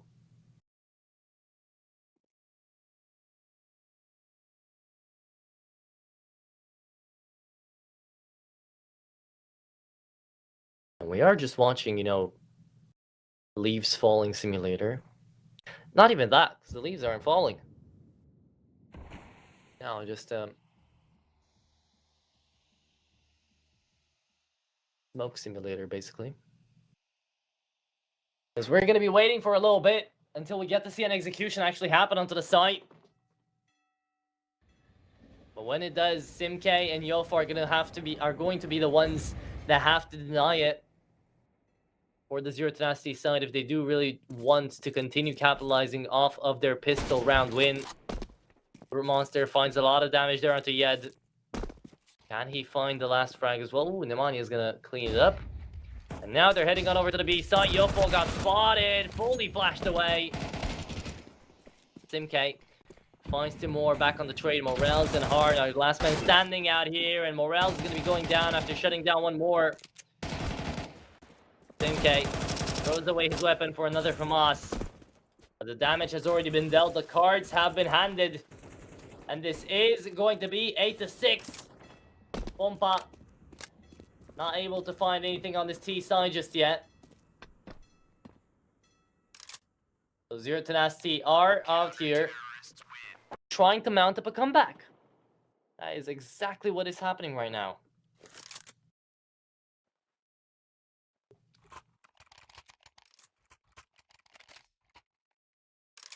Emmy, 12-6. Morels, 13-8. Harn, 14-8. Incredible scorelines for the Pampa squad, but right now Zero Tenacity are the ones bringing it back. With Yofo in lead, he is not going to be stopping for anybody.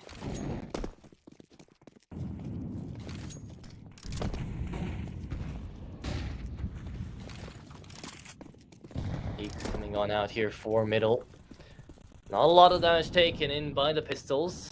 A hero Galil being played on out by Harn yet again. He always loves to go for those plays. Being the only one that buys up. Forcing everybody around him to start going his way.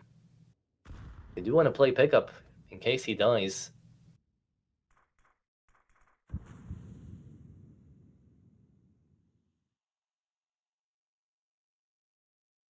For Monster. Taking into the angle close. That could have been a lineup, but instead he went for the alone Emmy. So two Galils now for the T side in play. Savien is going to be looking down into the side. Morels actually is going to go down, but does find a lot of damage onto him, so the P250 cleans on up. And Nemanja attempting the shot, not connecting. Is staying out here into the A side, into toilets. Yet is going to find another half HP left remaining onto Simk. As Beanox gets taken on down, there needs to come a reload out here from Yed. Simk shuts him down.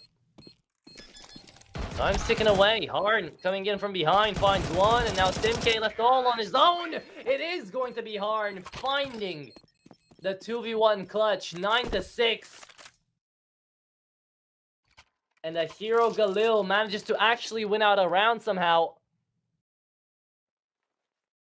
And they reset Zero Tenacity away. Could be double digits out here for Pompa. In which case, Pompa could honestly just take it away home.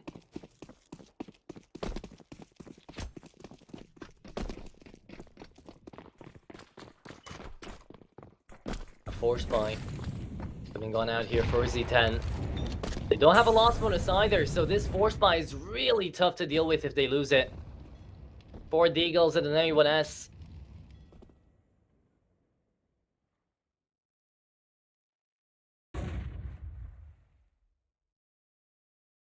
Flash comes over. Yeah, looking in for a headshot. Does not connect on one, but does get a little bit of damage in. Brute Monster, Trigger Discipline is here. He shuts down Yed QR. The bomb left our rotation, but Brute Monster hasn't seen it yet. Emmy coming in from behind now, finds a 1-for-1, but not before Brute Monster shuts down Morels as well. Time taken away, and, well, the life force coming out of Yofo as well, apparently. On the burner, on the stove, Simk lets it simmer, let him cook. Found the headshot. Shut down one more player. Could be finding the shorted Harn as well. If he does, the round is definitely way more winnable right now. It's a 2v2. A1S is versus the Eagles. And Harn is not going to be going down that easily. Does take damage, sure, but now AVN is the last man standing in 1v2. Coming in from the A side, trying to retake inside of B. It's only a pistol, is not the easiest of feats. Woo, but it's a good start there. Harn is going to be taken on down by the first bullet. And looking on down for the second, AVN is searching for his prey right now. Can he find him? AVN picks up the A1S, has heard where Emmy is as well, but Emmy's running away. He's buying up the time. AVN does not have a defuse kit. So this is absolutely perfect coming on in. Emmy manages to win the round 10-6. And it is going to be double digits on ahead here. For the Pompa side. There you have it. They need 3 more. And they will be taking it away. Harn just going absolutely insane for all 3 maps right now. 19-9 on the young Bulgarian. And he's still going over the radar a lot of the time. He's finding these frags left and right. But he's making them look so rudimentary that you'd think he'd always get them, right? Morels in the MAC-10 is about to have a field trip out here in the middle on the USP Astrala stack. Nemanja just waiting to peek on in here. Morels making a lot of noise, and he is going to be falling on down. That's going to be a free MAC-10 on the pickup. There comes the smoke as well, and the AK might as well be taken on down here, running out of bullets, but still being saved, still being peeled, and he's going to find 3. And the MAC-10 falls down there as well. Pompa bringing it back round after round after round, back to back.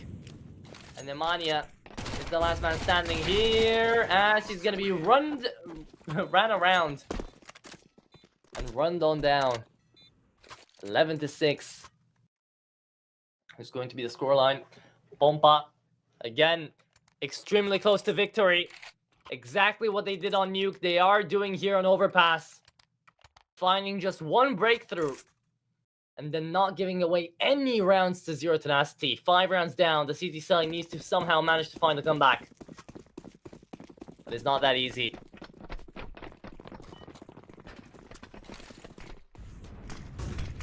We are taking a look on down towards it. Harn already 21-9. This man is just not stopping. And AVN finds the man advantage first here, at least for Zero Tenacity. Trying to keep it alive here. Even though it is 11 on the board. Harn is going to go down as well with the knife out. I don't know why he had the knife out, but there you go. Zero Tenacity. They have the man advantage. They should have the round as well. Shouldn't be any issues whatsoever.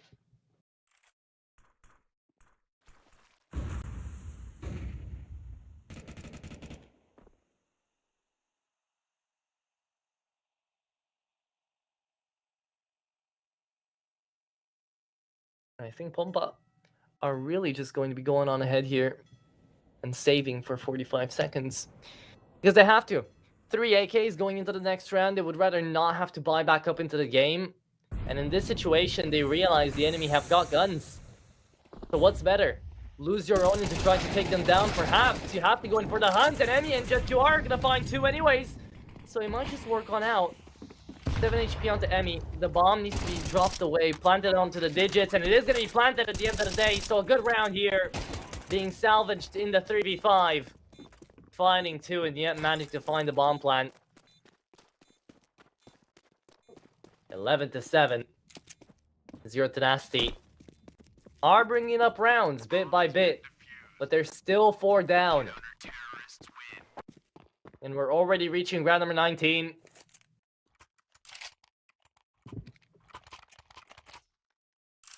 Emmy, 18-9, 2 KD. It's Emmy and Harn versus the world out here. And the world is not finding too many frags. Talking about Zero Tenacity here. Only AVN and Yofo are positive right now.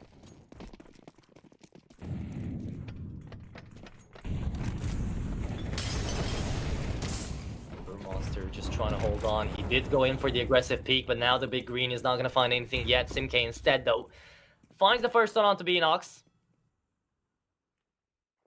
And Emmy, he does decide to go for a little bit of scouting out there in towards Toxic.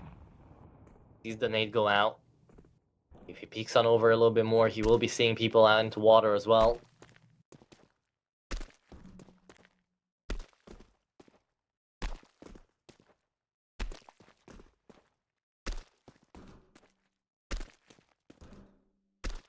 Look at Yofo just bounce around. Right now he's an absolute spaz, but he is managing to find that info and he stays alive because of it. So good spazzing there from Yofo. He finds a 1-for-1 with the help of the incendiary. Now the smoke comes on along here, and there's only going to be 50 seconds left to plant away the bomb. More than enough to try to hold it on down, but Simk, he's going to be able to find that kill. Z10 with the man advantage are onto it yet again. Yet QR all by himself gets spotted out through the smoke, and it is going to be 11-8, 2 in a row here for Z10. The Zero Tenacity squad are looking to try to end things off here and are looking to try to find a comeback into the game.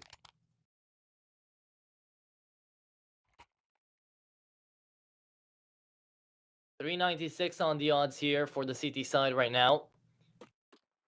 The Poles being the favorites with all the rounds they have above them. But they need to get to 12.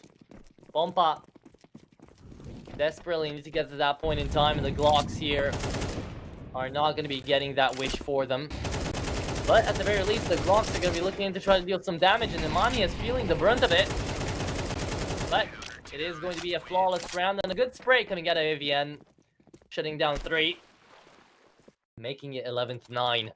Zero Tenacity need 2 more rounds now. 2. When it was 11-6. To make the comeback happen. And Pompar calling out yet another tackle timeout because this time they do have the money and they have to figure out where are they going, what are they doing. They haven't pushed long at least once out here onto overpass. They weren't aggressive on mid either. They're just letting the rounds go in through connector or in through toxic, waiting out the timer and hoping that they can take a fight here and there. Haven't been aggressive at all. But perhaps round number 21 is where that changes. Either way, even if we go to round number 24, there's only 4 more rounds max remaining of regulations here. Onto overpass. The end is near, and we are getting close to a conclusion, to a resolution.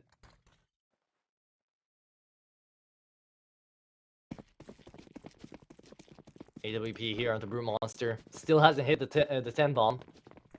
Still haven't gone over to 10 kills, but maybe he does manage to do it right now. Delayed attack there on the AWP. Doesn't connect on a headshot, even though he did see the pixels moving on across the screen.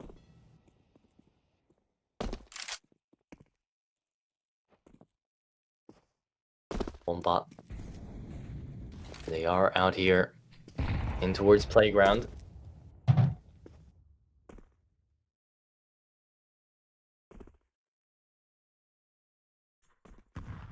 Monster waiting for the push to happen, but no push is happening because again Pompa are trying to be passive, are trying to be very wary of any possibilities of Z10 pushing around them or trying to flank them away.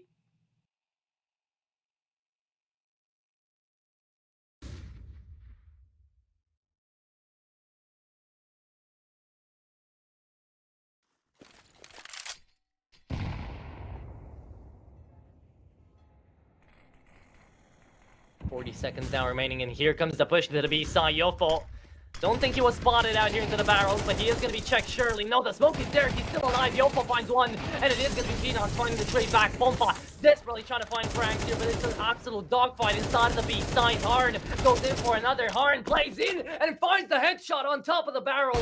Brute Monster left in a 1v1 as he shuts down Harn as well. And now 15 seconds. Can he plant it yet? He has to go in forward, but he gets the headshot anyways. Yet QR just saved the day out here for Pompa, and he is so happy about it. 12-9. They get the match point for the whole best of 3. And how far away will they be? Zero Tenacity. They need to find 3 in a row. Pompa.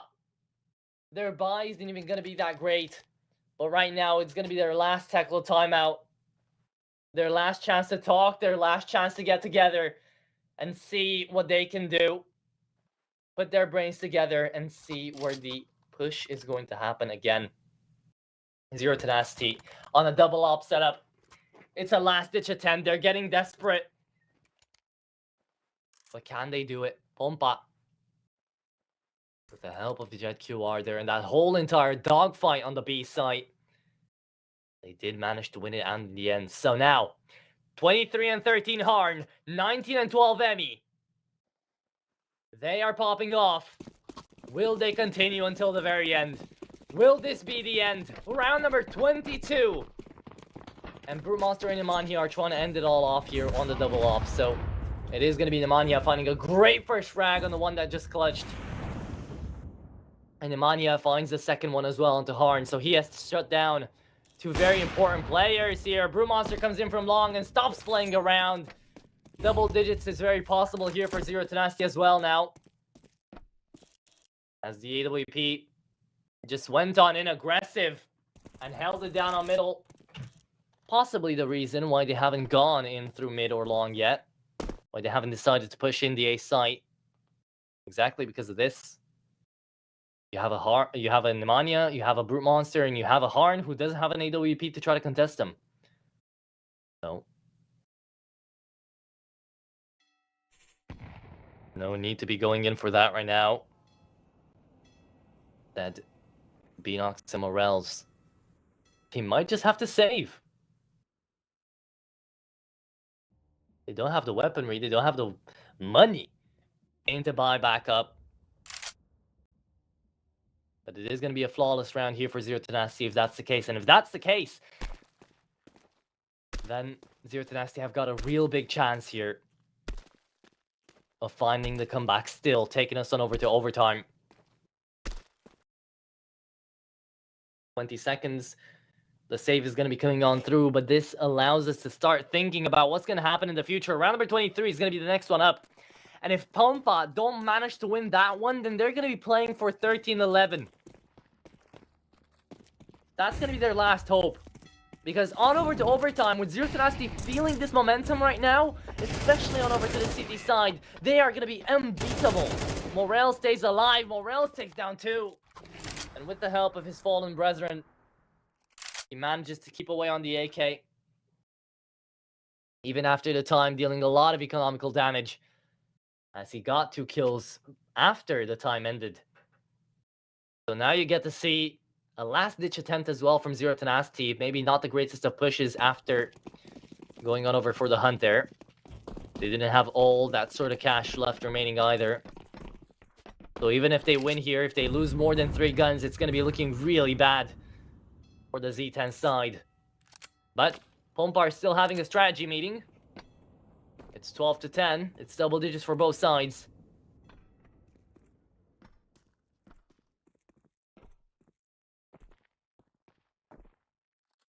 Having gone in. Remember, in the first map it was 9-3, 13-11. Then on over to the second one, 13-7. Pompa managed to bring it back on their enemy's map pick. And Zero Tenacity, who were poised to win from the very beginning, who we thought they were going to get it, were holding it down. And they lost it all on the second map, and now you can tell where it's gone. And they've gotten desperate, and they have to hold it down. And finally, it is going to be the first A hit coming out here from Pompa. Moving on in through toilets. It might not be the first one, but it's going to be the first really impactful one. Because they're either winning or losing. It's do or die in round number 23.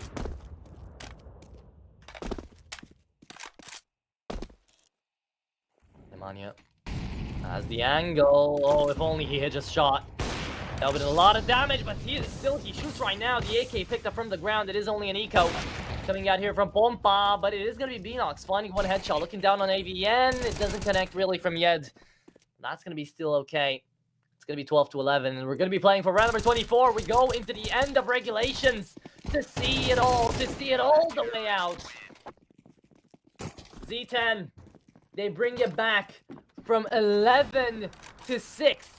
It was 11 to 6, and now it's 12 to 11. Pompa, at the very least, do manage, with the help of JetQR and with the help of Harn, to hit on over 12 there. Win out a dogfight on the B side, sure. But now it is down to the last round. And it is going to be Morels, hopefully having a gun on the ground. And not just playing on a Tech 9 for the last round. Nope. He's playing on a pistol for the last round, ladies and gents. Okay. Let's see. We had the 13-11 before. Now, are we going to get that overtime? Or are Z10 going to be unable to close it out once more? They would hate themselves for that, but it might just be the case, depending on how this one goes. It's going to be one big execution towards the B side, and they have all of their efforts right now headed on over to the second point of the map. Zero Tenacity. They've got 3 players holding it down. Should be more than enough. The smoke goes out, and now the push is here as well. Flash comes in, and the first kill's gonna be made. Sinki's gonna fall. Brewmonster stuck in the middle. Oh my goodness, Pompa! They managed to take away 3K. Out here onto the B side, all up left to Nemanja and AVN. Nemanja just trying to hold it down, just trying to find a little kill here, a little kill there. Yet QR, though, he's holding on down to Graffiti, and he should be able to take down AVN any second now. The bomb not even planted yet. Nemanja checking into the site. Yet he wants to shut him down. Nemanja has been spotted as well. 45 seconds, more than enough to linger on around here. AVN is gonna fall, and now it's all back up to Nemanja. He realizes the position he's in, but he cannot do absolutely anything about it. He finds another one, though. Needs to find the 1v4 right now. Needs to find the ace clutch to keep his team in the game. It would be colossal. It would be titanic. But he still falls, and the second 13-11 happens. The best of 3 is going to be won by Pompa, and they find the reverse sweep to end it all off here. In the end, they are going to be the ones who win it. The Poles are going to be the ones to go into the 1-0 bracket already here for the group stage. Oh my goodness. Beautiful setup here made by both of these squads. GG's to both sides. And that was an incredible game to see right now. Zero Tenacity, they try their best, man. And they managed to do it once onto Inferno, but they couldn't do it twice here onto Pompas's overpass.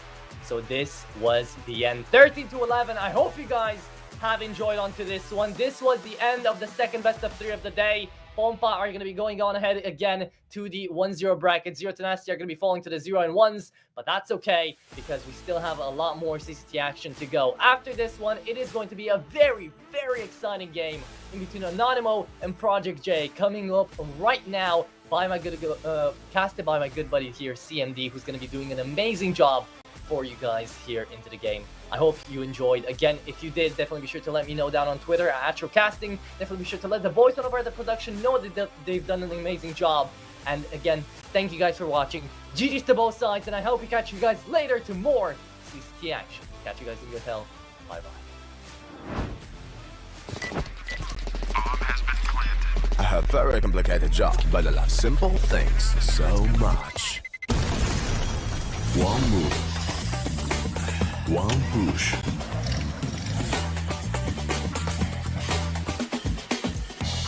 One touch.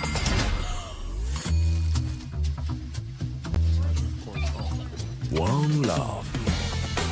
One click. One XBet. You look into your inventory and there's only... It's time to forget about this garbage. Here you will find everything to play with really cool skins. Open top cases. Upgrade dropped skins and turn your junk into a cool gun using the contract system. Every day, thousands of people upgrade their inventory with us. Hellcase.com. Look at yourself in a new way. Watch the matches with BO3.GG, the official stats partner of CCT. Check out AI-powered predictions in live matches. Get access to live scoreboards packed with in-depth weapons and grenade statistics. Check out round maps in the match results. Extend your game vision with BO3.GG.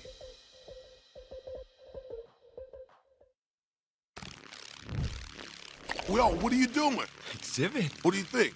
I'm a paperclip? It's Mr. X to the Z. You need to quit browsing like a lame and get Opera GX. Because with GX mods, you can pimp your motherfucking browser. All you gotta do is click here, select the mod, and boom! New look, new sounds, new everything. It's not easy being a legend. Oh, shit. Not again. Change the mod now. Download Opera GX.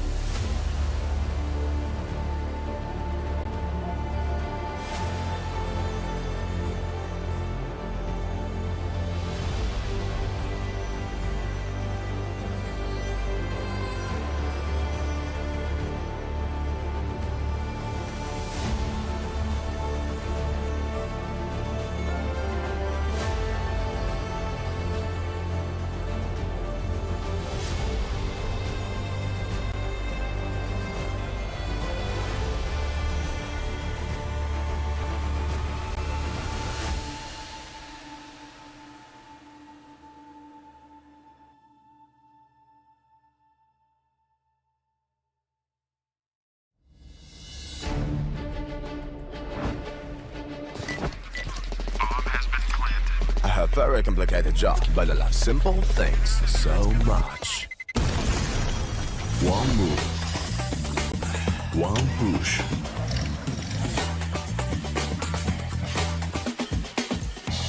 One touch.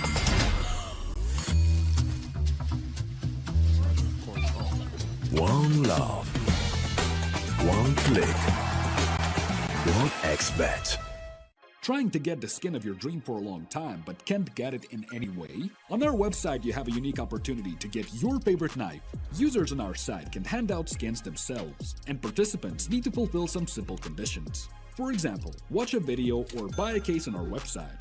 After that, you automatically become a member of the distribution. Go to the user giveaways tab and do what you like. Hellcase. Watch the matches with bo3.gg, the official stats partner of CCT. Check out AI-powered predictions in live matches. Get access to live scoreboards packed with in-depth weapons and grenade statistics. Check out round maps in the match results. Extend your game vision with bo3.gg.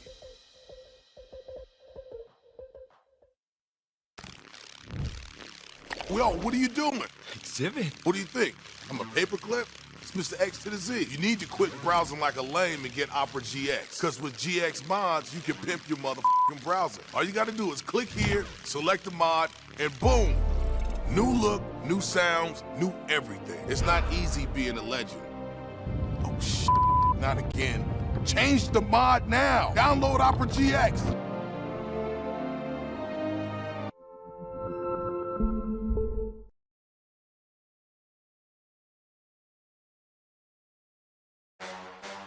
The champion of champions.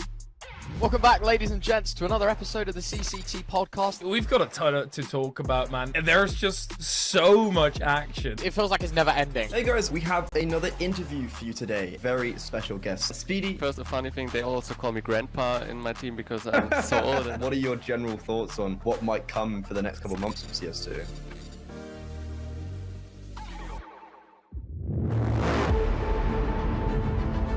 The hunger for glory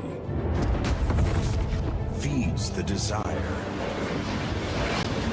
the courage to look for a challenge, to feed your ambitions.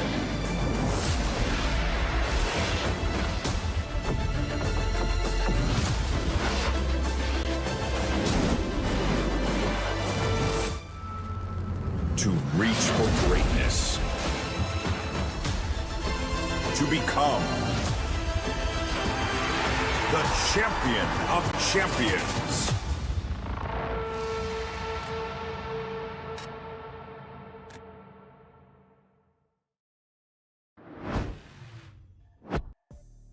Hello and welcome back to the best place to get your Counter-Strike CCT, and obviously we are here at the East Europe Series number 4.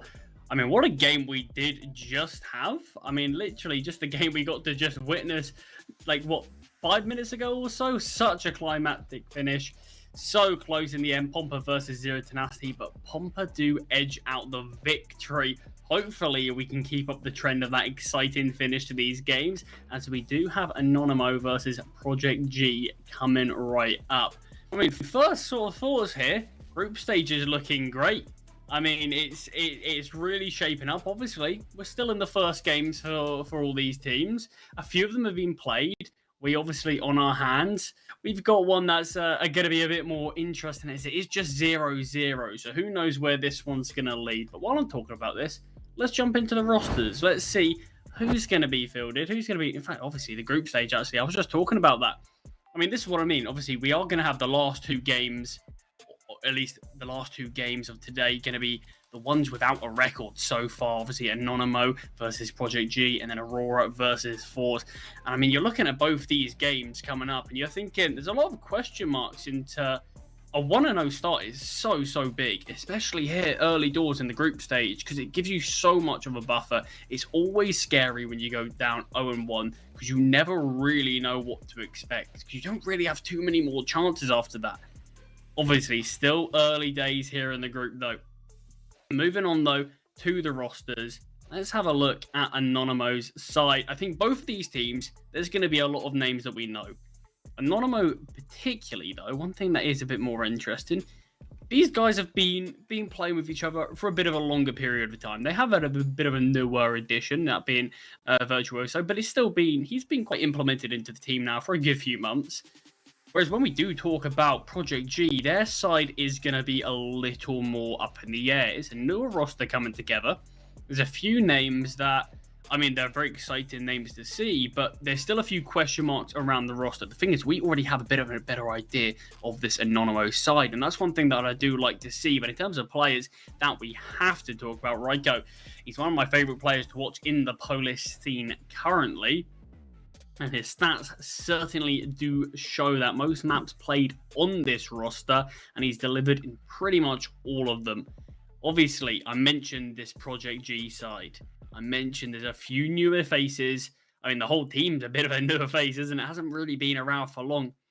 I mean, on HLTV, it just says 16 days for the core of this team. A lot of people have just jumped into it, so a lot of question marks. But I do believe we're going to be jumping into the game very shortly. We'll go quickly through the vetoes. Inferno picked by Anonymo, Vertigo by Project G, and Nuke as the decider. Great map pool to see, exciting stuff, and a lot of question marks to be said. But game, here we go. This is what we want to see. We want to see some exciting CS, and both teams have the capability to provide that. Inferno, though, kicking things off. Project G starting on that CT side, and you already see a couple of pairs of Julies invested. One of my favourite weapons to sort of see on this CT pistol. It feels like it's really found a place within this meta. Sobel, though, could be contested, a couple of them, not being in the hands of Dragon. And he does, takes him down successfully. Man advantage for Anonymo. Dragon's Julies lay beside his lifeless body. Not going to have any more impact in this round. But Sobel, though, look at the presence he's making towards A. And it's enough presence to draw Anonymo back.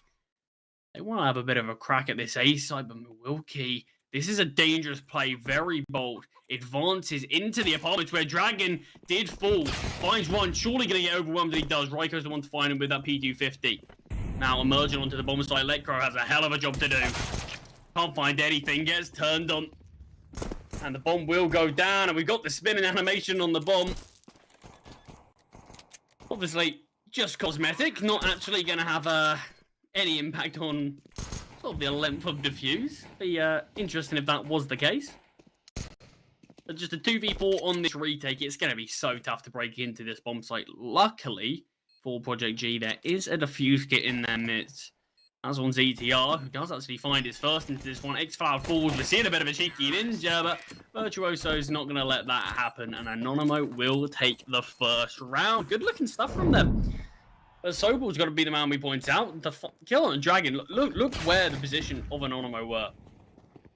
They were so deep towards B. They had so much control. And obviously, Sobel finding the kill on the Dragon gives apartments to the T's pretty much for free. Obviously, we did see Milwaukee attempt a bit of a re-aggression, but only good for one before he falls himself. No force here for the CT side. They will just take the hit and go for this eco. Absolutely nothing invested at all. And we just see a bit of a mid-push. The Mac 10's good for a bit of cash. It's the Galils that get the majority, but a couple of kills for the Max is going to be nice for the finances. Clean stuff. Not a single player falling for Anonymo. That's exactly what they're going to have wanted. It's always dicey when you're on those positions. Lunatic is when your ammo's starting to deplete very quickly. You're starting to get a bit of a panic on, hoping your teams come to your aid. Luckily for him, they did.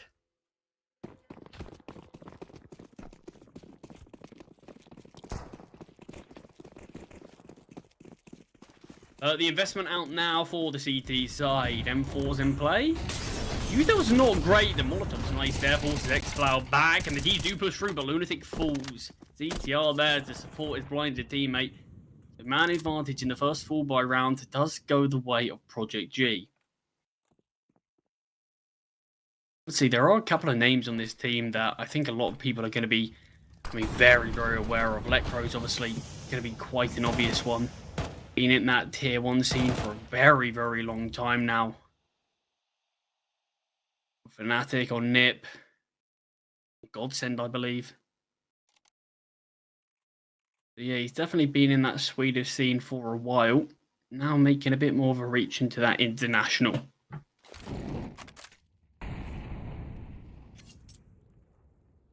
Very much all the eggs in the Anonymo basket towards B. Not a soul anywhere apart from top banana. But this is going to be a B hit. They're going to be happy to push through the smoke. Molotov is dropped. X-Flash actually getting tagged in his ETR. Molly's off his teammate, but it delayed a decent amount of time. Sobel takes so much damage from the Molotov. Still pushes through his ETR. In amongst the smokes. Does push on through. Gets 2. Milwaukee as well. Finds 1. That's clean stuff. I mean, it looked awkward. But I mean, winning, keeping 4 alive. They didn't have a great amount of util. Project G side that I mentioned earlier, but I mean, how they used it was absolutely brilliant. Very reserved there. They knew that the time was starting to tick. This is where we throw out the smokes. This is where we delay a little bit.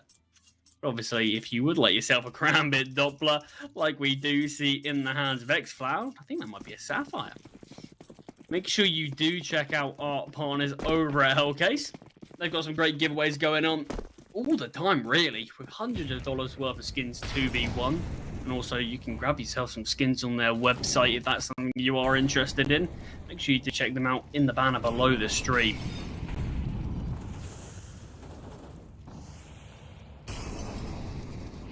And no real early commitments here from Anonymo.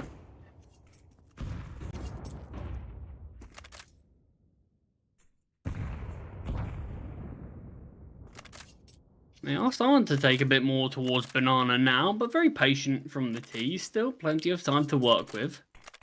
Once again, Sobel is up to his lurks again.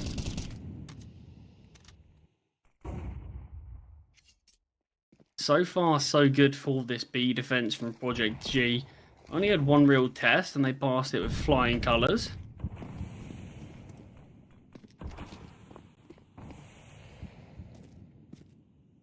Util being lined up here. Flashbang over the top. And no one there. So top banana control taken from ZTR if they want to continue to take that. But it's a lot of information gained. They should be aware that this could be the A-push. Legro tucked in the cubby is cleared eventually. It looked like it was an awkward clear, but Ryko does find him. Milwaukee now accompanied by Dragon left to defend this. Does get caught out by Sobel. Dragon, though, still putting up numbers and keeping himself alive. ZTR sneaks through the smoke and grabs a kill. So man advantage now for Project G, although the site has been lost. The CTs are very close by with the advantage to their name. No util at all for the T side. Not much, if we're being honest, for Anonymo either. This is the flashbang they've got. Dragon does get out of apps with it. Cleanest movement he's ever had, but he is alive. Not anymore, though. Sobel finds him. Bombs being ticked heavily. Virtuoso goes down. Sobel with the final kill. Anonymo, despite the man disadvantage, he stepped up big, and the positioning was really the notable factor there. Wasn't exactly uncommon positions. They just played what they played, and they played it well. Common angles, but peaked at the perfect time. Had the aim to back it up. And did come up on top when they needed to. So we are just seeing this partial investment from the CTs with a bit of a hero AK from the Dragon. AK, sorry, M4. I mean, the M4, I mean, it can be so good to try to keep the economy as humble as possible. For a side like Anonymo, who you can see their finances are far from perfect. Obviously, it is a bit of a risk if Dragon does just go down for nothing. Not going to have a perfect buy in the next, but won't be terrible either. We're seeing a lot of these fancy animations in the util and the bomb right now from Loaded. He's loving it. Anonymo do need to be careful, because despite this not being a great buy, the CTs do still have 4 towards B, and we know how strong weapons like these 5.7, like these P250s, these Deagles even at close range can be. Sometimes you can't just spam and hope, and the 5.7 is really the king of that. It feels like sometimes all of a sudden, they push for a tight choke point, the 5.7's got 3. Here is that 5-7 we speak about in the hands of ZTR, very close to the smoke. I can't imagine he's going to be staying for too much more as it does fade. Smoke out for this T side as they will look to go for this commitment into the 4 CTs. Lunatic's going to be the spearhead. Does take down the first. BT50 strikes. X-Cloud on the boost. Does hit the dink, but the smoke blocks the rest of the vision. Dragon does get one with that M4, but 3 survive for Anonymous. Going to allow them to build up a bit more of an economy. They surely wouldn't have minded keeping a few more players alive, but I mean, they dealt with the buy pretty well, and you can see Dragon can get a buyout, but it's not going to be great, and that is due to that hero M4 he went for. I only found 1 kill. It does kind of make you ask, is it worth it? I mean, considering the buy of Anonymous, it's still a good buy. They could have bought out, I believe, an AWP if they wanted to. Clearly were against it, so makes me question, was it worth it for CT side? And Dragon Wood and the MP9 right now might be saying no. And the AWP shot fired is going to allow Anonymous to know that, yep, Milwaukee's definitely wielding the big green in this one.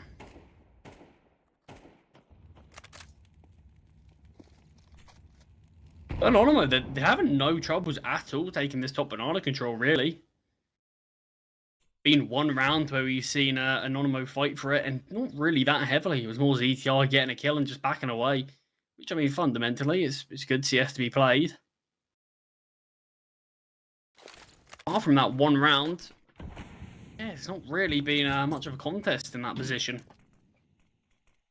And you can see as Sobel regroups with his team, it looks like it will be this B exec. Smoke down towards CT, but likely just going to be a bit of a double tap here. The first smoke to try to see if they can bait any util out of their own. And there you go. There is a smoke. Smoke is gone. There is a Molotov on X-Flower, but no more util other than that. The Molly is going to come out now. And Anonymous are just waiting it out. Being smoke now. Nade on the smoke. Start to commit. X-Flower on the pillar. Confirms the first. Teammate goes down in the meantime. He's really exposed. Can't get away with another before falling. Milwaukee does try to rotate it, and he's got this AWP. There is certainly a question mark as to, do Project G actually want to attempt this? Certainly not anymore. That's the AWP gone, and that makes the save a lot less desirable as well. You've lost one of the weapons that can really win around individually. Dragon looks like he wants to retrieve it, gets punished in the process. And Legro left back away without even being able to have a fight. And despite Anonymous, constantly putting on this banana pressure, you can just see it leaves Project G very much in the unknown. Anonymous gain top banana.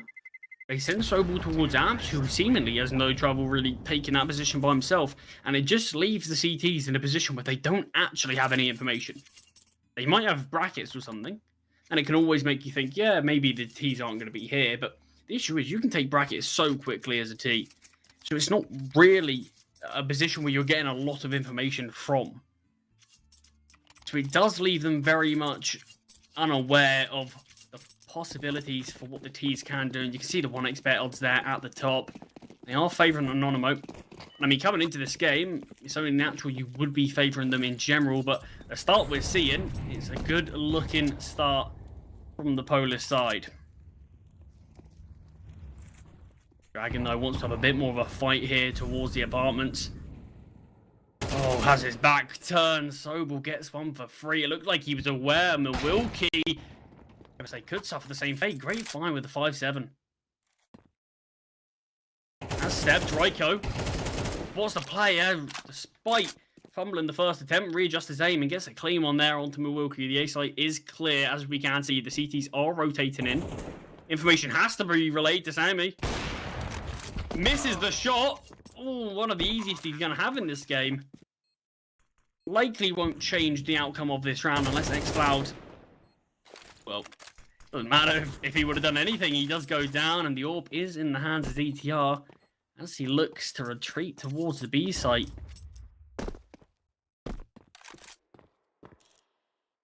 A brilliant start here. Anonymo will be 6-1. Oh, missed shot from ZTR. You can see the T's. They're closing in. Oh, missed shots from Raiko, though. Allows the Swede to live for just a second longer, and he should be able to survive this onslaught. As Lunatic might just call it quits and not push too much. He's not going to. DTR will be able to survive with this saved up. And give Project G a bit more of a fighting chance in this one. But Anonymo, like I was saying, great start to the game.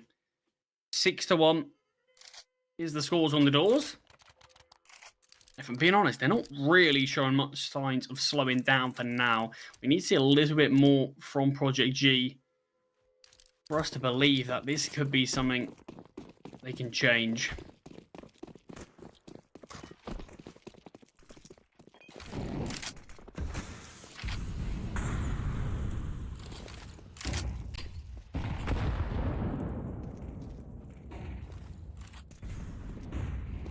Slightly different look here from Anonymo. They allow... Oh, what a nade that was from Project G. Here's a decent bit of return fire. ZTR's left running away with just 7 HP to his name.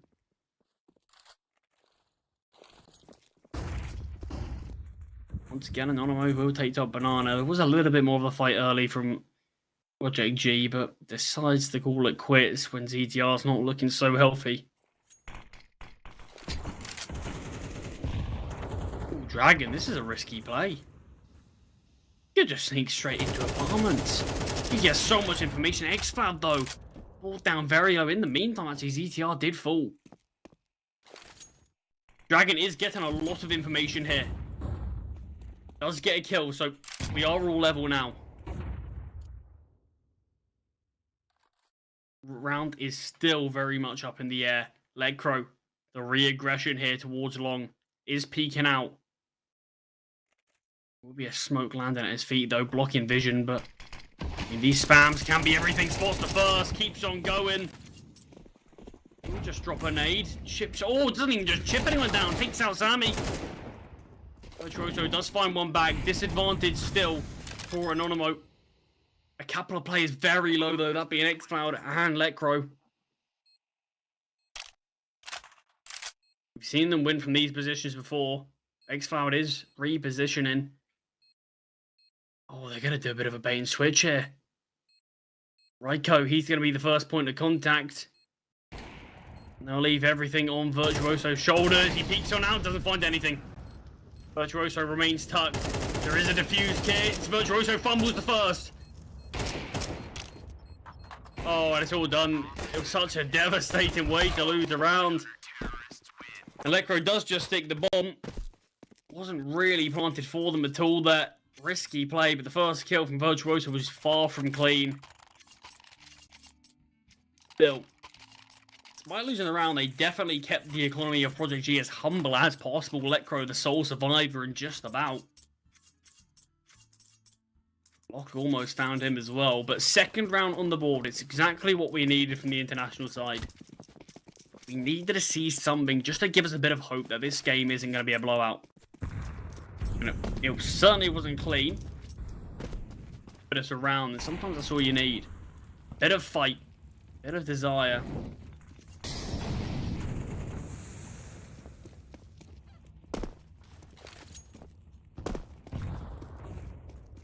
What have you two thrown towards Banana, and Milwaukee is just going to be left here posted up. As X-Cloud rotates onto A to bolster up that side of the map and make it a 4-man hold. So far, that's where Anonymo are setting their sights on. Oh, this could be a devastating mid. Oh, look how many players there are. X-Cloud just swings on out. More swings are coming through. Lunatic does go down to Dragon. DTR wins out on his gunfight. And just like that, I mean, brilliant, brilliant call from Project G. I said the last one wasn't clean. That one was perfect. Even the AWP to solo B. It wasn't like they just rested on their laurels and played passive towards A. They had pretty much a 4-man mid-hold. With X-Cloud very close, went for the peak initially. Player under porch, player towards short, and one ready to swing off long. It was perfect stuff. And you can see the cracks now in Anonymo's money. Pistols, Mac-10s, Galils. Still, certainly can be enough to win the round. It is just a fast rush. Explode with 2. And this should be an easy cleanup here, Lunatic. Will maybe be able to get this bomb down. Does drop the smoke. It's not perfect. Wants to take this fight to Lecro here. Lecro comes out on top of this one. So the eco will have to come through. And Project G can continue to close up this scoreline. This was a 6-1. Likely going to be seeing a 6-5. You could potentially even see an even half. The way Project G and Anonymo have both played, it certainly didn't feel like that was even a possibility. This is CS, and things can turn so quickly. You very much can't take your foot off the pedal until the game is done. Had a bit of a tactical pause from Anonymo, just to get everybody on the same page, just to rally the troops a little bit. Curious to see what the 1xBet odds will be looking like now, potentially after this round. Just to see if they have changed up slightly. It was pretty one-sided in favour of Anonymo. Just these last 3 rounds or so, there is a bit of a spark in the CT side. Beat down mid from Wilkie. Nice leg down to Lunatic. Wanted to go for the nade, but I think he thought better of it. Didn't want to take a deagle bullet to the head, but luckily for him, there wasn't actually a deagle in play.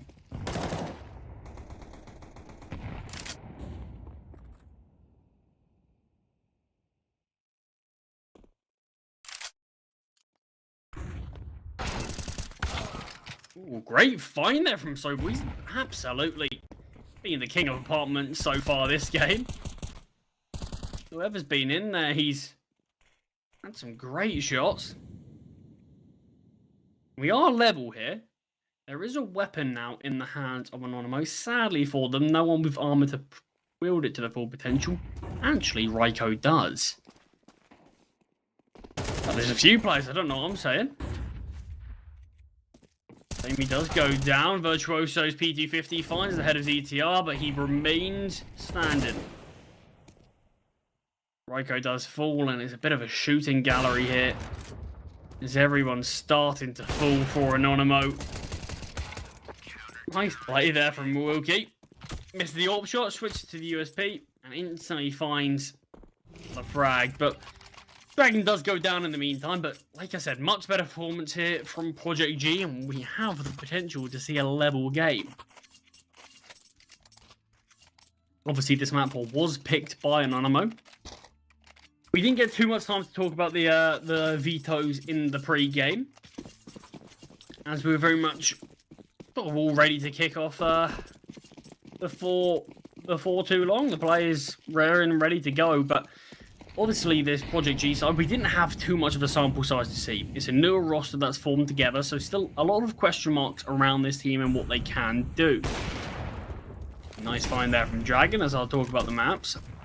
But Anonymo, they don't have a great win rate on Inferno, if I'm being honest. They got a 41% win rate, but they have played plenty of the map. 22 maps played. This will be the first map played on Inferno for this Project G side. So there are still, like I said, a lot of question marks. But to be fair, considering it's their first time playing this map, it's certainly a decent map for the opponents to pick against you. It's going to be a map that all these guys know to an absolute T. I know Dragon on previous rosters. Inferno's certainly been one of his best maps. And this one's another good looking round from Project G. All it seems was, see, the early wins they got in this game, they were scrappy, they weren't clean. But they were rounds nonetheless. And that can build confidence, that can build momentum, it can swing it in your favour. And so far, that's seemingly being like what we're seeing. Raiko and Sobel left to try to see if they can win this 2v5. But back's very much against the wall. 25 seconds left on the clock, so not much time to play with. And Dragon could have the round in the palm of his hands if he swings on out. Spots one great shot there. Very quick reaction. I said Dragon, I meant Lecro. But either way, Lecro does find the final two with just like that 5 rounds in a row to win that one there for Project G. And good looking stuff. I mean, completely turned this game on its head. Like I said, 6-1 scoreline. It's 6-6 now. Out of nowhere, really.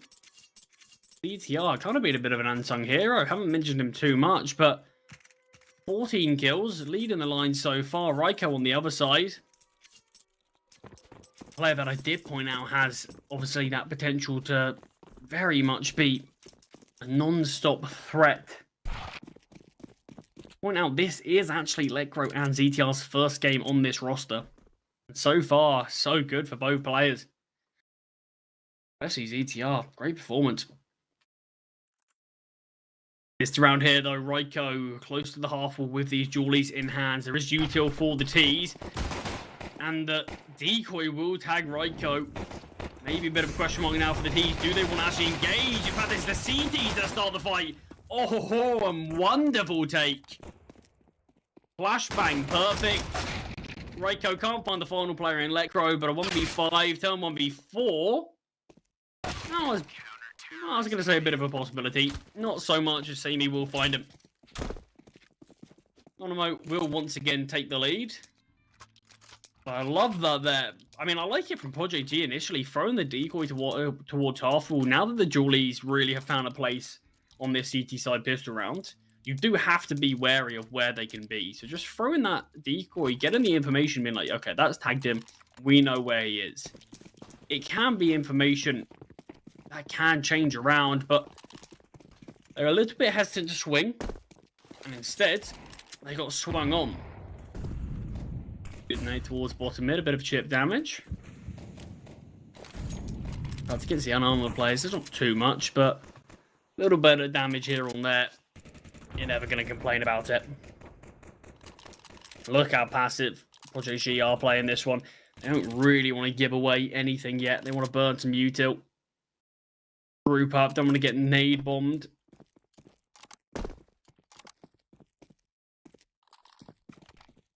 And now they'll start their eventual push.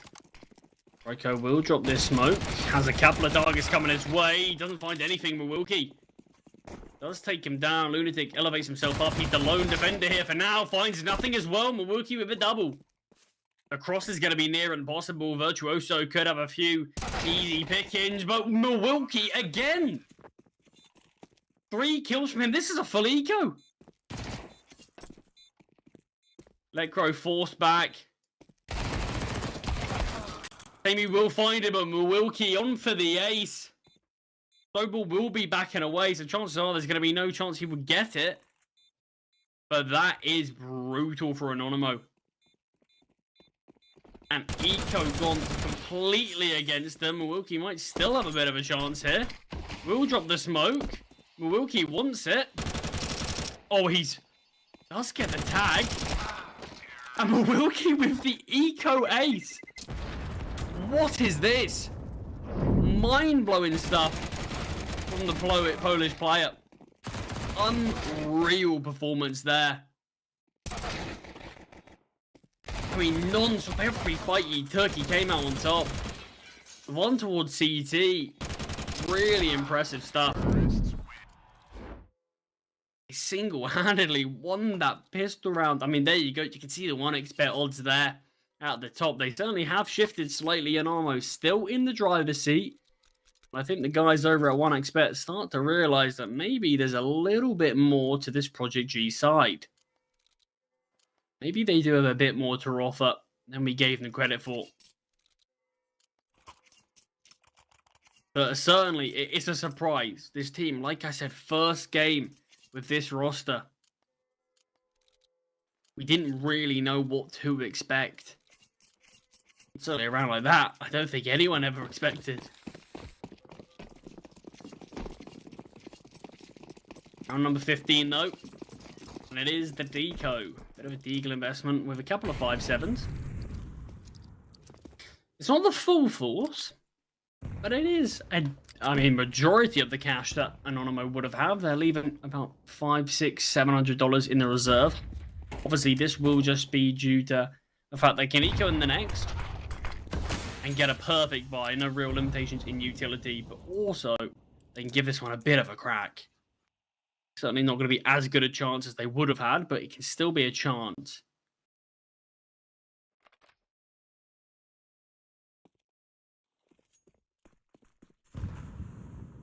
B-side cautious.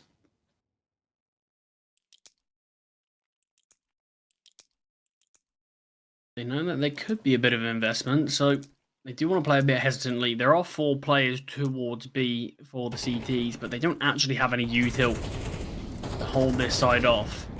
They will throw out the util, don't go for the full commitment, but Raiko, through the smoke, will get himself killed. Virtuoso to a Molotov as well. It is starting to crumble. X-Flower does fall. Oh, Samey with 2. 2 more to find, but Dragon won't let that happen. So, I mean, this is what I mean. A round like that, there was a chance it could have went the way of an Armo. You know, you can never count them out. It didn't manage to go their way, but they've done a lot of damage. So they're taking Eco in this one. If they can find a couple of kills, that'll be great. And then a full buy on the next, and there's a chance to reset this T side and see if they can start getting the momentum back in their favor. Because it hasn't been looking good for them at all. They're 1-6. They were 6-1 up, sorry. They win the pistol in this half just to lose an eco. So it is the mid push. They are only able to find 1. And you can see, despite killing 3 players in the last, the money of the T side is looking brilliant. And here's the bite. Warp out.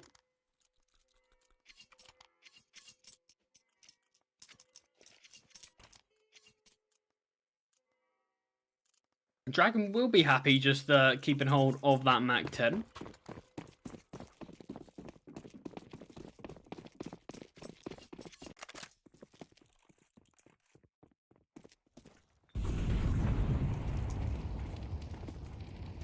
Raiko will be peeking behind this molly. I can barely see anything, but supposedly he can, as he does assist Lunatic for that kill in the Molotov. The man advantage to Anonymous. Cheeky peek does get rewarded.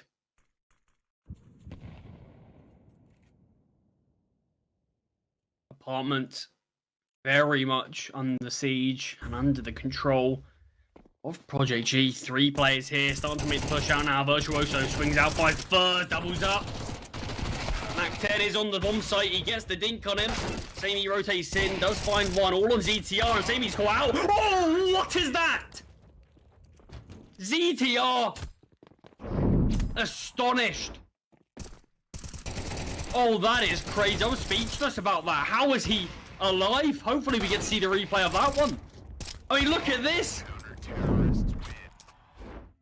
You certainly don't see that every day. ZTR just must have thought he killed him. I think he had 1 bullet left in the mag, missed that one onto him. And Samey with probably about a 720 on him. Somehow managed to come out on top. Finds the kill and wins his team the round in the most unexpected way possible, if I'm being honest. But a round nonetheless. Anonymo 8. Project G 9.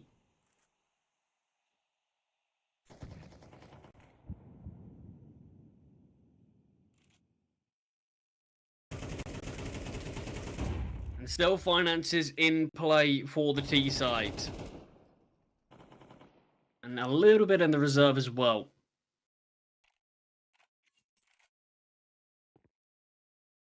Important round here for both teams. Obviously, map 2 will be leaving us to Vertigo. That is a map that we have seen from Project G, and they are very strong at it. Virtuoso does find the first. X-Flower will get the trade. And the push starts to come through here. Samey elevates himself up in the box. It can be very easy if there's 2 players swinging, but both CTs are looking towards this long angle. Sobel now starts to swing out. What a find there from Wilkie. Let go with another, and Project G are looking good. Lunatic in the 1v3. Molly and Nade force him back and force him to go for the save as the bomb does get planted.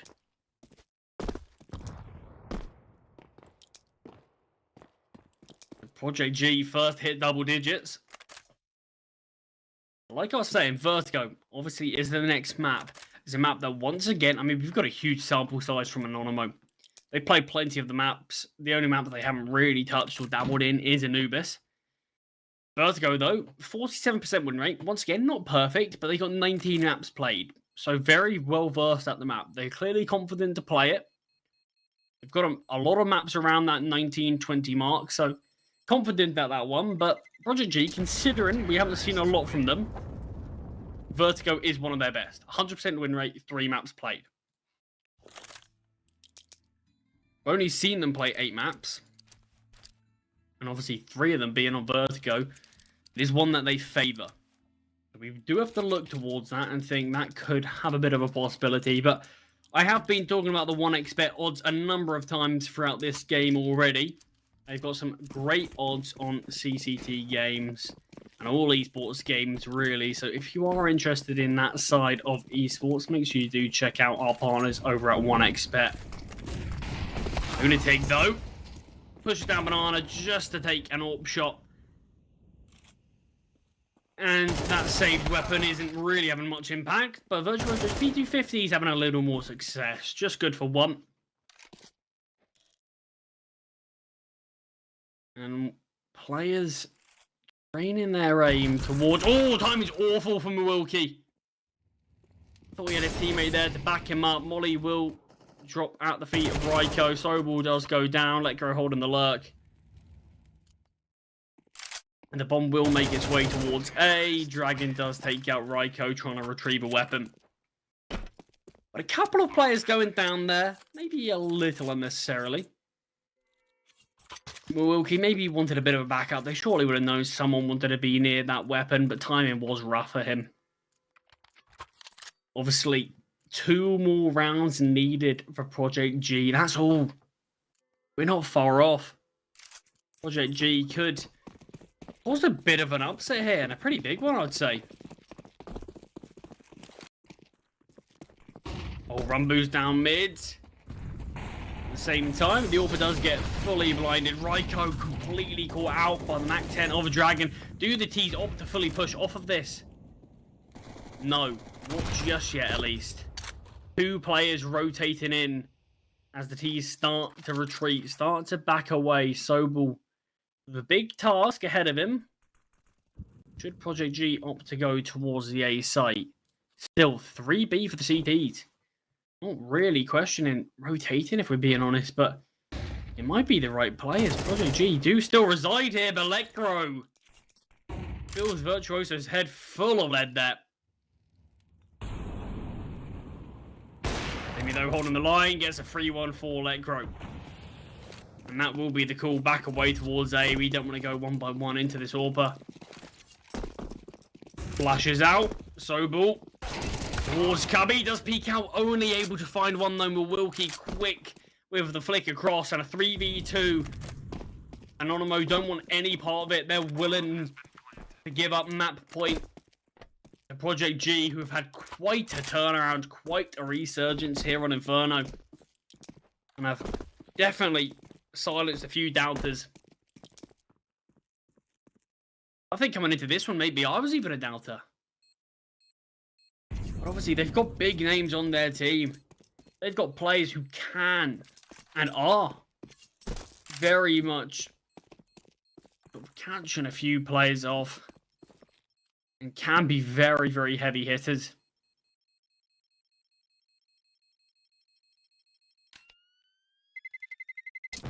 Terrorists win.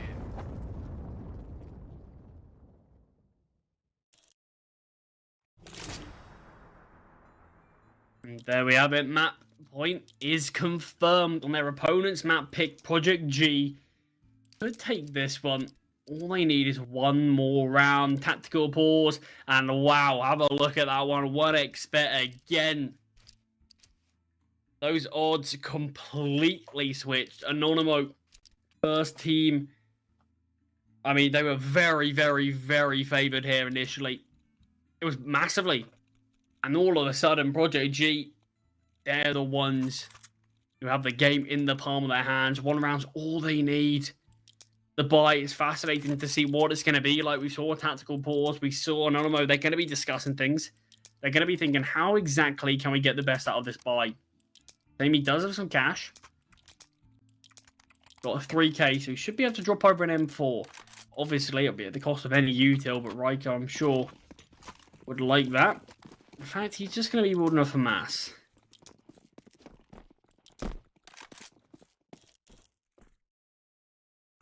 I'm not sure if Sammy dropped that, because if he did, I'm pretty sure he could just buy an M4. Unless he doesn't have the A1S equipped. Not too sure about that, but either way, weapons are in play. Only one defuse kit, though. Raiko could have actually bought one, so quite interesting as to see why he opted not to. Let's hope it doesn't have any long-lasting repercussions. 3 players early towards brackets. The nade in the smoke. ZTR peaks just to his demise. The AWP does find the first kill here, and it could be the first kill that saves them. Dragon ready for that peak in the smoke, but it didn't fully dissipate.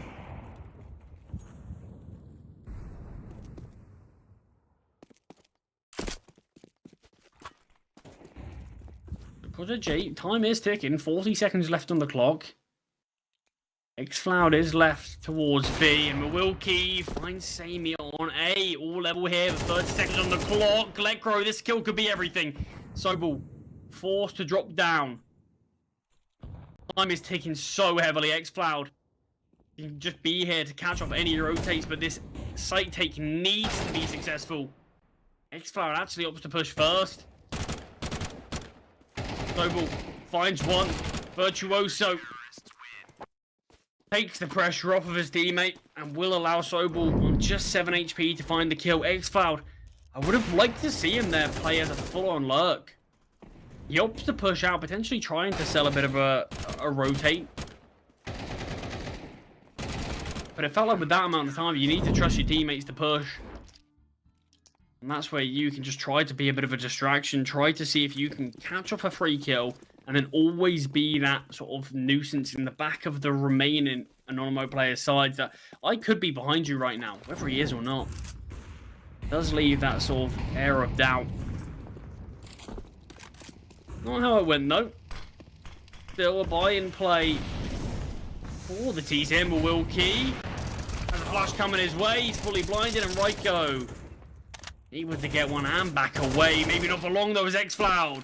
Closer than expected. The B-side is actually open for the take-in. Lunatic did rotate off, but Xcloud, no real awareness that this is the case.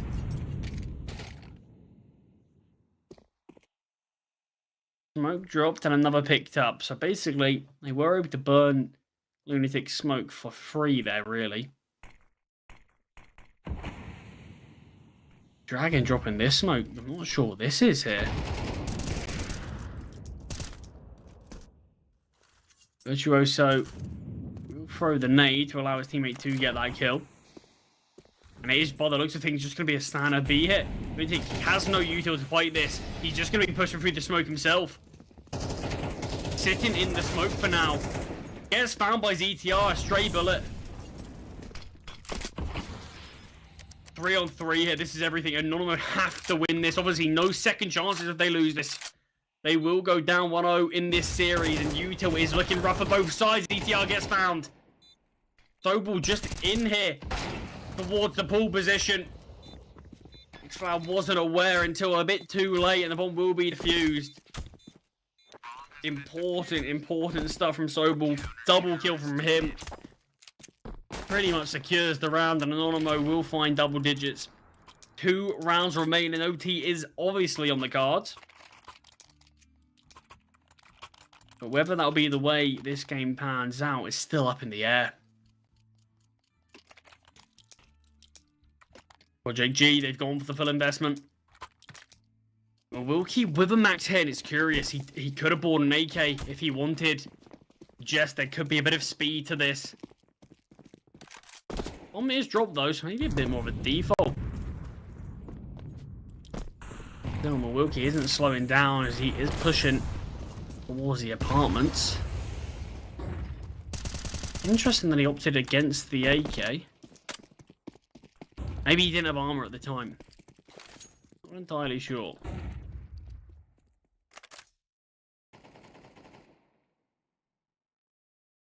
A bit of control taken from the T's, and you can see Anonymo. They will play this round a little more reserved. Raiko swaps out for Sammy, who rotates in with that AWP. Can just get posted up. Great nade there. Dragon chip down heavily. And Sammy's AWP can just reside here. X-Cloud just pushes across. The shot is missed, but X-Cloud's not slowing down, but maybe should have. Oh, the push from the T's is a real risk, but pans out perfectly. They go 2 for 1 in that engagement, and man advantage now in this post plant. Milwaukee can get posted up with this AWP and just wait. Hold off for the CTs. Flash does blind them. Forces him back, but then he takes down Lecro. This looks like a near impossible round now. Just a Molotov on Virtuoso. It has to be perfect. It will spread to the feet of Lecro, but still he comes out on top of the engagement. Virtuoso 1v4. The bomb's half ticked. No util. Smokes off for now. Pushes through. And gets found by Milwaukee's AWP. Very, very interesting first map. Close affair, but Anonymo, after such a dominant start, they just fell so flat towards the end. Really, really interesting turn of events, but Project G will certainly take that one every day. Their opponent's map pick, and they steal it right out of the hands of Anonymo, because like I said, that was a 6-1 scoreline. But all of a sudden, Project G, they started to really feel themselves. The stars aligned, and they did come out on top. I'm impressed. This side, like I said, first game with this roster fully together. We weren't really sure what to expect. The 1xBet odds showed completely were in Anonymo's favor, but a bit of an upset happened, and Vertigo is the map that we're having up next. This is the one map from Project G that we have seen a little bit from, and they look very good at the map. Interesting if that's going to still translate with these 2 new additions, and if it does, problems could be on the horizon for Anonymo, as Project G will certainly have the momentum shifting onto map 2. But don't go anywhere, because map 2 will be up very shortly. We're going to go into a short break before we jump straight back into the action, so don't go anywhere.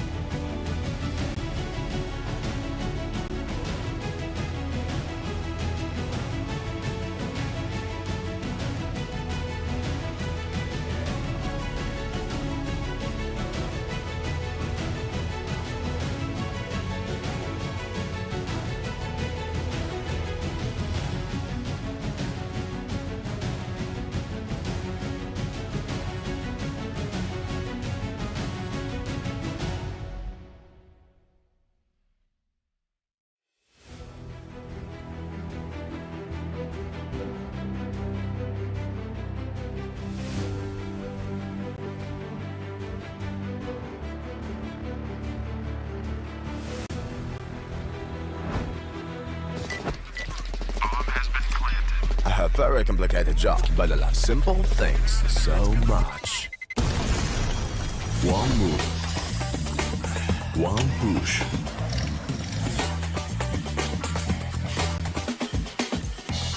One touch.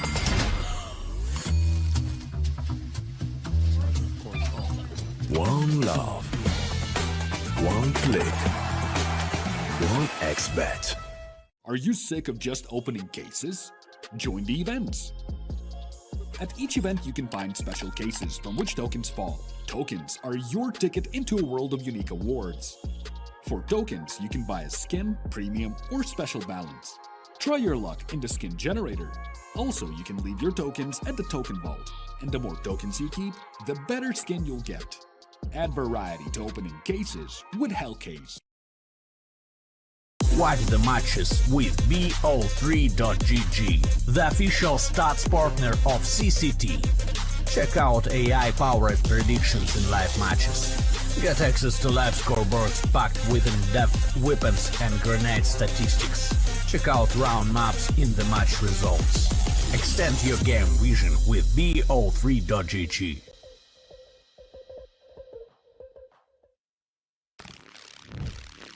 Yo, what are you doing? Exhibit. What do you think? I'm a paperclip?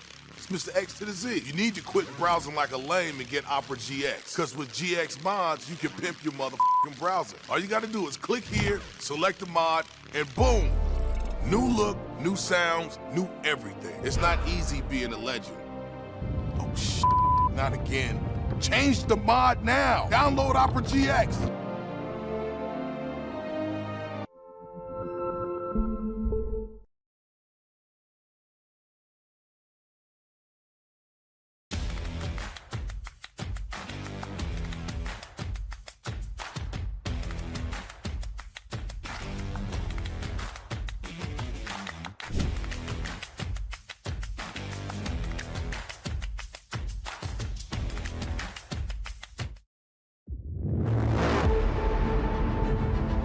The hunger for glory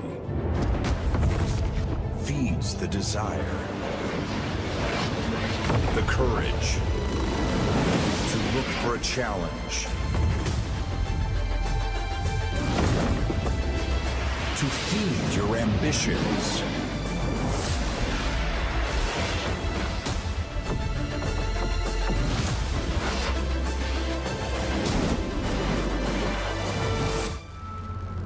To reach for greatness. To become the champion of champions.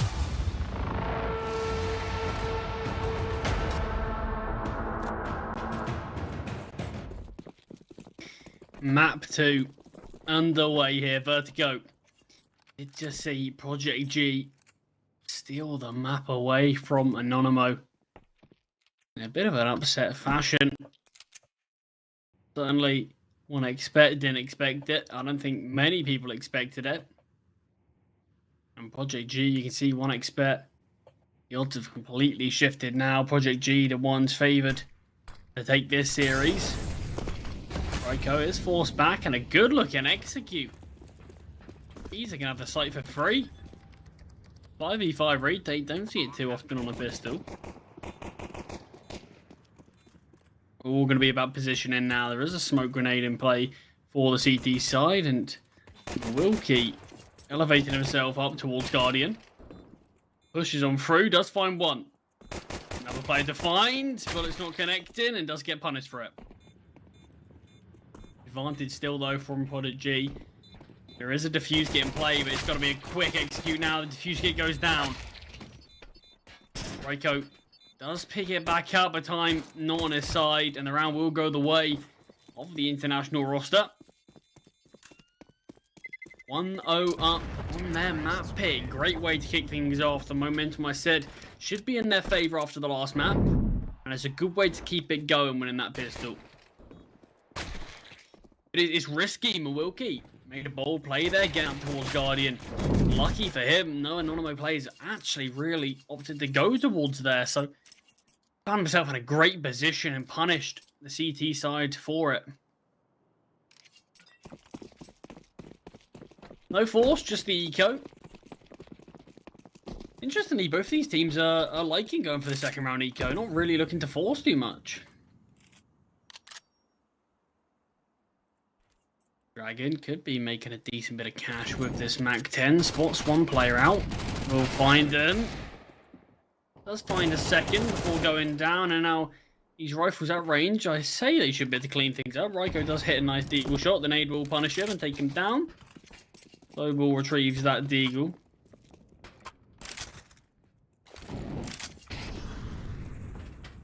And ZTR make sure no real weapons to be retrieved. Cheeky angle for him, and Sobel can pick up a MAC-10 if he wants.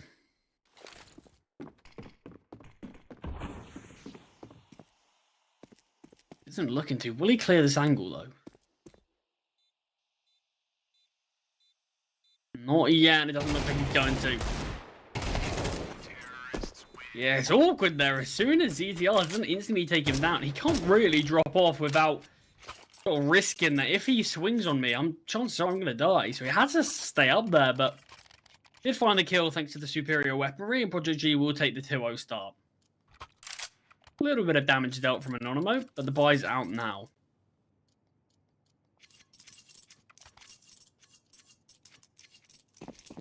Very similar buys for each team.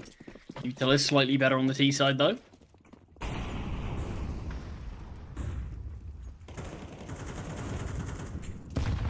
Early fights here towards B stairs. Dust settles, though. It is even. A killer piece for either side. Virtuoso is here now to directly hold. Lunatic not far away. He does a little bit of chip damage. Lunatic avoids the main brunt of it.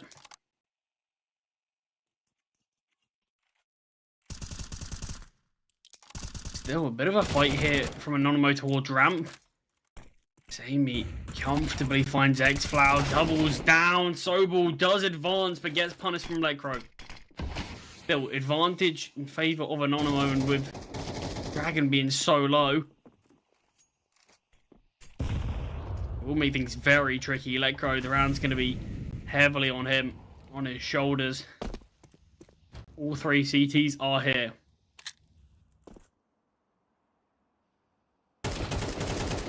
Necro first fight isn't clean. Dragon goes down with the bomb.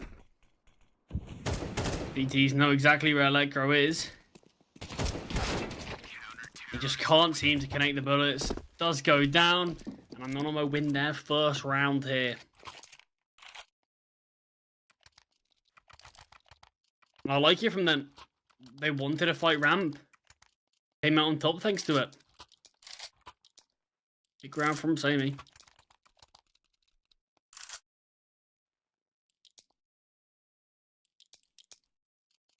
Can definitely, I mean, it can go both ways, really.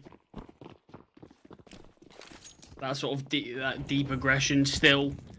Trying to fight for ramp quite late into the round, but definitely went the way of Anonymo in this one. And you can see, just like that, one round gone the way of Anonymo. The money is in a very tricky situation for the T's. Couple of AKs, and there goes one of them. Few pistols and that scout. Someone surely is going to want to retrieve that AK. It looks like Dragon is going to be the one to retrieve that. Wilkie, great find. Sobel goes down. Virtuoso could be caught out in the open here.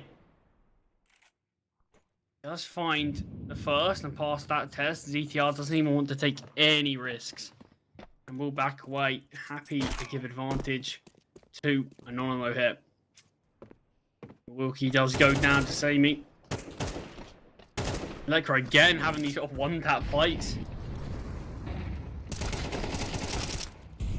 Ryko comes out on top. ZTR does get one. Can't finish off the second. Good looking stuff here from Anonymo. Will have to be the eco from Project G. But obviously, we've spoken about 1xBet odds. And if you think you can defy the odds, make sure you do check out our partners over at 1xBet. They've got some great odds on all our CCT games as well as all other esports. So make sure you do check them out in the banner below the stream if you are interested in that. Just the pistols in play for the T side. Still being dropped down. It is a fast push. Lunatic could get caught out, but has support and things are dealt with comfortably. xFloud, decent bit behind his teammates, and the nade could finish him off fit. It's not going to, as he does just charge away, running all the way towards B. We'll wrap around by the looks of things. The best he's sort of hoping for here is 1 kill. Well, he really can.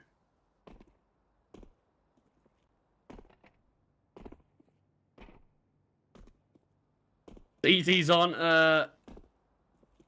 really sort of dissuaded by making a lot of noise. You can see Sobel's just bouncing around.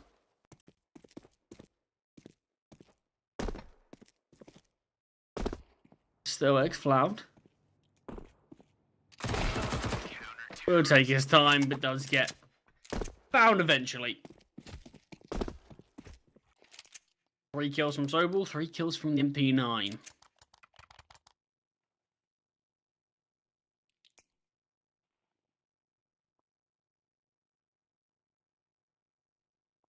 Round number 6, Anonymous, they do take the lead, but Wilkie on the AWP. A luxury that Anonymous don't currently have.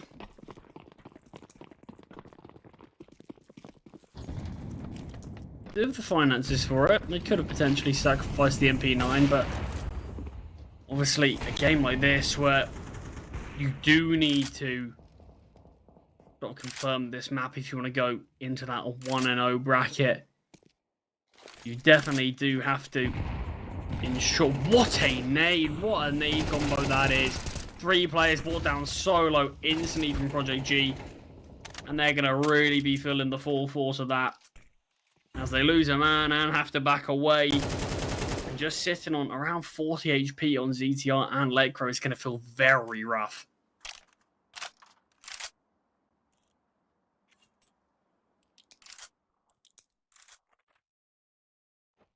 Up into you, Tilt. Smoke is going to get dropped as soon as any pressure is made. Sobel elevated up, takes a little bit of damage. Lecro will push through and does find the kill. So we are all square here, but once again, don't forget about that early nade damage we saw. Still a couple of T's.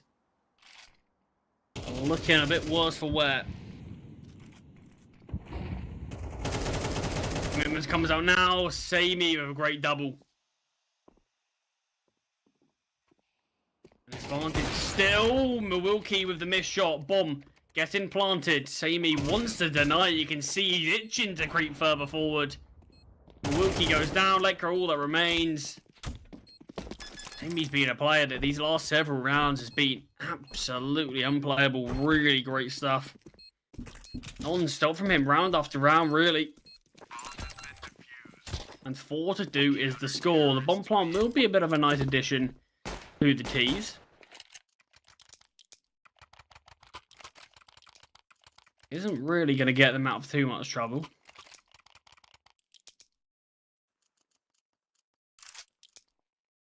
Not sure if they go for the full investment here. No, they won't. They will just go for the partial investment. It is that full loss bonus, so they can invest in a decent amount. That's what they will be doing. For you, Galils. Lecro actually upgraded to the AK. And a few pistols in there is Lecro's AK. Raiko will be backing away, and he is able to do so. I was wondering if that pressure would have been applied a bit quicker, trying to see if they could catch him out, but opted against it. Happy to stay with his man advantage for now.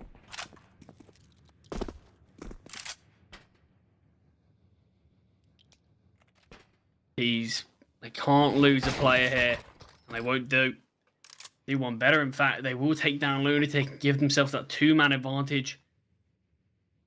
weapons aren't exactly easy to retrieve just yet. They did retrieve an AK. There's still 2 players playing with just pistols. Ryko gets himself behind the pillar.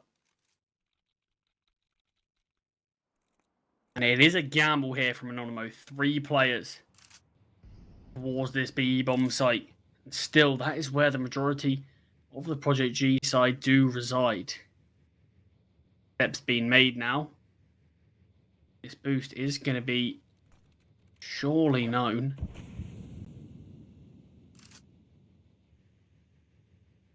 You can see the lurking dragon is pushing towards a great find from xCloud, in fact. Ryko will eventually take him down. Does get a double, but Electro there for a trade. DTR towards Guardian, gets tagged down. Nade doesn't connect enough. Double takes the fight onto Electro, but Electro finds his 3rd into the round. Electro and xCloud, an ace between the 2 of them. Interest in the play, really, there from Project G, because Dragon basically confirmed that A was clear. I'm not entirely sure of the time on the clock, but they didn't opt to go for a rotate. They were happy to take that fight towards B, knowing that there is a chance it is the stack. Luckily for the T's, it did work out. And Dragon was a bit of a contingency, just in case. So 1 round apart. Walk confirmed towards B for now. This could be a bit of a spark for the T's to hit towards A, but you can see Sammy already rotated towards the other side of the map and isn't far away now. An abundance of nades being thrown here, but nothing being spotted. Sobel waiting out the smoke. Been holding here for a good amount of time. Throws the smoke, but Dragon punishes, capitalizes. Might be able to get another here. Lunatic is going to be taking up his fallen teammate's position from a slightly deeper angle for now, though. A lot of missed jumps being made these last few rounds from Project G. Once again, they are man advantage.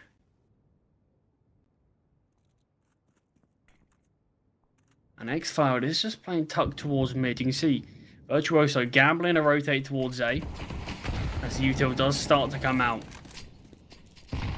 Obviously, Vertigo very differently played in terms of how these smokes are used now. Milwaukee falls to Sammy, opts not to wait for the smoke to bloom once again and gets punished by doing that. Lunatic just straight up pushes through. xCloud is here holding these rotates. Spots nobody. He has mid in the palm of his hand.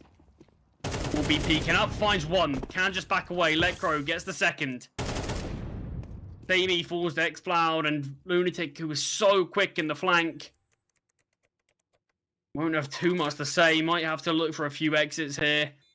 Wasn't really close enough to attempt to deny the bomb, and even so, even if he did, chances are he would have been found soon after.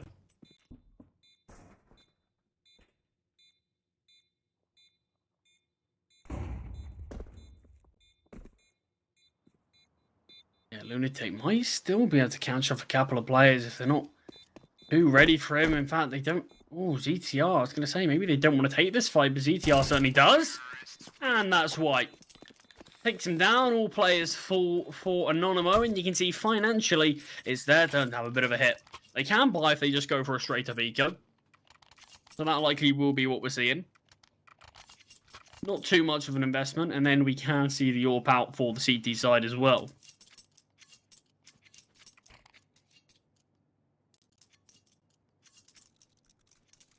And that AWP's going to be a little more tricky now, as Lunatic has bought armor P250 and a bit of util. He was sort of going to be the one to have to drop that. They can still be an AWP bought out, but it will likely have to be a glass cannon unless someone finds a few kills. Dragon pushes up ramp, spearheading this one, drops the nade flash from his teammate. In fact, just another nade. All 5 CTs are here. Dragon in the smoke gets a double. So much confusion as the CTs do take a couple of kills. That's all for now, though. Could have been a bit cleaner from Project G, but you can see the nade just caused so much confusion. And it allows these pistols to really get up close and personal and then just swarm on you. But decent stuff from Anonymous, finding a couple of kills. Project G do once again take the lead. Don't forget, this is both teams. This is their first game here at CCT East Europe. So they do currently have that 0-0 record. One of only 2 teams to still have that. Obviously, winner will advance to 1-0. So far, Project G are in the driver's seat. They've got map 1, taken Anonymous map pick off of them. Now they have a chance to make it a 2-0.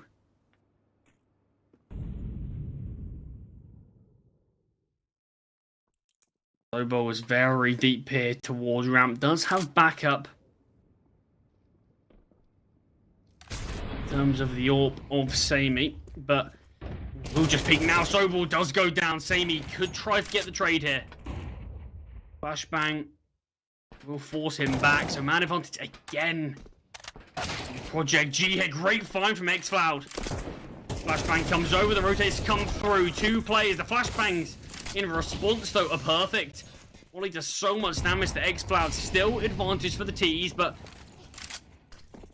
not guaranteed to go their way, that's for sure. 40 seconds on the clock. Majority of the T side are still here. Milwaukee wants to get posted out, but the rest of his team look like they try to back away. Lunatic does find xCloud. We're all level here. Dragon's positioning is really what could determine how this round goes. Lunatic will take this fight and does come out on top. The bomb will be able to go down for ZTR. He wants to fake it, and Sammy's there to punish. But Wilkie now left to try to recover this one. Time is ticking. Bomb on the other side of the box does retrieve it. Taps the bomb. There's going to be one player swinging, and then the other not attempting it, knowing that there's no physical way. Great find from Milwaukee, though. Very, very curious why we did see ZTR, I believe it was, fake the bomb there. I mean, I understand why he attempted it, but if the risk really wasn't worth the reward. He sort of confirmed the round was lost there by him going down. And unless Anonymo made huge mistakes, there is no way Milwaukee would ever win that. Because there's no reason why they would ever both swing. There wasn't enough time for him to get off the bomb, find the kill, and then get back on the bomb.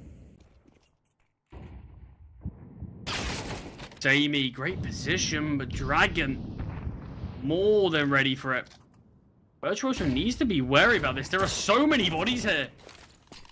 I think he started to realize, maybe he thought it was just Dragon initially. The flashbang was good, but too many targets. Not good enough weaponry. Ekro does get another. This is going to be tough for him to back away here, but he doesn't need to when he hits the headshot onto Raiko. 8 HP. But still alive and kicking. Surely can't find a third. It looked like we might have actually seen a bit of clip in there. Yeah, we definitely did. Lekro was far too aware of that, surely. I think the clipping gave away Virtuoso's position. Obviously, you can never be too sure from sort of our spectator view. It can slightly differ from the player's view. It used to do that in CSGO a lot with the smoke grenades. It used to look different for us than it did the players. Yeah, definitely looked like clipping was shown there. So Virtuoso went down in the demo. He probably certainly wouldn't have been happy that his position got given away. But the bomb will go down here. And the 2 CTs will be just saving. So much closer affair here.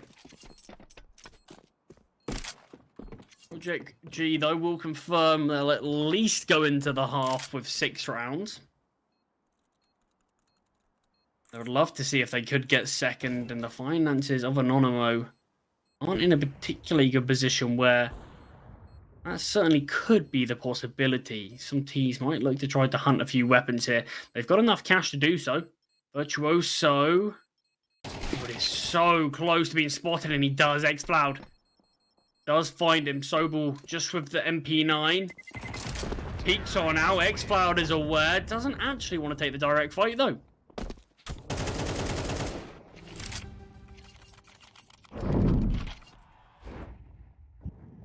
He this is the first kill. What a find that was from Dragon Lekra. I can't believe he found this second. Great kill from him. Took one bullet from the MP9 there. 2 would have killed him.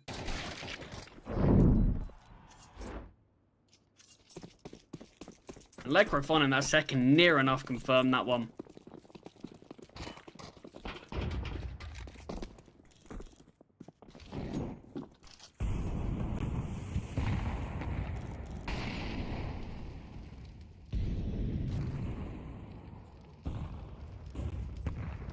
Cloud, seeing if he can peek towards mid. Does flash the Guardian player off for now. Won't have a direct fight to take. Nice nade onto Virtuoso. Doing a nice bit of chip damage. And Molly accompanying it as well. Forces him right back and down to 42 HP. Look at all this presence made mid. Look at these CTs. They've fully rotated. Obviously, they've got weaker weapons. Seemingly, they want to gamble something. They want to find an advantage, and I think it's how you have to play around like this. We're in an awkward position. You can't really rest on your laurels with 3 MP9s, a 5.7, and a FAMAS. And here we go, another attempt to try to get an advantage. Lunatic gets gifted with that timing. The FAMAS goes down. That's the only rifle in play gone. Now the A-push will commence. Milwaukee does find Sammy. And ZTR now is this flank. Raiko in the 1v4 to try to see if he can bring Anonymous into this half. 6-6, but it won't be. Dragon does find him. And Project G finds 7 going into the halftime switch. I mean, close performance throughout the whole half, really. Finances at the end definitely is what allowed Project G just to take that slight edge over Anonymous there, but still, this game certainly feels like there's a lot more to offer. I don't think Project G, just with this slight advantage, it's going to make too much of a difference. I still think it's going to be such a close affair here, and Anonymous certainly have that possibility to bring us to that third and final map, which obviously will be Nuke if we do get there. Pissed around though, so important for Anonymous. They fall here, then it's scary times for Project G, as they could just run away with it. The T's grouped. Pack mentality here, glued to each other. Waiting here at the bottom of this ramp. Starting the push now, starting the siege. Fast. No slowing down, clearing every angle. The CTs are more than aware of this. They've rotated a lot here already. 4 players, they're playing passive. Early kill goes the way of Anonymous, what they needed. Lekro pushes through, the CTs do push through, the bullets don't connect, Lekro somehow gets a double! I don't even think he was aiming for the other. He does come out on top and does find the kill, the bomb starts to get planted, it was just a tap, Raiko finds the first, these Jawlies now. It's awkward fighting at range, but the player close is what Dragon wants to take down. Lekro finds him instead, 2 on 2. Bomb still yet to be planted. Now the tap of the bomb, the swing comes through. Dragon wants to kill this player on the bomb side, but Samey with a great find, and Lekro goes down to the same. Anonymous do win the pistol. And Lekro's triple, not enough to convert. I mean, look at this. Lekro, did he look for that one? He did, in fact. I don't think he realized Sobel was that close.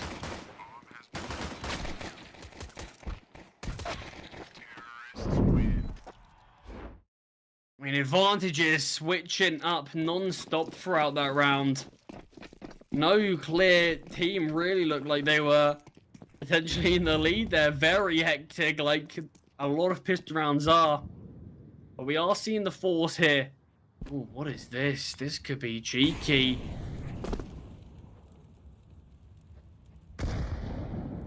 Okay, the triple boost. They messed it up initially. Oh, this is going to be a free kill, surely. Oh, Dragon has made his presence known. Does eventually get away with the kill. Looked up in the air, but Wilkie finds one towards mid as well. Sobel does get one. Keeps this one close, but weapons can be retrieved now. The T's do have the disadvantage, but they have the sight. The bomb took a while to go down in the last round. Getting it down early is going to be nice. It's going to leave the CTs to have that time limit to play with now. Nading the smokes right on Raiko. Doesn't clear too much vision, but will force him back slightly. Both tees, they wanted to play aggressively. I think they're starting to realize it's back away slightly. Another smoke drop. It's going to make things difficult. X-Cloud makes the jump. Damage. Oh, you can see the aim punch there is brutal. DTR. Smoke on the bomb. The players swing on a through. Buys the first, gets the second. Is there time? He's straight on the bomb. Oh, this is close. I think he's got it. Oh, it's so close. I don't know. He does have it. ZTR, what is that? The smoke he dropped secured him the round, but a beautiful double kill to end that one up. It looked like Anonymous just about did enough. They opted to swing. If one player had played tucked there for literally a second longer, that round's theirs. Really, really rough way for Anonymous to lose that. And Project G find 8. Eco inbound. Anonymous invest in very little, just a P250 and a smoke grenade. Project G should be on their 9th. I would have loved to get to see a replay from that double towards the end there, because ZTR... I mean, that second shot, I mean, the smoke... the stars aligned, really.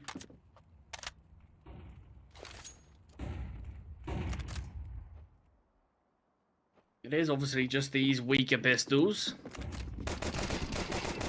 Oh, but in fact, the weaker pistols, the Glock's getting right up in the face of Dragon, and that is a weapon in the hands now of the Ts. Not much damage has been dealt, and not much shooter was actually in play for these CTs. Obviously, they will have a molly to drop. Dropping it in the wrong position, those ETR. With, not the ace. X-Cloud does take one, but a nice quad kill. Obviously losing Dragon early, but the peak's good and the spray was better. Not easy to spray on 4 players in completely different positions with 1 spray transfer, but he managed to do so. Obviously, though, if you do want to check out our partners over at Hellcase, they do have plenty of giveaways going on with hundreds and hundreds of dollars worth of skins to be won. Obviously, you can also check out their website where you can attempt to win yourself some skins. If it is something you are interested in, though, make sure you do check them out in the banner below the stream. But tactical pause at the moment for Project G. They realize how important this round is. Their finances are okay. They're not brilliant, but they're going to be aware that, okay, Anonymous have a buy now.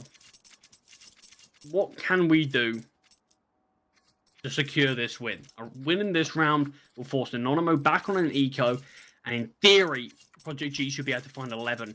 Just 2 rounds away from taking this series 2-0. A series where they come in as the underdog. They come in as the unknown force. We didn't know what to expect from them. And not only we did.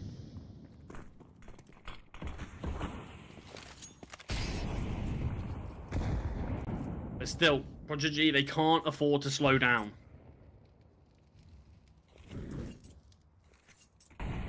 Because if you do give Anonymous an inch, they certainly will take a mile. Spam or dink through. Dragon has to be careful, though. Oh, it doesn't matter. It was all a bait. Backup has arrived, and Dragon, the player who initiated it, is the only one to get out, actually. Samey is in the 1v3, and the way he has actually been playing in some rounds, there is a possibility he gets a double. I said there's a possibility. This man has no chill. Almost made it work. Goes down to the MP9 of Lecro in the 1v1, but what a round that would have been. But like I said, it's going to have to be the eco of Anonymous. They may be able to invest in a couple of pistols, but likely not much else. And it should be round number 11 for Project G, and they should find themselves so close, within touching distance of this 2-0. Oh, the nade, the missile strike in mid. Should be an easy cleanup, but a missile strike comes X-Cloud's way. Oh, nades left, right, and center. And the final player does go down. I would love to see the util use his stats. It feels like Vertigo is sort of second place to Inferno now in terms of the amount of util damage that can be done. It is quite a sight to see. Even on CSGO, there's been so many sort of instances of these. Before we had the smoke sort of, you can throw the nades in the smoke. Before that, still, there were so many cheeky little nade spots. I mean, Anubis has them as well. It feels like the newer maps. I say newer. Vertigo's been out for a decent amount of time now, but it does feel like they've got some really, really creative ways you can throw these sort of nades. Couple of smokes thrown down towards Rambo. Wilkie, what a way to find the kill. Confidence is an understatement for this Project G side. First game with Lecro and ZTR, but the team is feeling good. They're looking good. ZTR, both games is being performing to his absolute best. Lecro as well, you can't count him out either. The whole team's performing. And man advantage in this one, Lecro wants to stay playing close to this pallet. The T's will back away, as we are slowly but surely approaching that 1 minute mark. Once again, A looks like the avenue that Anonymo want to see if they can try to probe, try to penetrate towards. Util up early. They will be using Util to clear this area towards Ramp. They do have a decent amount of Util to play with, but obviously going to be given a lot of information to the CTs here. I mean, these three players so deep towards the bomb site. This could very, very easily be overcleared.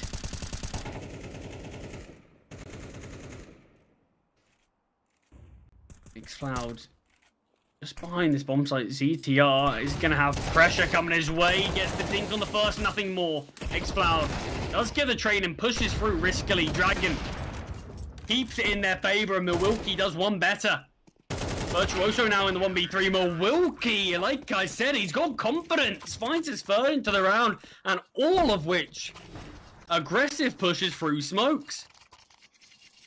And he certainly got the aim to back it up. I mean, he was 11 and 11 before that round, I believe.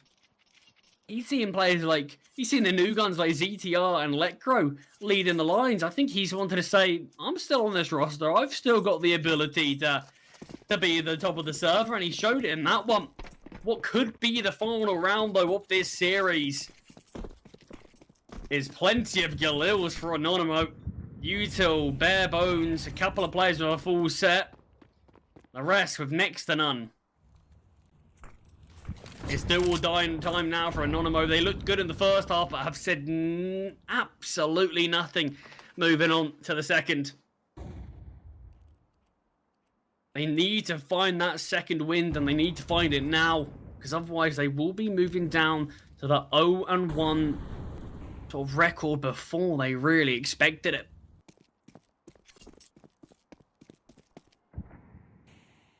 No kills given up yet. No bloodshed at all. You are going to be seeing the boost, though. Raiko is elevated behind the pallet. Lecro close by on the other side. Lecro does get found. Now he puts his teammate in an awkward position. Raiko with a double. 8k retrieved. Milwaukee rotates in. Sorry, ZTR rotates in. Does find the first. There's a chance for a second. It is spotted. Does find one before going down, though. Makes this one a real possibility now. Project G, they certainly could attempt this. They do have the money. But do they have the util, though? They don't have loads to play with. The smart call probably would be to save, but if they wanted, they could give it a bit of a crack. Maybe see if they can get a few exits. Take down a few Ts. Their finances are already awkward. Let's see if we can make it even worse. They will concede. They will back away. Nice attempt from ZTR to get that double. But the fact that Electro and X-Flower went down for nothing makes that round really challenging. Like I said, Anonymo, they need to find their second win. And they've at least had a good start to it. They don't go down 13 to 6. They at least find the seventh, sorry. Game's got so much action, the words are evading me at this point.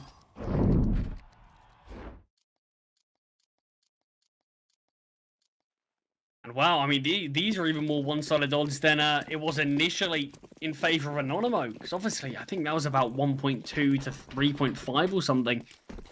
Anonymo were the heavy favorites in this one.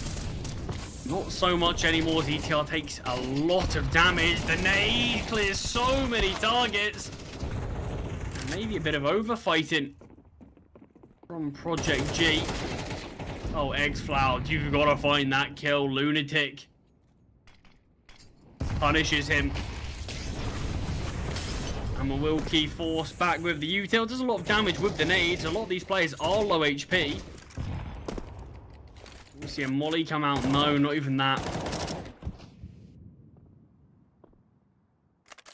So Nono will have the opportunity to keep all 5 alive. But it's once again, we're seeing Project G play differently to what they have been this whole half. They've just maybe got to even take a timeout. Just calm down. You're so close to winning this one. You know Anonymo will take it if you give them the chance. Like how you work. It's working well for you. Milwaukee with the missed shot. Back away slightly. Oh, somehow Sobel survives. He was already like near enough dead. Well, he does get dropped. The USP does the job though. And a couple of kills found. Letcrow just tucks away. How was X-Cloud not found that one? Lunatic had his knife out. Obviously, great shot from Lunatic, but X-Cloud, I mean, that would be a way to get your team back in it. Turn a 2-man disadvantage to a 1-man. Keep yourself alive, delay. And who knows what they could do. Around 21 here. And there's another attempt at a fight. Milwaukee goes down early. Dragon, though, this time gets one and is allowed to back away. X-Cloud rates the wrongs from the last round and finds Raiko. The beginning of the end could be here for Anonymo. Despite finding the first kill, X-Cloud very deep, but Virtuoso more than aware. So 3-on-3, Dragon. He's uncleared. This could be disastrous. The Lunatic is very deep, so if someone like Samey doesn't clear it, a trade should come through. No one even swinging this angle. Dragon's going to hit all of this. Start to creep behind now. Finds one. And it's all on Virtuoso. 1 versus 2. The nade comes his way. Little bit of chip damage. Can't confirm the kill, but there's a second man there in ZTR. Project G do take it 13-8. Very, very close half there initially. A 7-5 at the halftime switch in favor of Project G, but the second half was all the international squad. Great, great, great performance from them once again, and they're keeping the trend of that 100% win rate on Vertigo. Obviously, I said 2 new additions, ZDR and Letcrow. First game for them, we weren't really sure what to expect, but we knew Vertigo from them was decent. We wanted to see if they could continue it. Clearly they can. Inferno was a close affair, but Vertigo, in the grand scheme of things, was pretty one-sided, but a very good looking start from Project G here in the groups. 1-0 record for them. Obviously, it will put Anonymo down to the 0-1 record as well. But still, plenty of chances. It's never going to be nice to start here at CCT being 0-1. But it certainly doesn't mean that you're going to be anywhere near out of it. You've still got plenty of games to play, plenty of chances left to get through groups. We do need to see a little more from Anonymo, though, as they were quite slow to start. We do have another game coming up today, though. Fours versus Aurora Youngblood. And that's going to be an interesting affair as well. I think potentially it could have that possibility for that 3-mapper, but obviously Forza will be the heavy favourites in that one as well. But just like this one, just shows that favourites aren't always guaranteed. We will be going into a short break though. That match will be up in around about an hour or so time, so don't go anywhere because that one will be a thriller. So we'll be having a bit of a short break. Get yourself some food, get some drinks, get whatever you need, and come back here in about an hour because we've got an exciting game on our hands. But we'll see you then.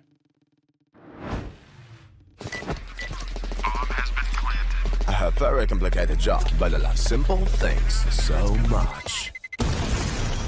One move, one push.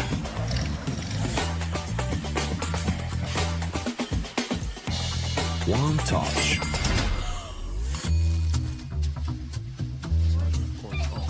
One love. One click. One X-bet. You look into your inventory and there's only... It's time to forget about this garbage. Here you will find everything to play with really cool skins. Open top cases. Upgrade dropped skins and turn your junk into a cool gun using the contract system.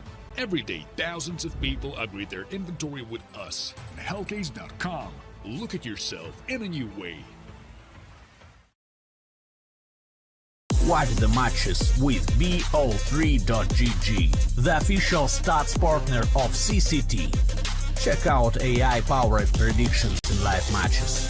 Get access to live scoreboards packed with in-depth weapons and grenade statistics. Check out round maps in the match results. Extend your game vision with BO3.GG.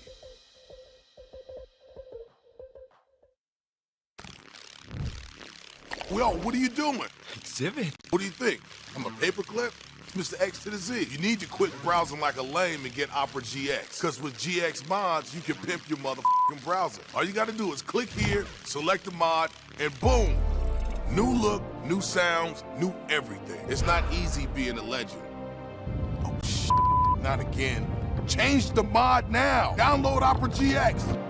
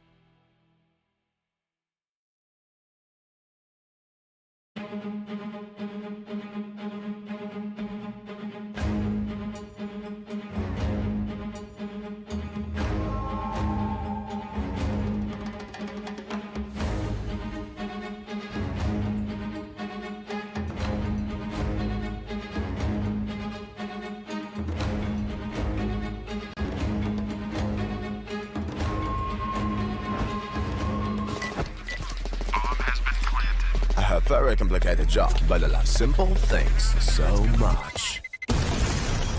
One move, one push.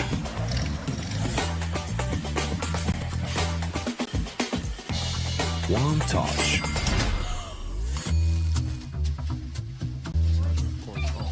One love. One click. One XBet. Trying to get the skin of your dream for a long time but can't get it in any way? On our website, you have a unique opportunity to get your favorite knife. Users on our site can hand out skins themselves, and participants need to fulfill some simple conditions. For example, watch a video or buy a case on our website. After that, you automatically become a member of the distribution. Go to the user giveaways tab and do what you like. Hellcase.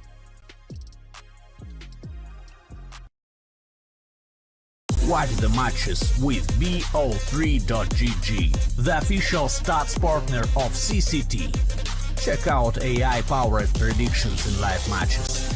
Get access to live scoreboards packed with in-depth weapons and grenade statistics. Check out round maps in the match results. Extend your game vision with bo3.gg.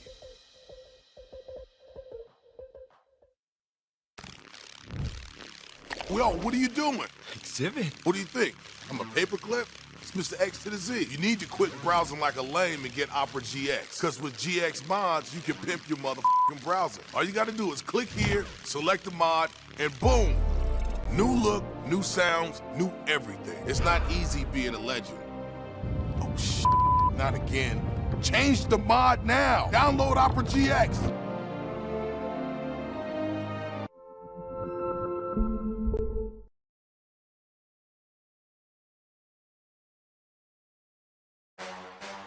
The champion of champions. Welcome back, ladies and gents, to another episode of the CCT podcast. We've got a ton to talk about, man. There's just so much action. It feels like it's never ending. Hey guys, we have another interview for you today. Very special guest, Speedy. First, a funny thing, they also call me Grandpa in my team because I'm so old. What are your general thoughts on what might come for the next couple of months of CS2?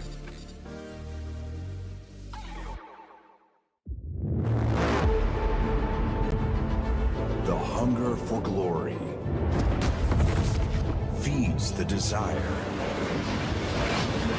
the courage to look for a challenge, to feed your ambitions.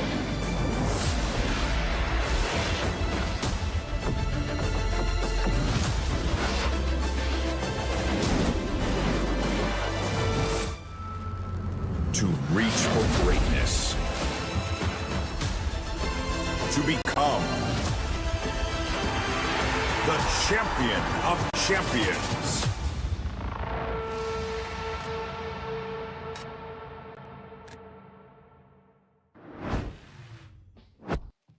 Hello and welcome back to some more CCT action. Obviously, East Europe Series 4 here.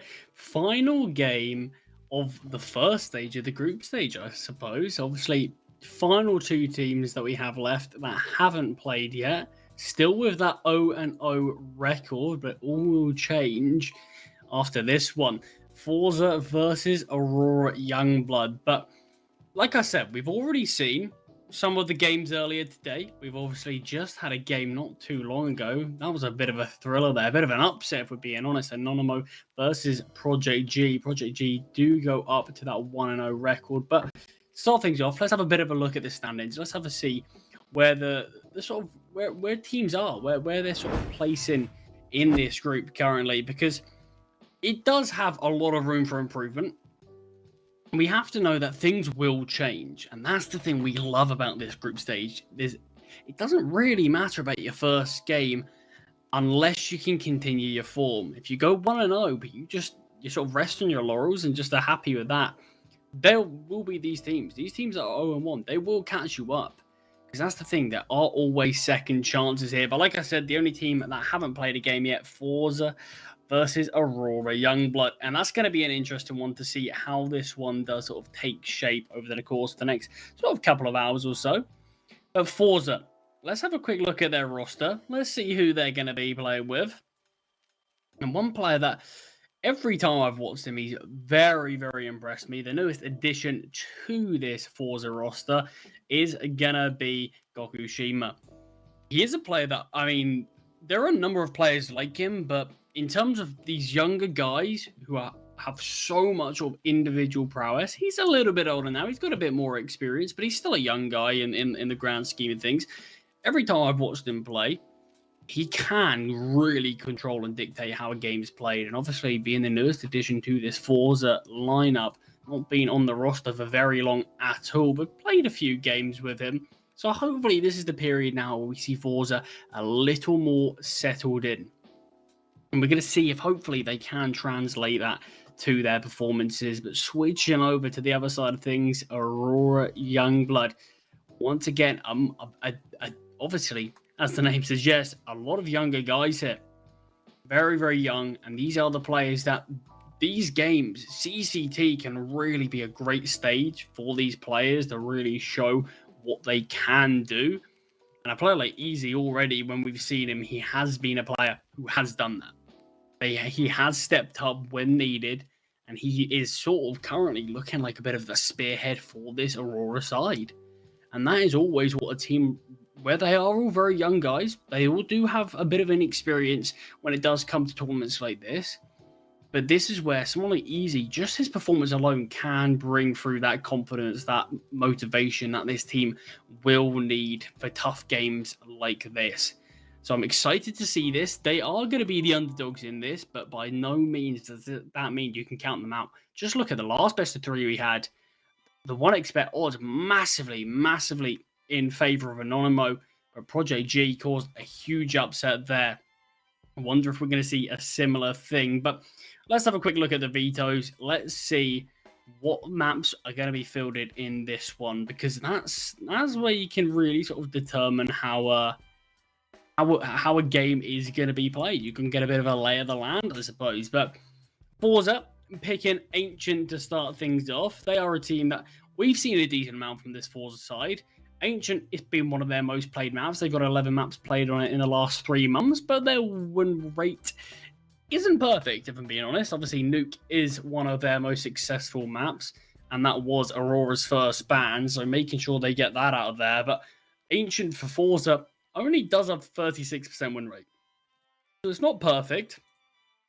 Aurora have played a similar amount of maps with a very similar win rate to them. So Ancient's going to be a bit up in the air.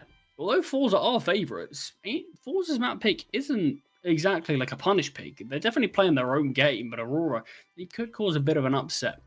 Mirage being the second map, 60% win rate for Aurora, 47% for Forza. A bit more leaning the way of the team that does pick the map this one, but still, win rates aren't massively separate. They're not massively one-sided, so there's definitely the chance Forza can take this one as well. And so far, these two maps, they're looking like there could be a real brawl on it. Ancient being that final one, sorry, not Ancient, sorry, Anubis being the final map pick. I mean, Forza have double the maps played than Aurora, but Aurora do have 25% better win rate than them. So, yeah, this one's very much up in the air. The map pool isn't clear-cut by any means, but I do believe the game is almost amongst us, almost here, and here we go. Kicking things off, Forza versus Aurora Youngblood will be starting on Ancient. Forza's map pick. And I said the map picks, it feels like nothing is confirmed here. But we'll have to wait and see if it actually is the case. Gonna have a slight take pause to kick things off. We do love to see it, but I think we're ready to go right now. Yeah, it's interesting with this map pool. It makes things a lot more interesting to predict. Coming into this, I'm looking at, I mean, look, even 1xBet, they're looking at it the same way I am. Forza, they are the favourites in this. But this map pool doesn't make it feel as one-sided. Certainly not Aurora. They have the chance. Out towards mid. Gokushima, the first to go, was blinded by his teammate. A fast mid push here, in fact. Easy force back.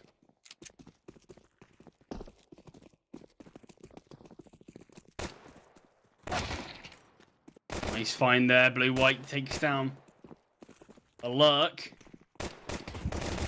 Selfie towards Temple, does find the kill. Result as well as backup. Gokushima chimes in with one of his own, and just like that, although the alert does go down, the A bomb site is under the control of the T's for now. Selfie. Looking to see if he gets another. Wants to take this fight. Oh, what a find there onto blue-white. Final player in Temple will have not eventually go down, and not just yet. Finally will do so. And Forza take the pistol round. I mean, really, really nice A-take there. Not the cleanest first kill we see here from Shelfie, but they get the kills. This was a great one onto blue-white. Taken down really without a chance. And Forza, important stuff. They're on the T side of Ancient. Definitely the most unfavored side. Probably one of the most CT sided maps in the pool. So it is important to get a bit of a buffer, and winning the pistol on the T side is definitely the easiest way to do so. Brad. Out towards mid, and we are seeing a bit of a 5-man A push from the CT side.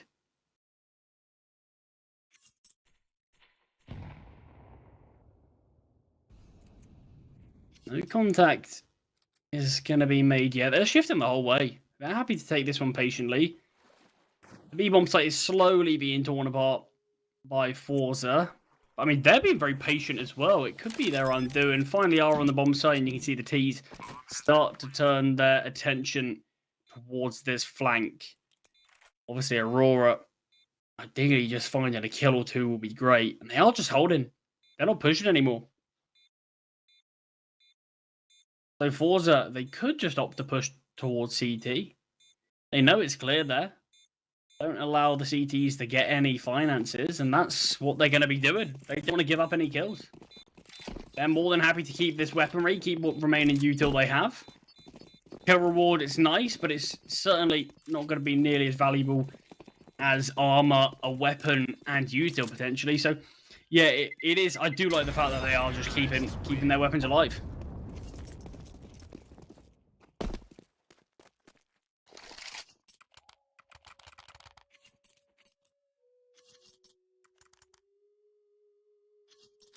And there we have it, the 2-0 start. Forza are going to be up against that full by now of Aurora, but obviously the lack of lost bonus as well, only the 2.4k on top of no kill reward is going to mean util is going to be a bit of a pipe dream. You have a little bit to play with, but nothing too excessive.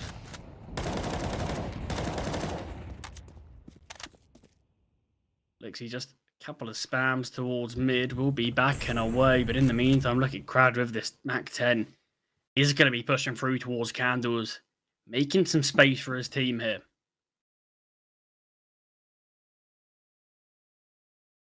Geo Pucks here. It's a position, but if baited incorrectly, it feels like it very rarely gets cleared. Will be peeking out though into his demise. Gokushima's the one to find him.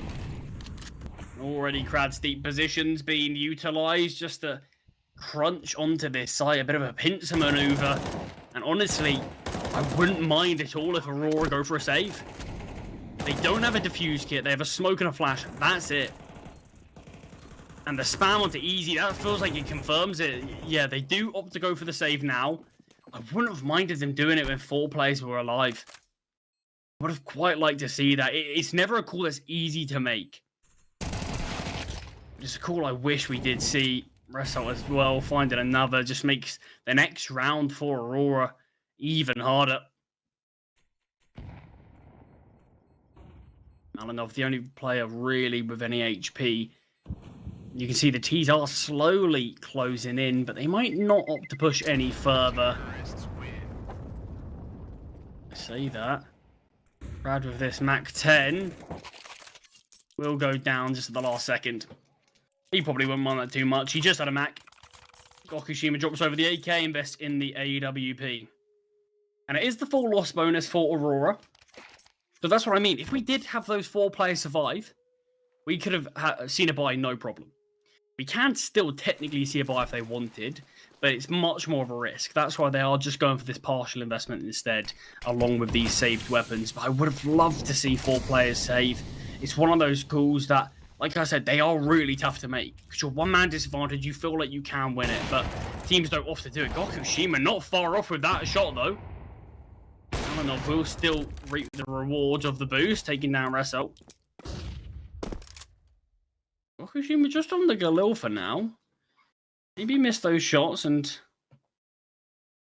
isn't feeling too good, but we'll just drop the Galil towards relative safety, just out of the prying hands of those CTs, wanting to retrieve that.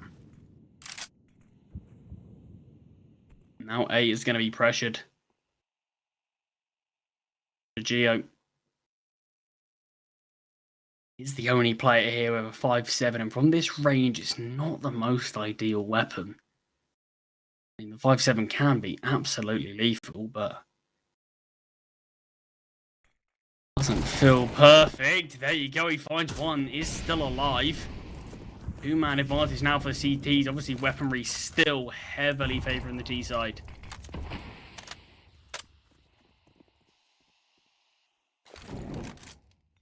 Towards Dempool is definitely going to buy some time. Will allow this bomb to go down as well. 25 seconds on the clock. Do the CTs just try to burst? No, not yet. Blue-white straight into the arms of Tanir. Gets his second, in fact. And by the looks of things, the T's have stabilized. Finds his third. Can he get the fourth?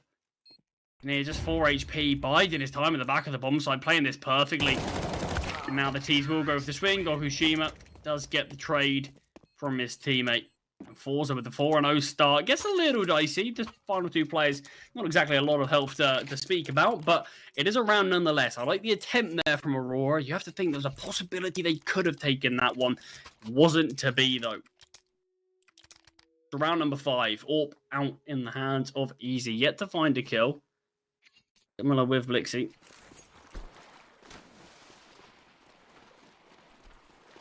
It's still early doors. Nothing to be concerned about for Aurora. The only concern will be is they are on the CT side, and we do want to start seeing a few more rounds go their way, as if Forza have too good a T side, sometimes it's just too far gone.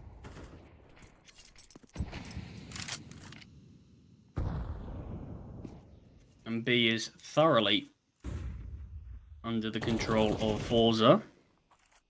Cave is always a position I absolutely love to see from the CT side.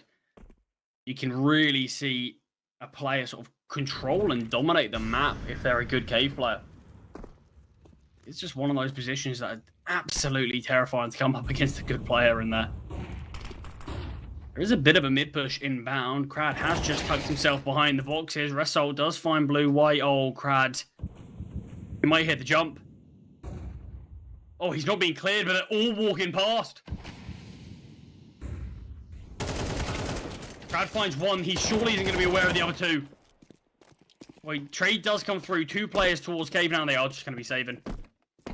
Oh, Crad could have got 3 there. I'm surprised he didn't hear the jump. Potentially, it didn't make a sound. It feels like sometimes it does, sometimes it doesn't, but either way, the round will be going the way of Forza. And another good round for them. Good take. Blue-white struggled a little bit there towards Cave. It's sort of a position where you've got to know when to give it up, when to fight it, and sadly for him, this round he made the wrong call.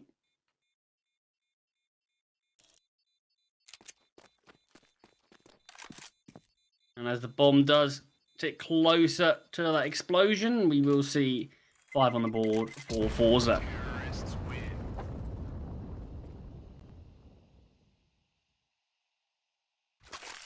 Couple of saved weapons, as well as the full loss bonus, will mean we'll likely see a buy from the CT side.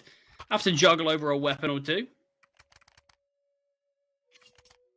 But obviously, if you do want to check out our partners over at 1xBet, and you do want to check out some of the odds they've got on CCT games, make sure you do find them in the banner below this stream, because, I mean, we've seen some really interesting odds here, and some of them just gone the way of the team very unfavored, so it's always nice to check it out. Crowd will be pushing through. The flash looks good. He gets 1 for free, ready for Easy, but not quick enough. This time, Aurora finally have some success coming their way. Tanair blocked on nothing by the looks of things. Clip in there. Resol under pressure. Finds one. Trade does come through for Aurora. Tanair has to be so wary of Easy and isn't wary enough. Does go down. Gokushima might be able to get an easy one here if he's got enough patience for it. We'll be able to be given quite a nice bit of space here. There's room to maneuver. If he goes towards Temple, he'll get a free kill surely on Easy. In fact, he's got a free kill regardless of where he looks. And there's the first. Easy is here towards the site. Onto the bomb, it's the full-on stick. Oh! The bomb goes down. Molly out the leg, 1 HP on Gokushima. Oh, this is going to be so tough. The nade as well could seal it. In the smoke, has just crept on through. He sees the play on the top of the bomb site, surely. Apparently not. Easy does find him. If that round was won, that would have been ridiculous. Bomb will be defused and Aurora will find their first round, but money far from being an issue for Forza currently, especially with that cheeky $800 coming in thanks to the bomb plant.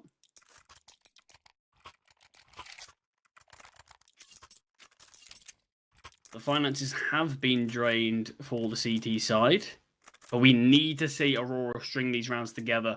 Ancient is a map, like I said, where it is CT dominated. If Forza finds 6, 7, even more rounds, it does feel like it's going to be such a tough second half for Aurora. So we need to see them start to have a bit more success now. Good start in the last. Let's see them continue it. Good bit of nade damage early there. Nice find from Blue White. That's what we need. Dominant K performance. But right now, Forza, when they have gone towards there, they certainly have had his number. This one's all Aurora right now.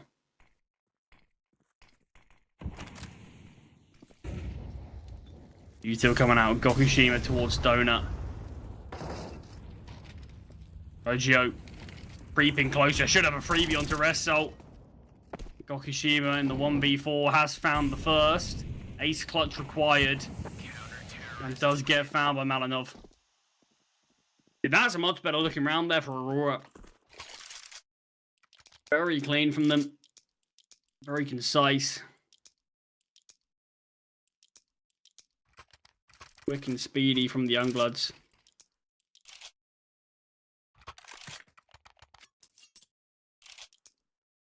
Round number 8 though. Still Forza.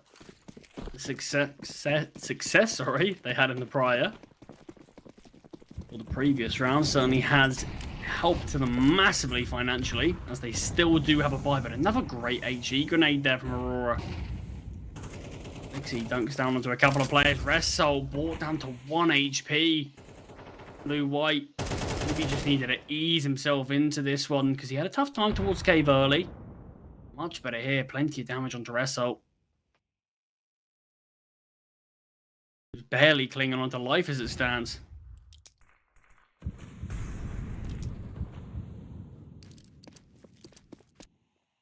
Still no actual casualties.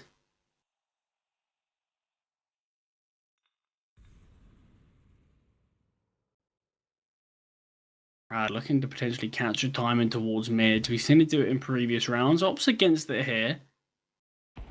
We are seeing some A aggression. And it's in fact just has Daenerys backed away.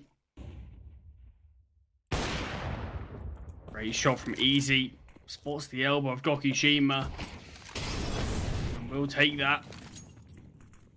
Only on the back of the site. The nade. Great. Ichi there. Plenty of damage, but time is ticking. Lixie in the back lines. Does find Tanair. Resol, despite being 1 HP, should be able to find this one, and he does. Oh, Crad in the back lines. The B-bomb smoke will be open if he finds this, but he can't. The bomb is being planted in the smoke. It cannot go down, though, and it's all on 1 HP Resol. The only player to find a kill, and he's been 1 HP for the whole round. Looking at the CT's position, and he should be able to survive. But Aurora 3 in a row now. It was a 5-0 start from Forza. Struggling to find any success prior, other than their early domination.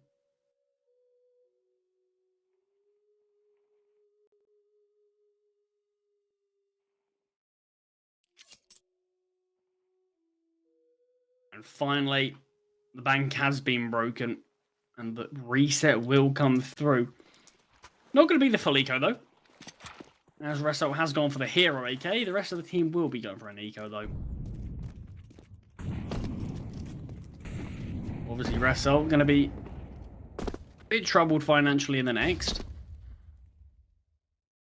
But, I mean, what a statement it would be to solo win his team the round if he can.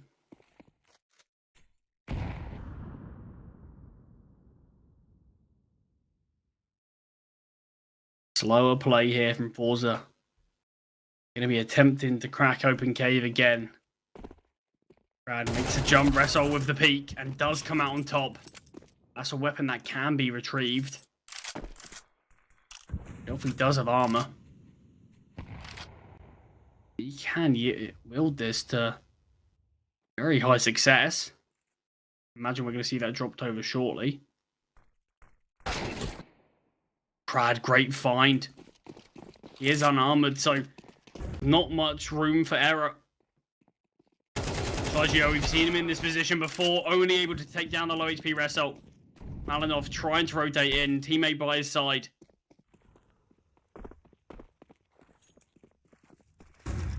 And this was the eco with Result's AK. That's it. It just does show why a lot of teams do opt for these hero rifles, whether it be M4, AKs, whatever it is. They can win your team the round. Result, he only found 1 kill, but it allowed teammates to pick up weapons. Brad hit a beautiful shot onto the donut player. That's another weapon in the hands of Forza. And from there, it just spirals. The team, they had a pack mentality. They just overwhelmed the players on the bomb site. And sometimes that's all it takes, the butterfly effect of it all. Result will take that to the bank every day. Final CTs are here towards despawn. There is a chance these Ts look for a little more. Shelfie not far off. Great find there from Blixie. He was ready for it. Round number 10, but Forza do break the streak of Aurora to confirm that regardless, at minimum, they will be going into the next half with 6.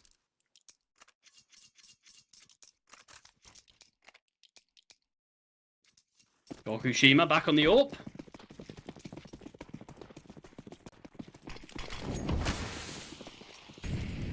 For the run boost. Early up towards Shelfie from Easy. Goes for the peak spots. Nothing, but there you go, Shelfie. Pushes out of the wall. He's not ready for that at all. Crad. Oh, the timing. What is this? Oh, this is actually crazy. Blixie throws out the smoke. Crad aware now. He's pushing for more. He's going so deep here. He's relaying this info to his teammates. Goes for the kill now. I mean, his position was so good, he potentially could have looked to sneak through. Maybe he needed to in a round like this. Hasn't gone for it, though. Takes the 1 kill and loses a life.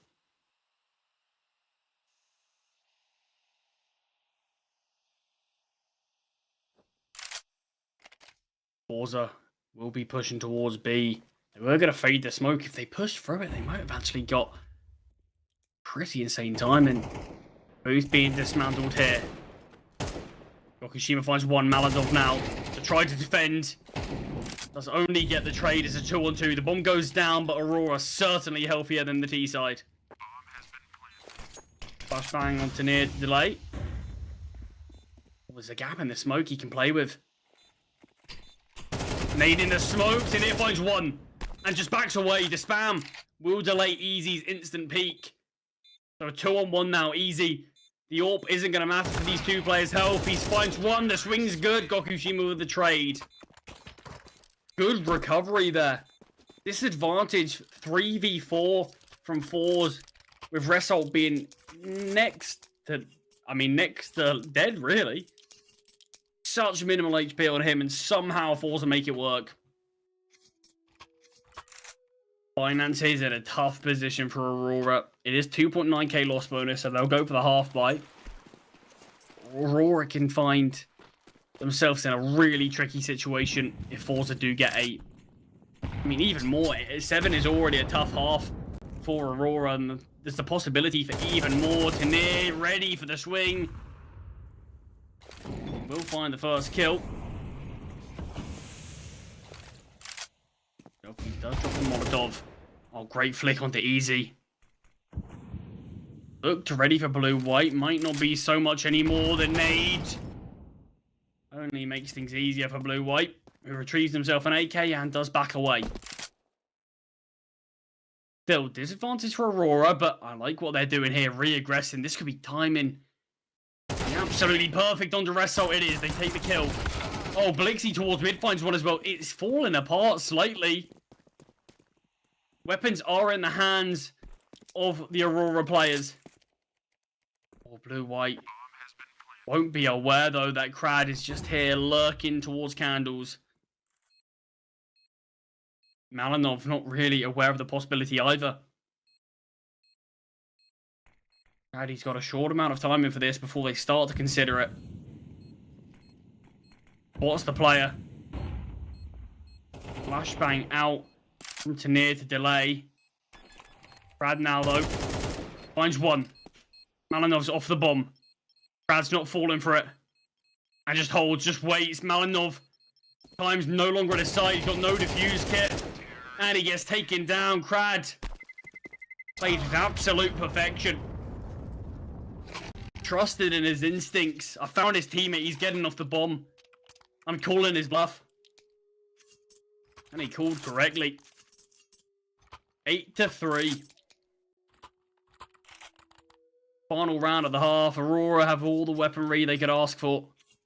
But certainly not the amount of rounds.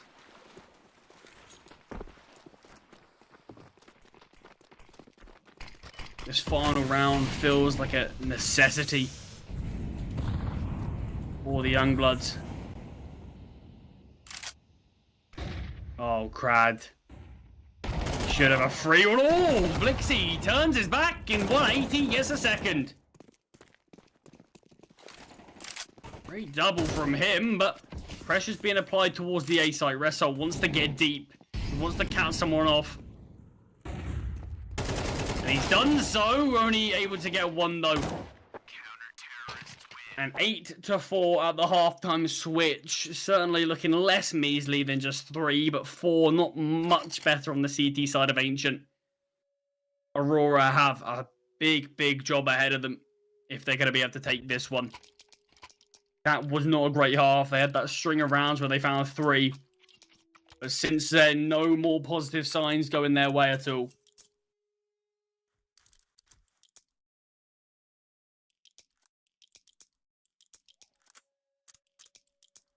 This round of vital importance to the T side. Aurora, to feel like they get themselves back into this game, they have to win this, and Blixie starts things off brilliantly. 2 kills from him and the assist on another. Finds his third into the round, and the Glock, regardless of what range it is, he's connecting the bullets. Crad 1v5 for this round. The man of the hour certainly is Blixie. Brad does find one, but look at the swarm of T's here. Ooh, another find from Crad. Half clears easy. And that will be his undoing. So pissed around, I said how important it is for Aurora, and Blixie stepped up when required. And has given Aurora that one.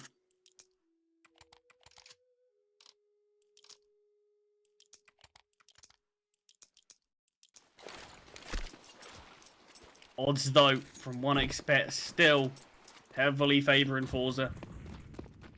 It's just the eco from the more experienced side in this one.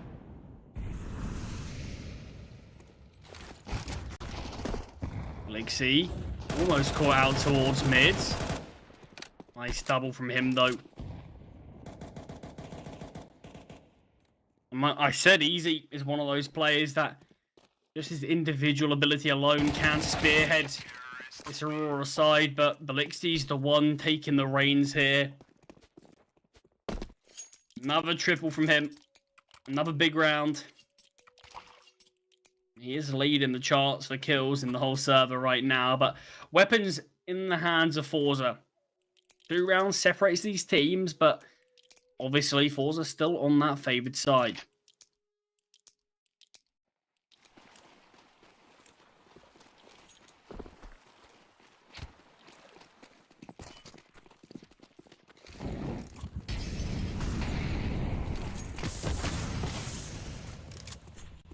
Blixie, quick hit towards Cave.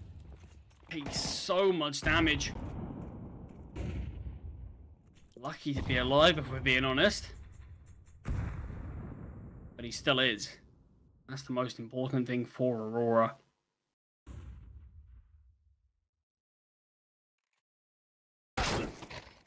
Result punished for just going for the jiggle peak. An advantage to the T's. And this is much better. This is similar to what we were seeing when they had that string of rounds. They just struggle to do it consistently. That's what we need from them now.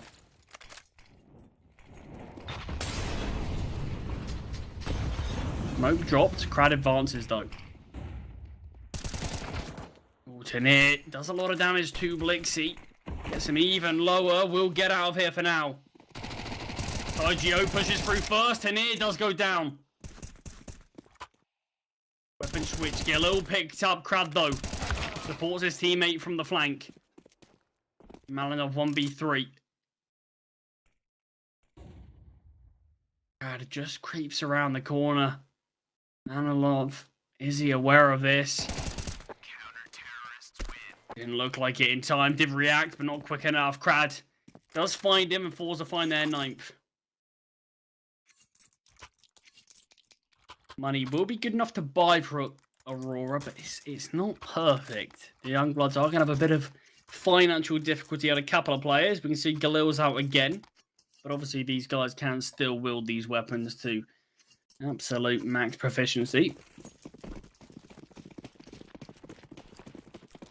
Round number 16 though, Forza not far off. That all-important 13, but the close the game comes to finishing, it feels like it's just that much harder to get. Opening kill goes the way of Aurora. They've been really good at getting them and even better at doubling down. Just like that, about 20 seconds into the round and already a 5v3 in favour of the Youngbloods.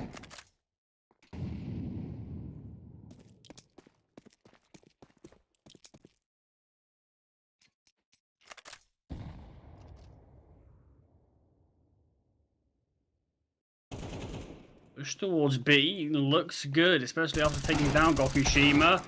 Only one's able to be found by Result, and Crad will be attempting to go for the save. He finds himself in a 1v4. And that was the complete switch. Forza, they're struggling to find anything consistent on the CT side. And Aurora, they're finding a lot more success in switching sides.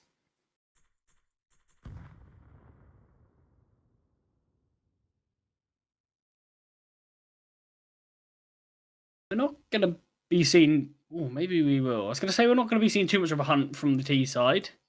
But no, they will just be looking to save. More than happy to let Crad save this solo M4. Make sure they can keep their money high. Because you can see he plays like blue-white. They're on $50. ED wasn't much better. So it's important just to make sure they are keeping their own funding as strong as possible.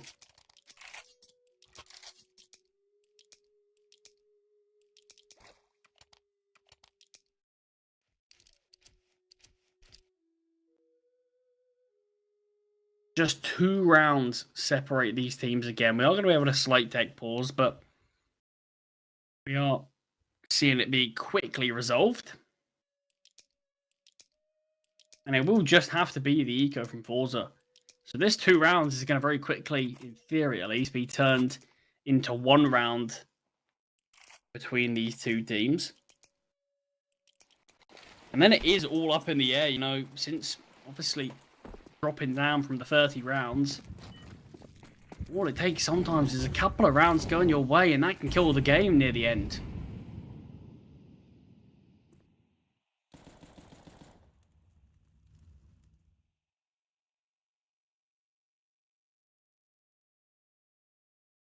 Brad playing towards mid. He does have teammates in Donut to be able to swing off of him.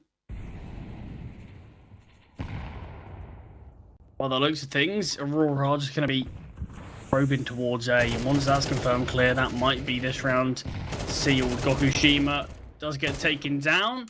Tinir shortly after. Crad will find Blixie. You see he's trying to search frantically for a way into this one, and will get found. Result does retrieve the M4. Blue-white just about drops the Molotov, but recovers. And there you have it. 1 round separates these 2. Forza, what looked like such a great start, has very quickly dissipated.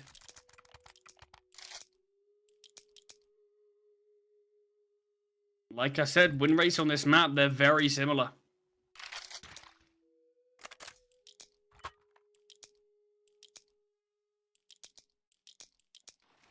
Very similar, but neither particularly impressive.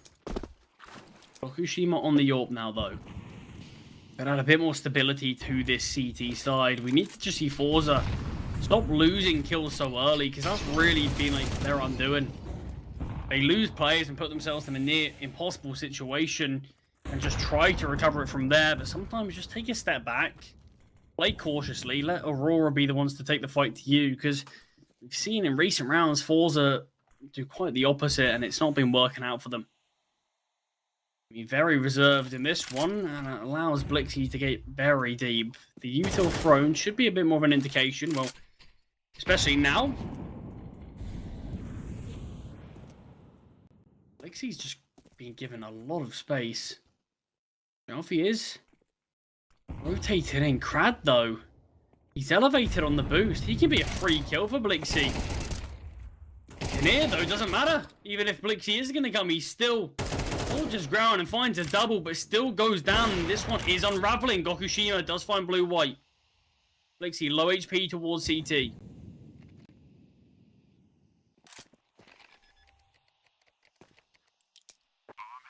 Gokushima tries to fake the steps to bait Malinov off of the bomb, but he's not falling for it. Waiting for the smoke to clear.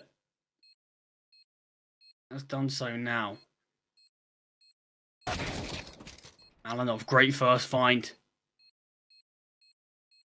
Gokushima doesn't even seemingly want to give it an attempt. Doesn't attempt to go for the trade. So leaves himself in a position where he doesn't want to give it a crack. And Aurora will be leveling things up. Gokushima lucky that Blixie was low enough to go down to the bomb, because if he doesn't miss his shot, he will likely be the one to go down instead. Round 19, and Aurora Youngbloods could somehow take the lead in this game, which is, I mean, quite a feat for them. How this game's been going, you certainly wouldn't think that'd be the outcome. I mean, we had an 8-3 half. For an 8-4 half, sorry, I don't know what I'm on about. Doesn't add up. But it was an 8-3 scoreline at one point. I mean, since then, we've seen Forza get 1 round. They're very, very struggling. Very much struggling on this CT side. Really struggling to make anything work. Gokushima is still on this AWP with 4 pistols around him. We're going to need to see him try to get into the action a little bit more. Playing timidly towards Donut, just holding for now.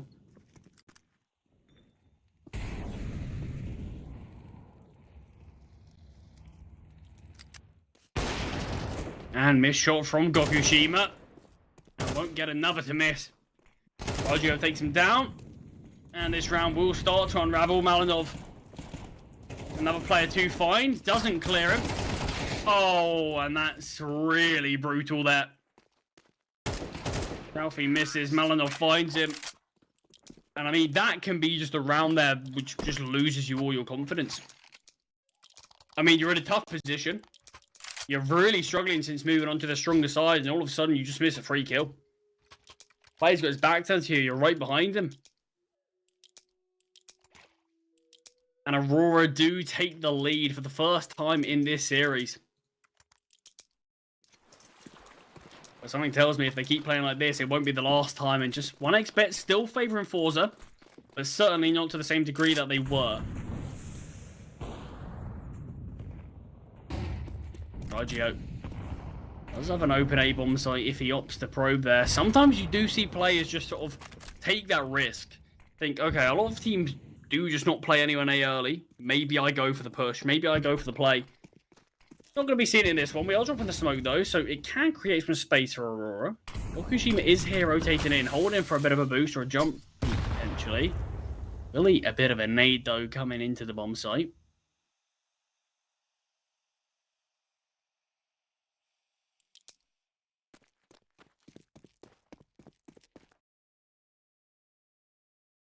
You two are coming over now to near. So much work to do. Fully blinded, tucked to the back of the big box. We'll find one. Teammates in Result have arrived to save the day. Ollie dropped towards main and Tine is able to get out. Okushima does find one, it leaves easy in the 1v5, but really, really important stuff for Result. Found a double, took the pressure away from his teammate, allowed him to find a kill and back away. Brilliant stuff from him. Easy with this all. 30 seconds on the clock. Players everywhere. No safe space at all. And he does go down. Crad finds him. Do we see the second orb get retrieved? No. So all level again. So Aurora, they don't keep the lead for long. But Forza, we've seen them struggle to actually have anything consistent in this half.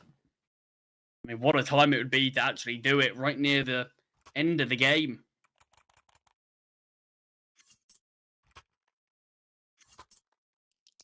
Still, full buy in play for Aurora, but their finances will look pretty scary if they do lose this one.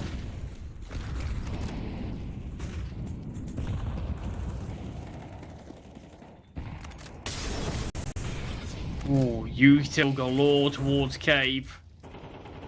Lixie has been brought down to 31 HP due to all of it. Look how many smokes are here. No clear vision at all.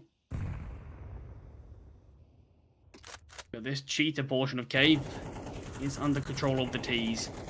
Had been boosted up.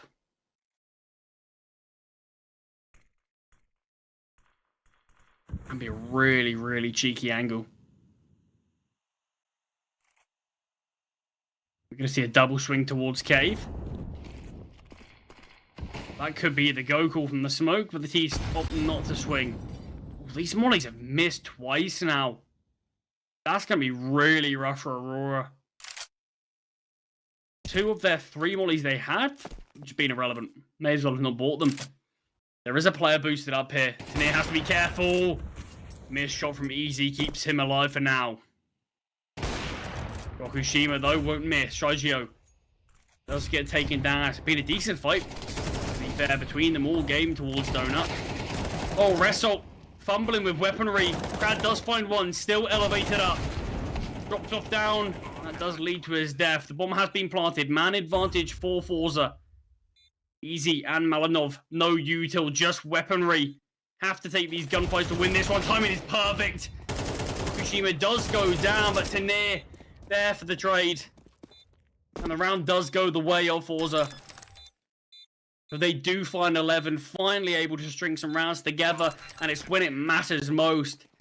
I mentioned the money isn't going to look great for Aurora. They got the bomb plant, so they've got a little more cash injected. Technically, they can go for sort of AKs, Galils in this round if they do want. Basically, the question will be, do we want to play for overtime? Or do we fight for it now? We're seeing AKs invested, dropped over.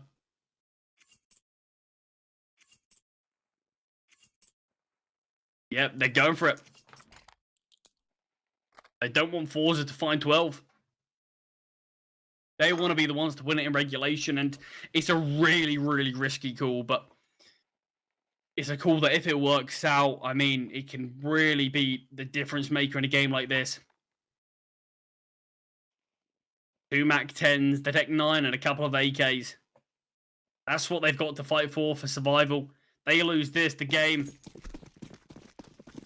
could be sealed. Forza could just run away with it from this round. And we're seeing 5 players push towards B. Util going to be lined up. 2 men defending it for now, and Result towards Cave. Means Crad towards the site is going to have so much work to do. Drops the smoke. Getting pressured early. Does find Stragio. Oh, just crosses with the USP. Gives up his life very easily there, and the kills do go the way of Aurora.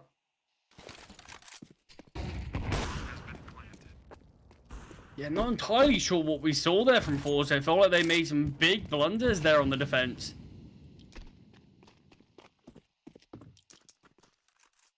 We saw Crowd on the bomb site. We saw his teammate rotate in towards Cave. They could have just played that as a bit of a crossfire while Crowd attempted to reload. But I'm not entirely sure of the USP run across a smoke and hope to not get punished, I suppose. But it feels like that would never have worked. But, I mean, curious stuff. This is where the pressure really makes players do silly things. And I guess right now the pressure certainly did affect Forza in that one. 11-11 once again. Money still enough to get an investment out for Forza. But Aurora, they've given themselves another chance. Denied the map point for their opponents and put themselves in a position where they now can take it.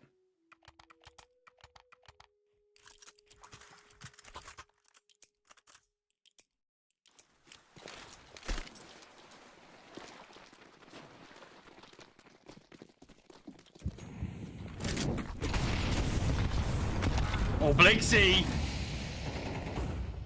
takes so much damage from the Molotov, and the nade's the one that really applies that killing blow to him. That is really brutal way to start the round if you are Aurora. But look at them, they're looking to see if they can find something towards A. The smoke does come down. It's not a great smoke. Result does spot one. Does get one, in fact. More players coming his way. We'll get taken down. 3-on-2 here, Aurora. They should be able to get the bomb down before too much danger starts. Oh, maybe not, though, as Gokushima finds him through the wall, through the smoke. And just the push from Shelfie as well. That is so unfortunate. It starts off terribly with Blixie going down to the util towards mid. And then the kill Gokushima found. Feels like if you're an Aurora fan or a player, feels like everything went against you in that one. But great stuff from Forza, and they do eventually find that map point. It's been a much closer game than I think a lot of us expected. This is obviously Forza's map pick.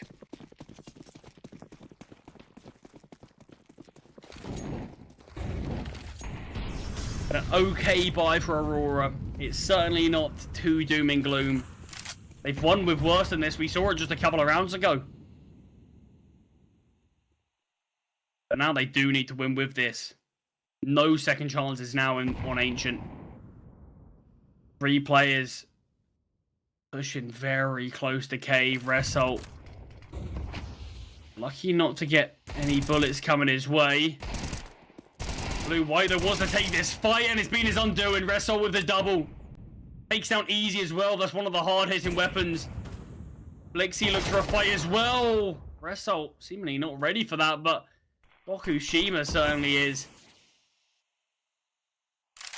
2-man advantage here for Forza. Sergio needs to try to retrieve a weapon, but can't. Does get found. Malinov now. 1v3 to keep Aurora in this game and bring us to overtime. And there is early. Oh, I thought we were just going to see Crad go for an instant swing. I'm glad we haven't, because that would have been quite peculiar. Bomb retrieve now from Malinov. Not loads of time to play with. 35 seconds. Has to push out. Luckily for him, not everyone is towards this side of the map. Still, though, 2 players to find. And Gokushima glued to this ramp angle with the AWP.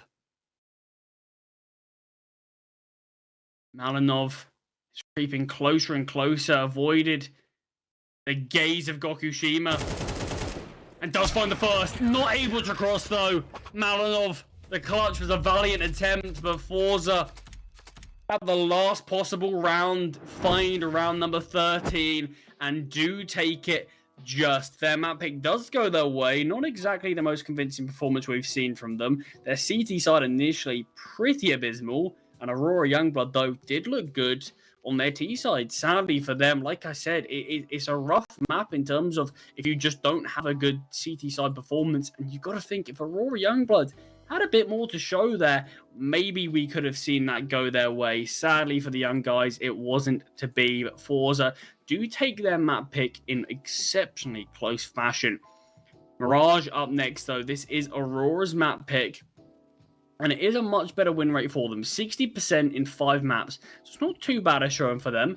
Forza, though, they played a decent amount of Mirage, sitting around a 50-50 win rate. It's all up in the air. Who knows? Very much a coin flip in this one. And I think a third map could be on the horizon. We'll have to see after the break, though. Don't go anywhere, because we'll be back very shortly with map 2.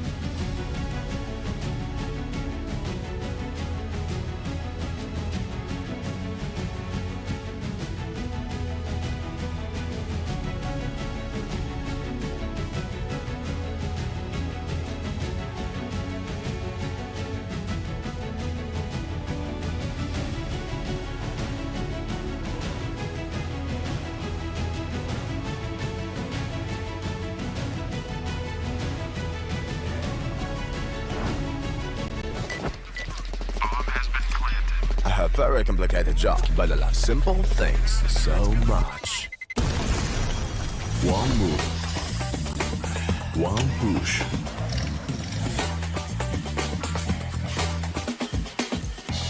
One touch.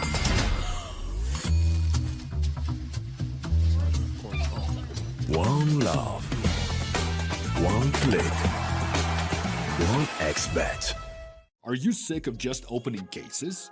Join the events. At each event, you can find special cases from which tokens fall. Tokens are your ticket into a world of unique awards.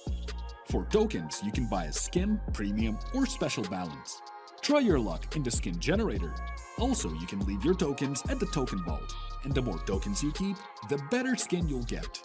Add variety to opening cases with Hellcase. Watch the matches with bo3.gg, the official stats partner of CCT. Check out AI-powered predictions in live matches. Get access to live scoreboards packed with in-depth weapons and grenade statistics. Check out round maps in the match results. Extend your game vision with bo3.gg.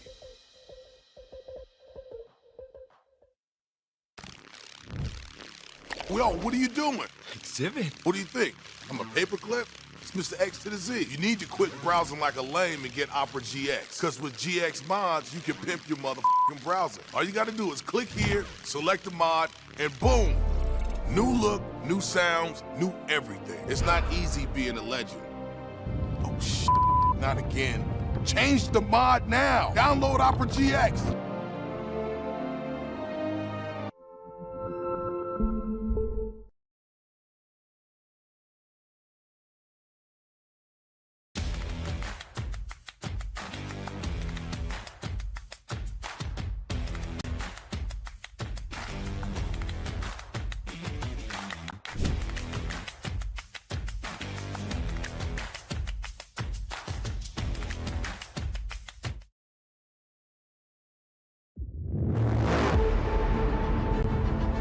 The hunger for glory feeds the desire, the courage to look for a challenge, to feed your ambitions.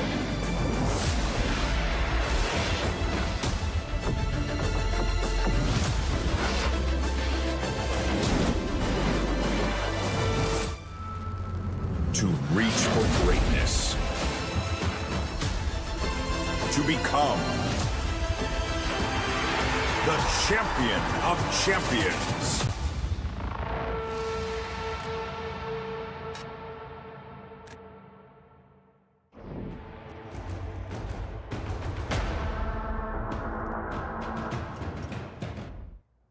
Map number 2 now. Forza just about got the win on their home turf on Ancient. Now, Aurora Youngblood, they are on their map pick, and have a look at those 1xBet odds, massively in favour of Forza, but considering their performance on Ancient, I personally wouldn't say it's that one-sided. Gokushima tagged down early. Kanir on the balcony. Finds one, gets a second, still alive and kicking, not for long though, does go down. Gokushima soon to follow. Advantage Forza, the bomb is dropped. That's going to delay a bit of time. Wrestle. Just making some presents here for his teammates and apps, but a missed shot will cost Kofi his life. Prag won't make the same mistake though. Does take down one. Trigeo has to be found here. Wrestle. All that remains now. Trigeo's not much health to play with, but Resal does come out on top, and Forza do win the pistol round, but in very close fashion, especially after you consider that was a 2-man advantage. Initially, that was a 5-on-3. The round does go the way of Forza, and I mean, this is what almost cost them. Shalfie missed that shot, not really expecting someone to jump up on the van. Resal does step up when needed. But we are seeing the force buy from Aurora. Haven't been too many force buys that we've seen today, actually, so what a welcome surprise. And it's a good buy. 3 Galils, an AK, and a Scout. Gokushima pushing towards mid. Result finds the first. Gokushima can have a field day. Gets nothing but a team kill on the side of Aurora. Keeps this one level.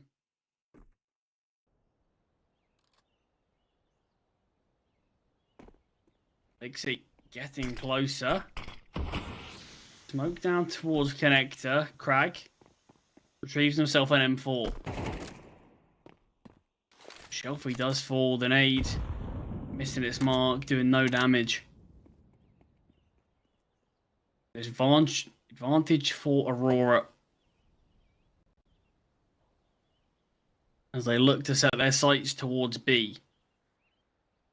Brad is mid-rotation, and he's already towards the bomb site for now. In here, gambling with him. Where they choose to position is going to be absolutely everything.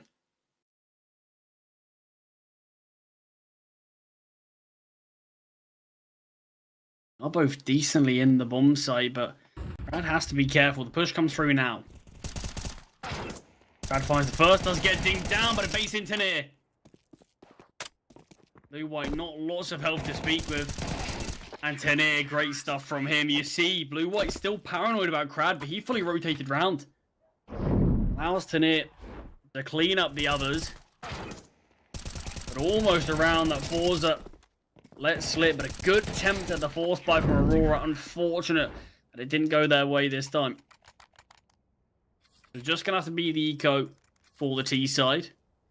Gonna have to give this one up. There is a little bit of an investment. And a decent bit, actually, from Shigeo. We'll still be able to get a buy in the next, but will be a little limited in certain places. Rad. He's looking at the right area. It is going to be a bit of a palace pop. He is going to have a lot of players coming his way. A lot of unarmored players. Only player with armor is Shigeo, who is at the back of the pack. Actually, Crad's responsibility to solo A currently.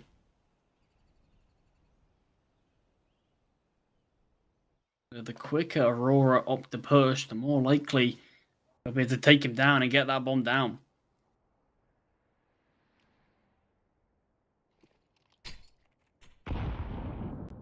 Are taking their time for now, though.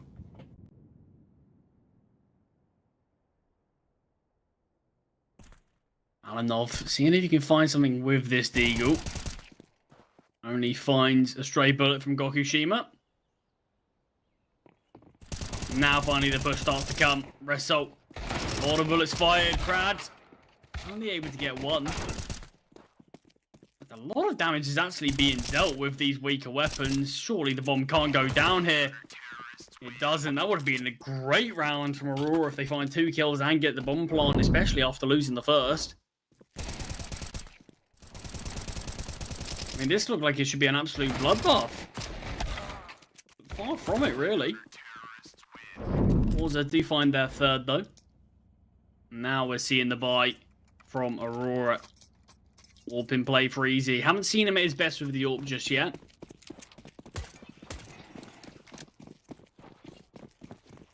Mirage, their home turf for Aurora. This is where he can have the chance to shine. Lixie, though, certainly is continuing his form from Ancient. 6-3 already.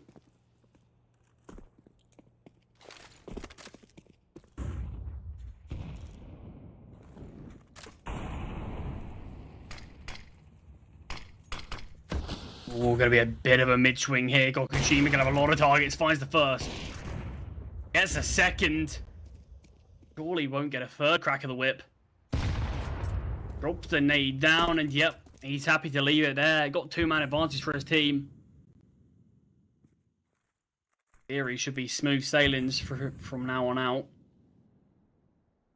Malinov isolated from his team. Oh, not far off from Tanir spotting him.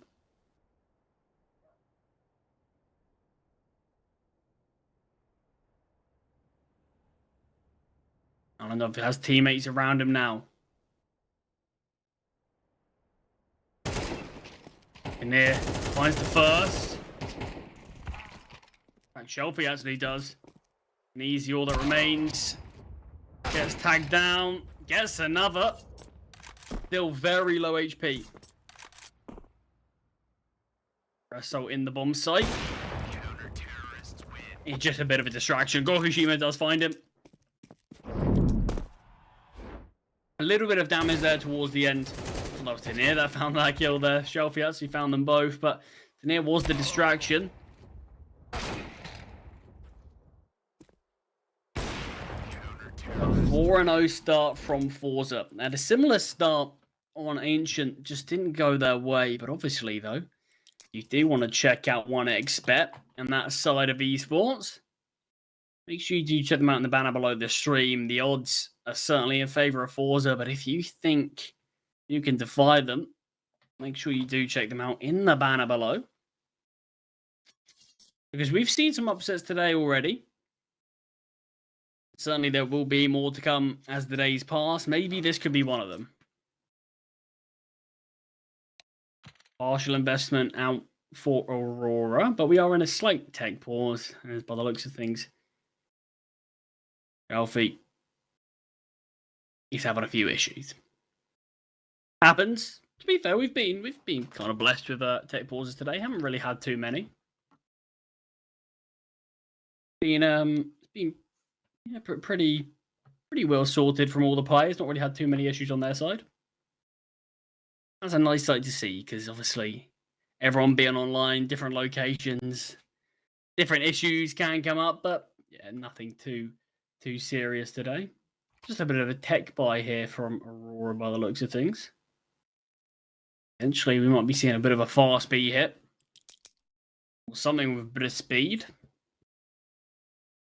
Mirage always does feel like that classic map for fast rushes with Tech 9s. I think since the old Fnatic days of sort of Tech 9 armor, Olofmeister used to be quite a menace with that weapon. Essentially, it's Aurora's chance to take that crown. This would be a pretty great start from it, but in fact, weapons being sold, Galil's being invested. What is it that we're going to see here?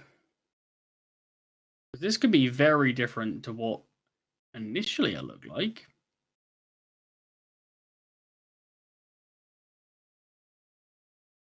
We are just going to be going to a short break though while the issue does get sorted out, and we'll be back with round number 5 as soon as it's all fixed.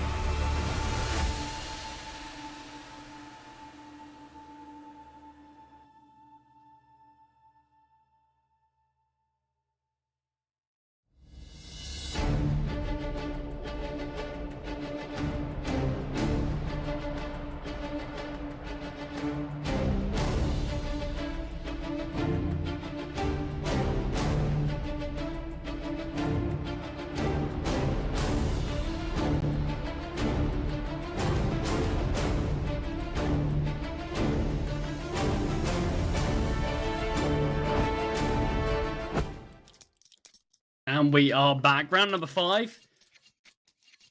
Well, I did just say we haven't had too many tech issues. This was a bit of a long one, but either way, back underway. The only thing we have to hope is hopefully it didn't change any of the momentum of the game, because sometimes long tech pauses can just completely change how the flow of the game goes, and obviously you don't really want there to be any external factors, but sometimes things do happen. Just an A execute here for Aurora. Gelfi does get taken down by Malanov's tech. Freeze the M4 now, won't double down, find Resso. Interesting. This execute isn't actually any sort of commitment. They're still very split. This is all the util they had. There are still 2 Ts towards ramp. They can do a bit of a B fake, but the issue is, without any util, without any real commitment, it doesn't feel like too much is going to occur. Gokushima gets a free one there towards apartments. Player pushing out towards mid. Brad spotted the players towards A now, but still. Things are going their way, but the bomb planter does get found. Easy. Ooh, Crad is very aware. And he does find him. Blue-white, final player. Freeze the M4. Ushima gets taken down. 20 seconds on the clock. Crad tucked behind default. Blue-white not even looking. And does get found. Decent attempt. 3 kills from Blue-white. Started off with the tech. Found some big kills. But couldn't convert the round. Obviously, that wasn't the full investment from Aurora. Gave it a very good attempt.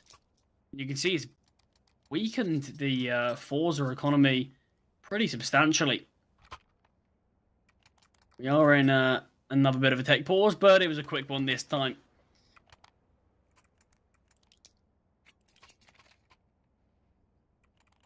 So 5-0 start. Very, very reminiscent of Ancient.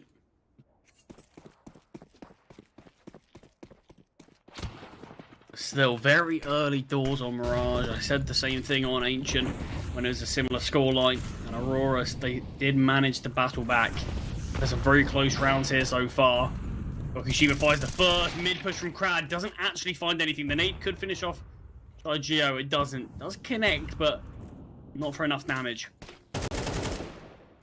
Ooh, Malinov. Through the wall, through the smoke, finds Shelfie. So advantage now to Aurora. Result playing close to the smoke. You can see all the CTs very isolated. Result does go down. Gokushima finds Malinov in the meantime. E-push is coming through. In here, just emerges from connector. Blue-white doesn't spot it, but in fact, Easy's the one to go down. Gokushima creeping towards CT. Doesn't seem aware the Blue-white's here. Feels like that should have been relayed. It feels like that information should have been given. Kinnear surely was aware where the shots came from. We'll just back away. And Aurora will find the first round. Their first round, at least. So 5-1. But yeah, interesting that Gokushima is just very... I mean, maybe a bit too confident that the player wasn't going to peek him or something, but... yeah, curious as to what was communicated there.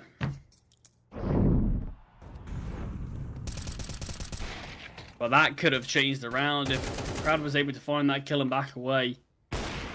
That could have just been another Force round comfortably. Malinov as well. Important kill to find on the connector player. Those last couple of rounds, even the ones they didn't win, definitely drained the finances, and you can see not a great buy for Forza, but they've at least got an investment out, and the 1x bet odds are putting this one so heavily in the favor of Forza now. It feels, the odds at least, predict it's near impossible for Aurora to win this. Players playing anti-flash. Result and Tanir. Both able to get away. First kill is theirs. And they back away to relative safety. Talking about safety, Brad doesn't look like he's in the best position, but he's still find one. Looks for more. He's now in a position where he can back away through the apartments if he wants.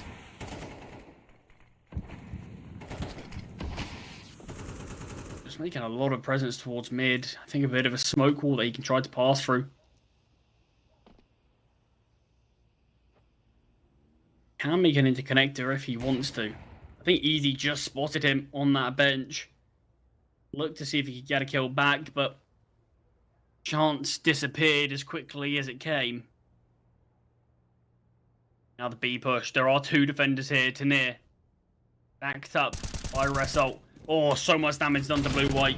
Players jumping out of the apartment. Result does finish off what Tanir started. Shigeo falls as well. Easy with this AWP. Going to want to keep it in play.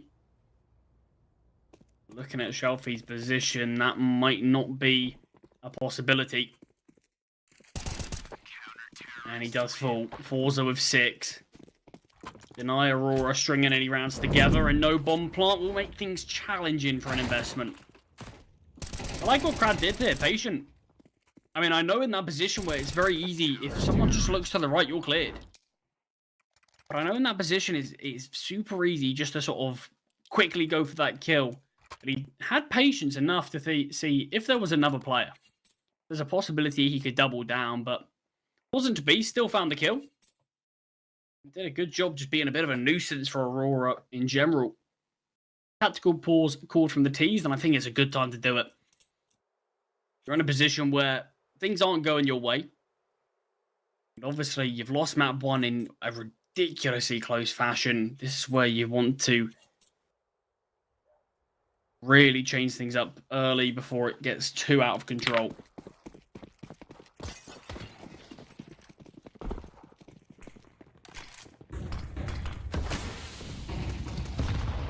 Rokushima.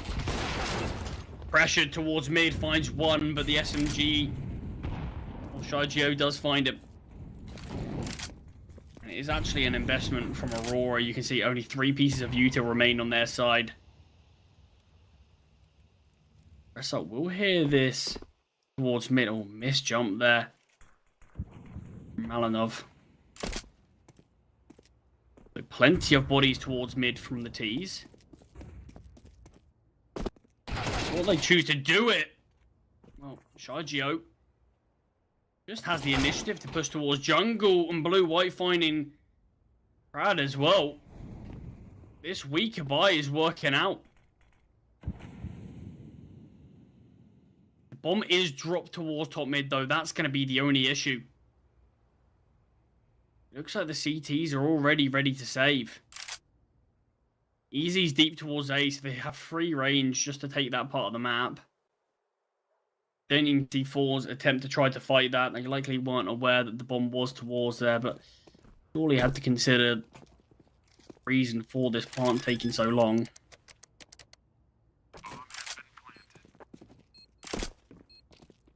And the bomb will go down, and Aurora will find their second.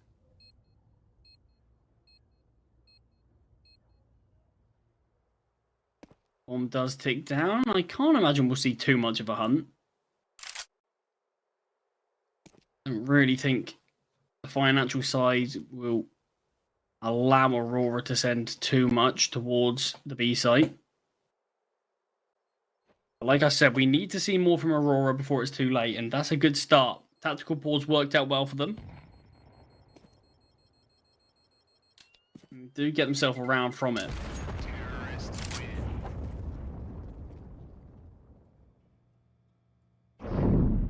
The remaining players will keep themselves alive.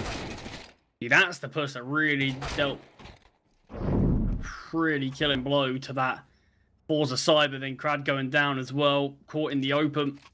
Just 2 kills out of nowhere that flipped the script to that one.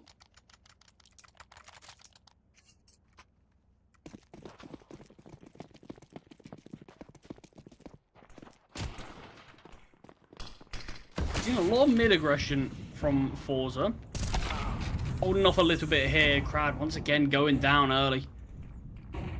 Easy takes him down this time, just standing in the open. Not really making the shot too difficult. Oh, Gokushima though, how has he got here?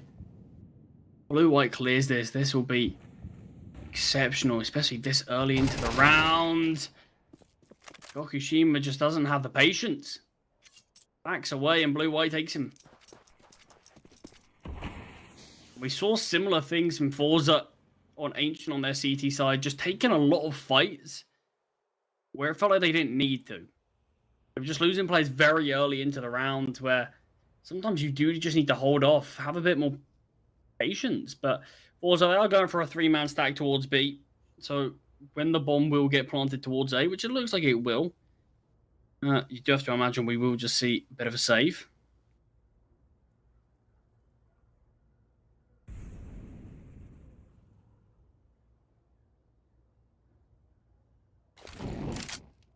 We're just still confirming things are clear using their util. They want to secure this one. But the round is theirs. It will be theirs for the taking, as you can't imagine Forza are going to be attempting this one at all.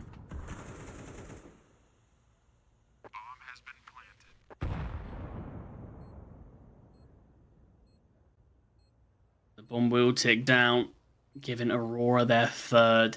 Question will be, how many can they find for the halftime switch? That's the question that really is going to be on our minds, because Forza, we saw the odds completely in their favor, but it really doesn't mean Aurora can't come back in to win this. I think there is still the possibility, especially after Ancient. It was such a close affair. Some rounds were so back and forth, and definitely on another day, Aurora, they would be taking that one. There is a hunt in this one, and Aurora take down everyone. I mean, there, Gokushima, he wasn't in that position for long. He didn't really hold his nerve, and it was just 2 early kills going the way of Aurora that made them have a bit of a comfortable time there. Meant that Forza had to go for a gamble stack.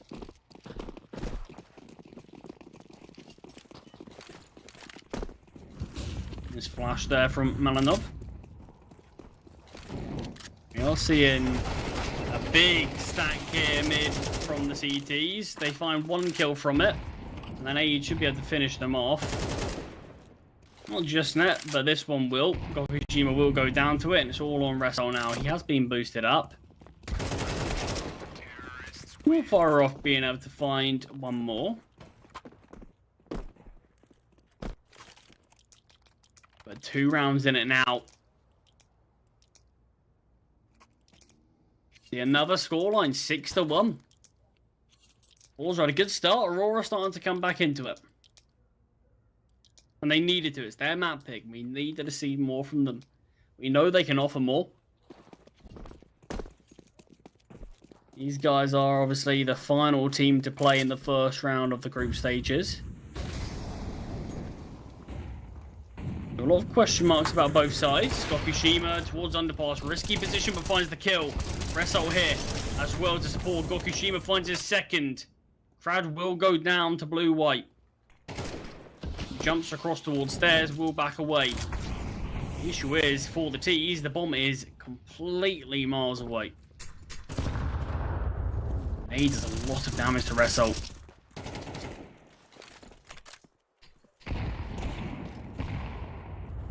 Another kill going the way of Aurora. Seeing Forza fight this quite heavily, but Aurora right now, they can only really look for kills as the bomb still out of their grasp. We are now seeing blue-white attempt to go and retrieve that. Gokushima might have the right idea. He's just holding for the flank rather than seeing if he can progress any further, but blue-white will just make his way back. And I'm not sure if Gokushima will hear this. Oh, blue-white's teammate has gone down. 30 seconds on the clock. You imagine the CTs will split slightly. And here, he just cleared that out. He's going to think it's open. We are having Shelfie playing very passive towards CT, potentially just waiting for that tap of the bomb. And here is that tap. And the bomb won't go down. Shelfie swings just before the final few digits get punched in. And Forza wins 7.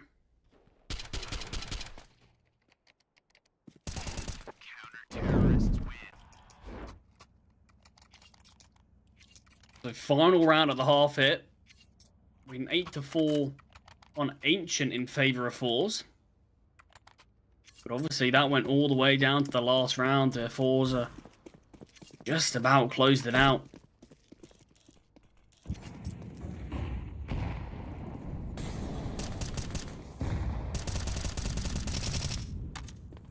Result goes down to the Molotov. I'm not entirely sure where he fell. Likely towards Connector. Yeah, it was towards Connector.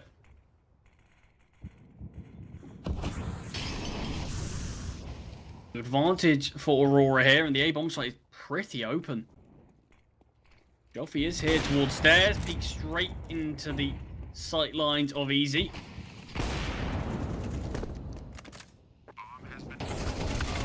And kills galore for Aurora. And here snuck his way through. He's playing towards stairs. Players all around him though. Finds one far from cleanly. And does get found beside Geo. So 7-5 at the half.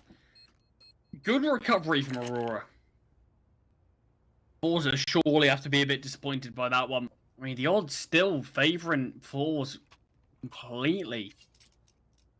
But it feels like Aurora Youngbloods have something in them. It feels like they definitely have the possibility in this pistol round can level up the score. They win the pistol, then I think I'm favouring them. 3 maps is on the horizon. It certainly can't be written off.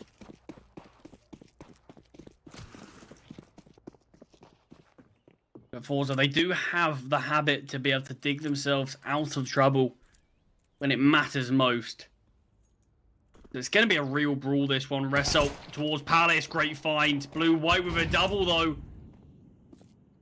Tapping away towards CT. Easy trapped.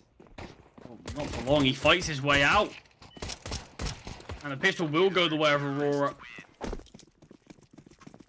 At range, the pistols certainly favouring Aurora, and they capitalise that perfectly. I mean, that looked like a great find for Result, but all of a sudden, blue-white towards CT gets a double. Easy with 2 of his own as well. And things unravel quickly for Forza. You see, they threw that connector smoke. They wanted to get deep towards jungle, but blue-white was really their kryptonite there.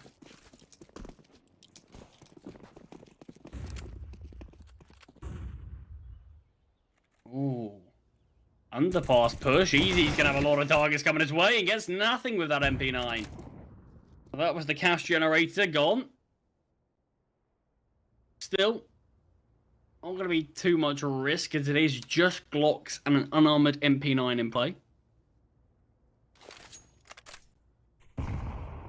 I wouldn't mind seeing the MP9 being dropped over to someone like Gokushima and seeing if he can farm up a bit of cash to potentially see if he can get the AWP out.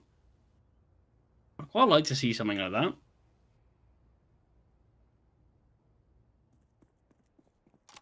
Doesn't look like that is going to be the case, though.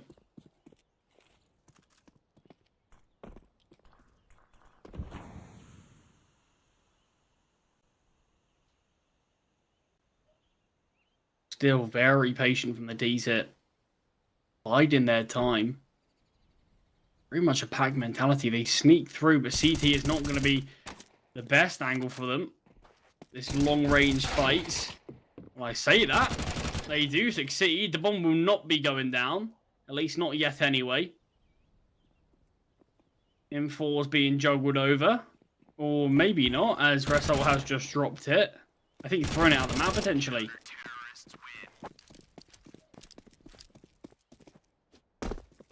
Yeah, I believe he's thrown out of the map. That's not. I don't want that cool. And a couple of kills. It started with nothing but Glocks. It's a decent round.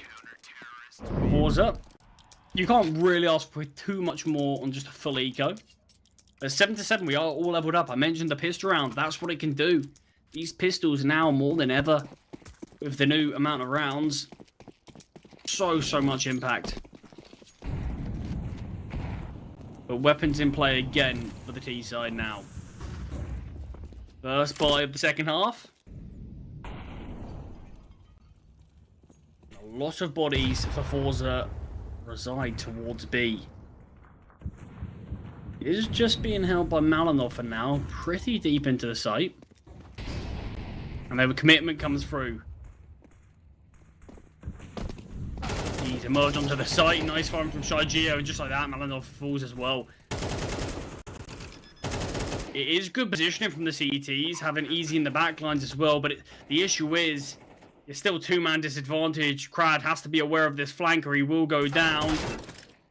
And he isn't. Easy finds him. Still not going to be enough to persuade them to attempt the round. Forza will win the first full buy of the half. Obviously, while we have this little bit of downtime while the bomb does explode. But don't forget, if you do want to get yourself any skins, like you just saw Easy's butterfly knife, make sure you do check out our partners over at Hellcase. They've got some great giveaways going on. Hundreds of dollars worth of skins to be won.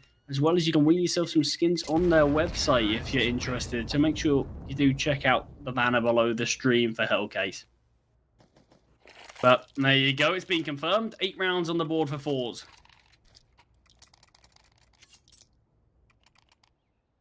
Now, luckily for Aurora, the save came through, so they can still invest in this one.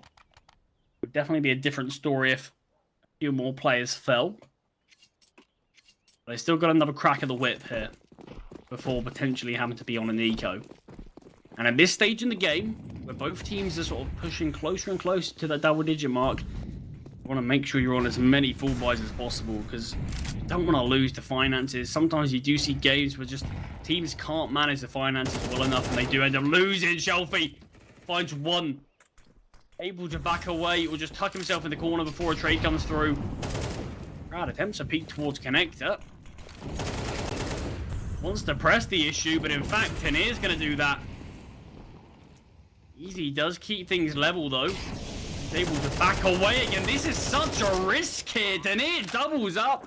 Shigeo takes the bullets intended for blue-white. Easy, though. Wants to fight this. He wants to keep this round going the way of Aurora. Tenir already found 3. Might need to be called upon again, but Easy, he's going to call it quits. And that will force the eco from Aurora. Very, very chaotic round there. Speed was the name of the game for both teams, really. Aurora, they desperately wanted a non-stop fight. That Easy bought it level. We had a 3-on-3 as the bomb was getting planted, and all of a sudden we see players jumping through smokes. The issue is blue-white. Not only did he cost himself his life, the bullets went through the smoke and found Shigeo as well. Felt like maybe that's where you look to play it safe. I mean, here we have it. It was a bit of a spam as well, obviously, looking for anyone else, but I doubt he would have went for that spam if blue-white didn't push through that smoke. It's interesting. Aurora clearly didn't want to play that 3v3. So here we go. We do have the eco around Easy's M4. If there's any way this round's going to be won, it will be off of his shoulders. And here he is now. Wrestle. Will get taken down by him, but Tenir is there for the trade. Blue-white found it triple. The final 2 weapons, both towards jungle, just pistols.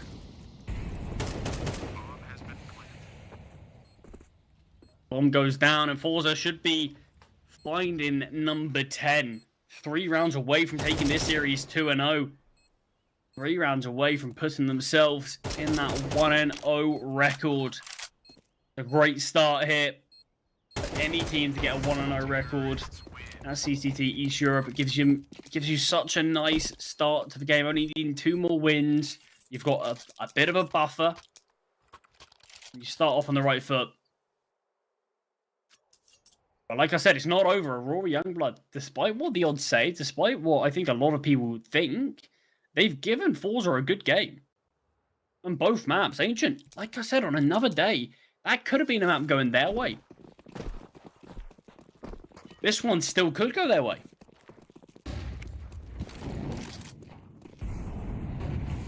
Peeking in connector. And it peeks out too wide and gives Easy an easy shot, if we're being honest. Brad does grab one back though. Shigeo looks for a little more towards underpass. Only leads to his own demise.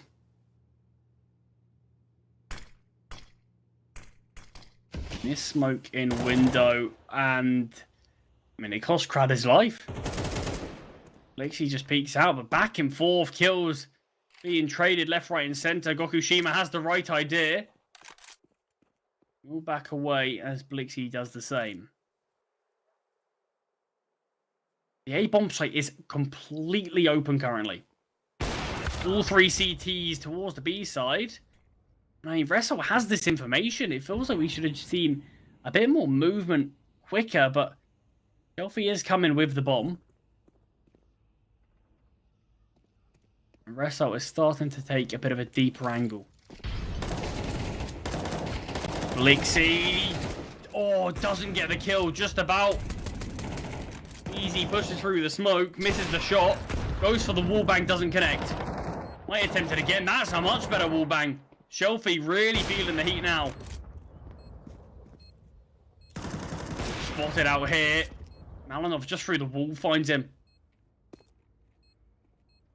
And wrestle towards ramp. Orp holding him.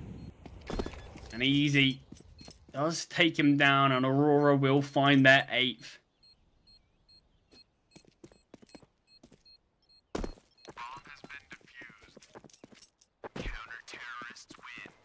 I feel like Forza potentially could have played that one a little bit faster towards A. They had Wrestle on such a deep position that they must have been aware that at least majority of the site is clear. But this missed shot from Gokushima are very much cost them around. It's such a valuable piece of real estate connector there. That's where all the CTs eventually came from. And an AWP posted up holding short. It's not exactly a tough shot to hit, and it feels like Gokushima could have just locked down any chance of a rotate, but the first missed shot lost them.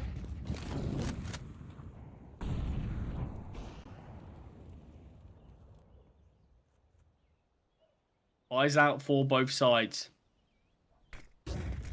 And they execute. Looks like that's going to be the play. No smokes, no flashes, forcing Easy off the angle. But he takes down Tanir without any issues. So we are seeing Shelfie here push towards Tanir. We can see a double swing. Shelfie gets nothing. Aurora take themselves that man advantage again. And in the meantime, Forza still haven't pushed out at all. Player under Palace just swings out for free, gets a double. Gokushima does get one back in the meantime. Assault there with a trade, finds himself on a 1v2 now.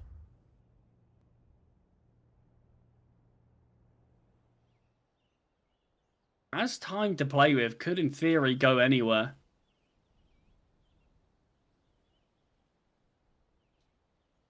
Assault just jump peeking, spots the jump peek. Is now opting to rotate. Both CT still towards the A site. Malinov starting to consider other options. But the bomb should be able to go down towards B. Yeah, not too much movement just yet from the CT side. Smoke dropped. That's going to be the indication. The longer Wrestle takes, the harder this is going to be. Bomb does go down. First fight. Gonna be towards market. Clean shot. Blixie falls. Malinov quick with the headshot though. Does find him and will confirm the round. for Aurora, but the bomb plant should be enough to allow Forza to get a buyout. I believe it should be. And it is, I suppose. Result and Gokushima won't have a great buy. But in general, just very, very slow in that one for Forza. I mean, they knew it was the double peak towards mid. They threw out all the smokes, but did absolutely nothing with it. And in the meantime, there was just one player towards A. There was one player under Palace. That's all there was, and they didn't push. And eventually, they just allow Blue-White to get the kill. Find a second.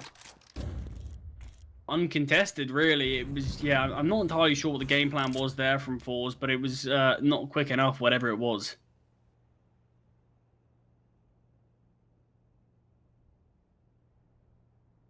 Easily posted up towards mid. If he's not blinded off the angle or forced off, he will take this fight every day of the week. Makes the drop down to near. Is here towards underpass. We are going to be seeing a bit of a mid push. Lixi on short. Does find one. Shagio as well. Takes down Result. Easy. The AWPer does fall. Blue-White here as well. Huge mid fight from the CTs. And they're the ones to come out on top. Player pushing towards underpass. This could be overkill. And it kind of is, but Shelfie does take a lot of heat. Gokushima does not want to cross that gauntlet alone towards B. Towards short. He will just remain here for now. I thought he might head towards apartments. Switches to a Galil. Peek towards mid. Blue-White. Gonna be a double swing. Gokushima finds it. Takes the second. The distraction from Shelfie enough to take the connector players. Pressure away. And Forza do find another. And I mean, that was a 2v3. Malinov didn't need to push towards underpass. Opted to. Did plenty of damage, but gave up his life and gave up the advantage in the process. One round away from Forza to get map point. And we had this dilemma in the first map. Do Aurora go for this round? Do they try to deny Forza getting map point and try to win it in regulation? They said yes then. They say yes again. This spy's looking much worse though. Deagles, pistols, and a single for mass. No defuse kit. Not a lot of util to speak about. But we've seen them do it before. There's no reason why they can't do it again. Seen them play some great CS in this series so far. We need to keep it going. It's going to be a push towards B. Malinov goes down to the molly. Lixi does find one. That's all she wrote though. These final three players for Aurora. They want to give it a go. They want to give it a crack. They may now finally consider maybe we go for the save. Weapons aren't great, and this is some of what they're going to have to play with in the next round. So Forza, map and series point hit. Just one round away from taking this series and putting themselves 1-0 up in the group stage. Sometimes that final round is the hardest to get. Sometimes it's the most difficult to actually get on the board, and we'll have to see if that does remain true. Let's see the bar of Aurora, though. That's what I'm curious about. See what weapons they're going to have to be wielding in this one, and it is better, but not by a significant margin. MP9s in place of Deagles. Obviously, they will still have the pistols as sidearms. Didn't need to reinvest in armor, thankfully, for them. But this is it now, do or die.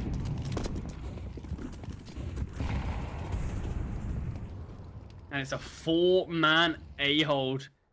More of a 4-man A-push. Pushing through Palace, pushing through ramp. They confirmed it's clear. They're going to send one player through as this flank. Well, by the looks of things, they will just go back into their normal positions for now. So I like the call, because a lot of the time, teams aren't going to take too big a risk. A lot of the time, teams aren't going to take too many liberties on a round like this. They're going to play it slow. If you make that play, even if you leave one bomb site open, chances are they're not going to full rush towards it. So I do like it. I do like the call.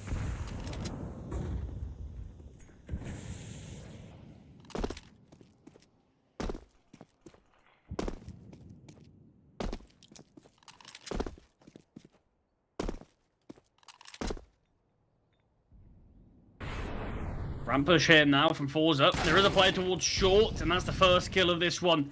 Go in the way of Forza. They can make it work. Oh, Shelfie from the heavens. Finds blue, white, and a 5-on-2. The scout pushes through. Easy's not even anticipating it. Malinov, all that remains, does find one. 4 more to gain. Just to keep Aurora in this one for a little bit longer, but it doesn't go their way. Forza, 13-9, managed to pull through, and they will take this series 2-0, but we have to say, first and foremost, Aurora, the odds definitely didn't give them credit. I think coming into this one, I didn't give them credit. I think a lot of fans didn't give them credit, but considering the odds were so stacked against them, they gave it a really good go. They gave Forza a great run for their money. 13-11, 13-9. It was a good game of CS. Scrappy at times, but back and forth. I still think Aurora, they certainly could have brought us to a third map. It wasn't far off. It wasn't out of the question. They gave it a good performance. And I'm impressed with what I've seen from them. And I'm looking forward to seeing what the team can achieve, especially here still in CCT, because they're not out of it. They're far from it. They are obviously going to be having that 0-run record, but it's far from over for them. But while I'm talking about records, let's have a bit of a look at the standings.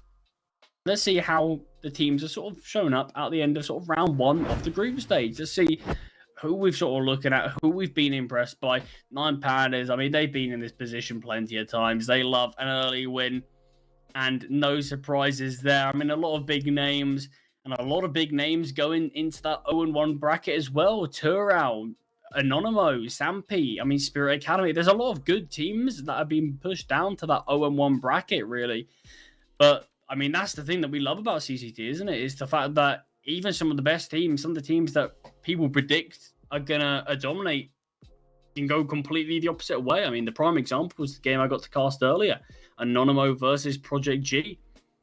The odds were against Project G. Anonymo, they were clear favourites. They had a lot more stability in terms of how long the roster's been together for, and yet all of a sudden, this roster, who played their first game with this roster, ended up putting on a brilliant performance against Anonymo and took it. I mean, that's what I mean. That's the sort of things that we can offer and that we do deliver here. But obviously, that is it for now. Far from it for the rest of CCT East Europe Series 4, though. That's just round 1 of the group stage. Plenty more games left to be played.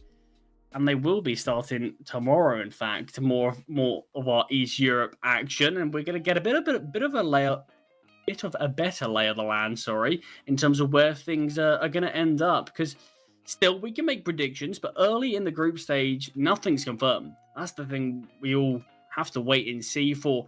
Things always change, and things will change. But don't go anywhere, because CCT will be having more action. But thank you for joining me for tonight. That is going to be all from us until tomorrow. So make sure you do stick around and hang out with us tomorrow to watch some great Counter-Strike. But like I said, all from us tonight. Have a good evening, and we'll see you next time.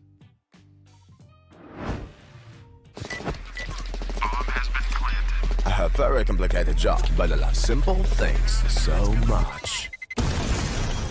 One move. One push.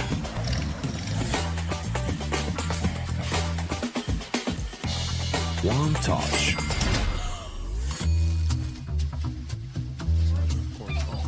One love. One click. One XBet. You look into your inventory and there's only... It's time to forget about this garbage. Here you will find everything to play with really cool skins. Open top cases. Upgrade dropped skins and turn your junk into a cool gun using the contract system.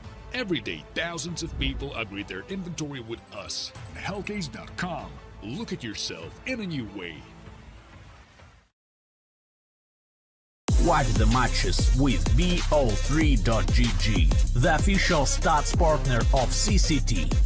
Check out AI-powered predictions in live matches. Get access to live scoreboards packed with in-depth weapons and grenade statistics. Check out round maps in the match results. Extend your game vision with bo3.gg.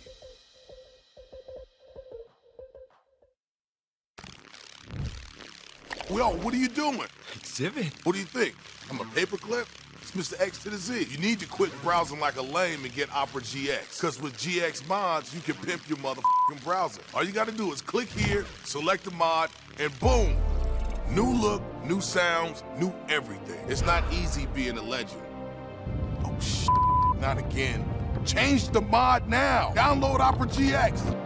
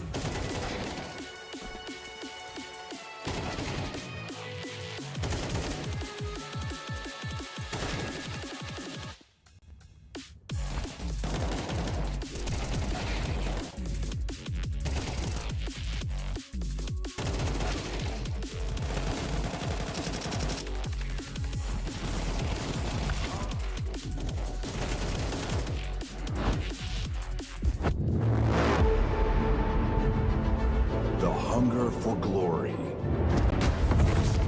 feeds the desire, the courage to look for a challenge, to feed your ambitions.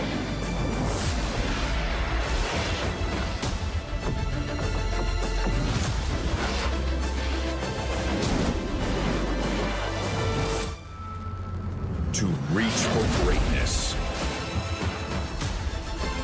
To become the champion of champions.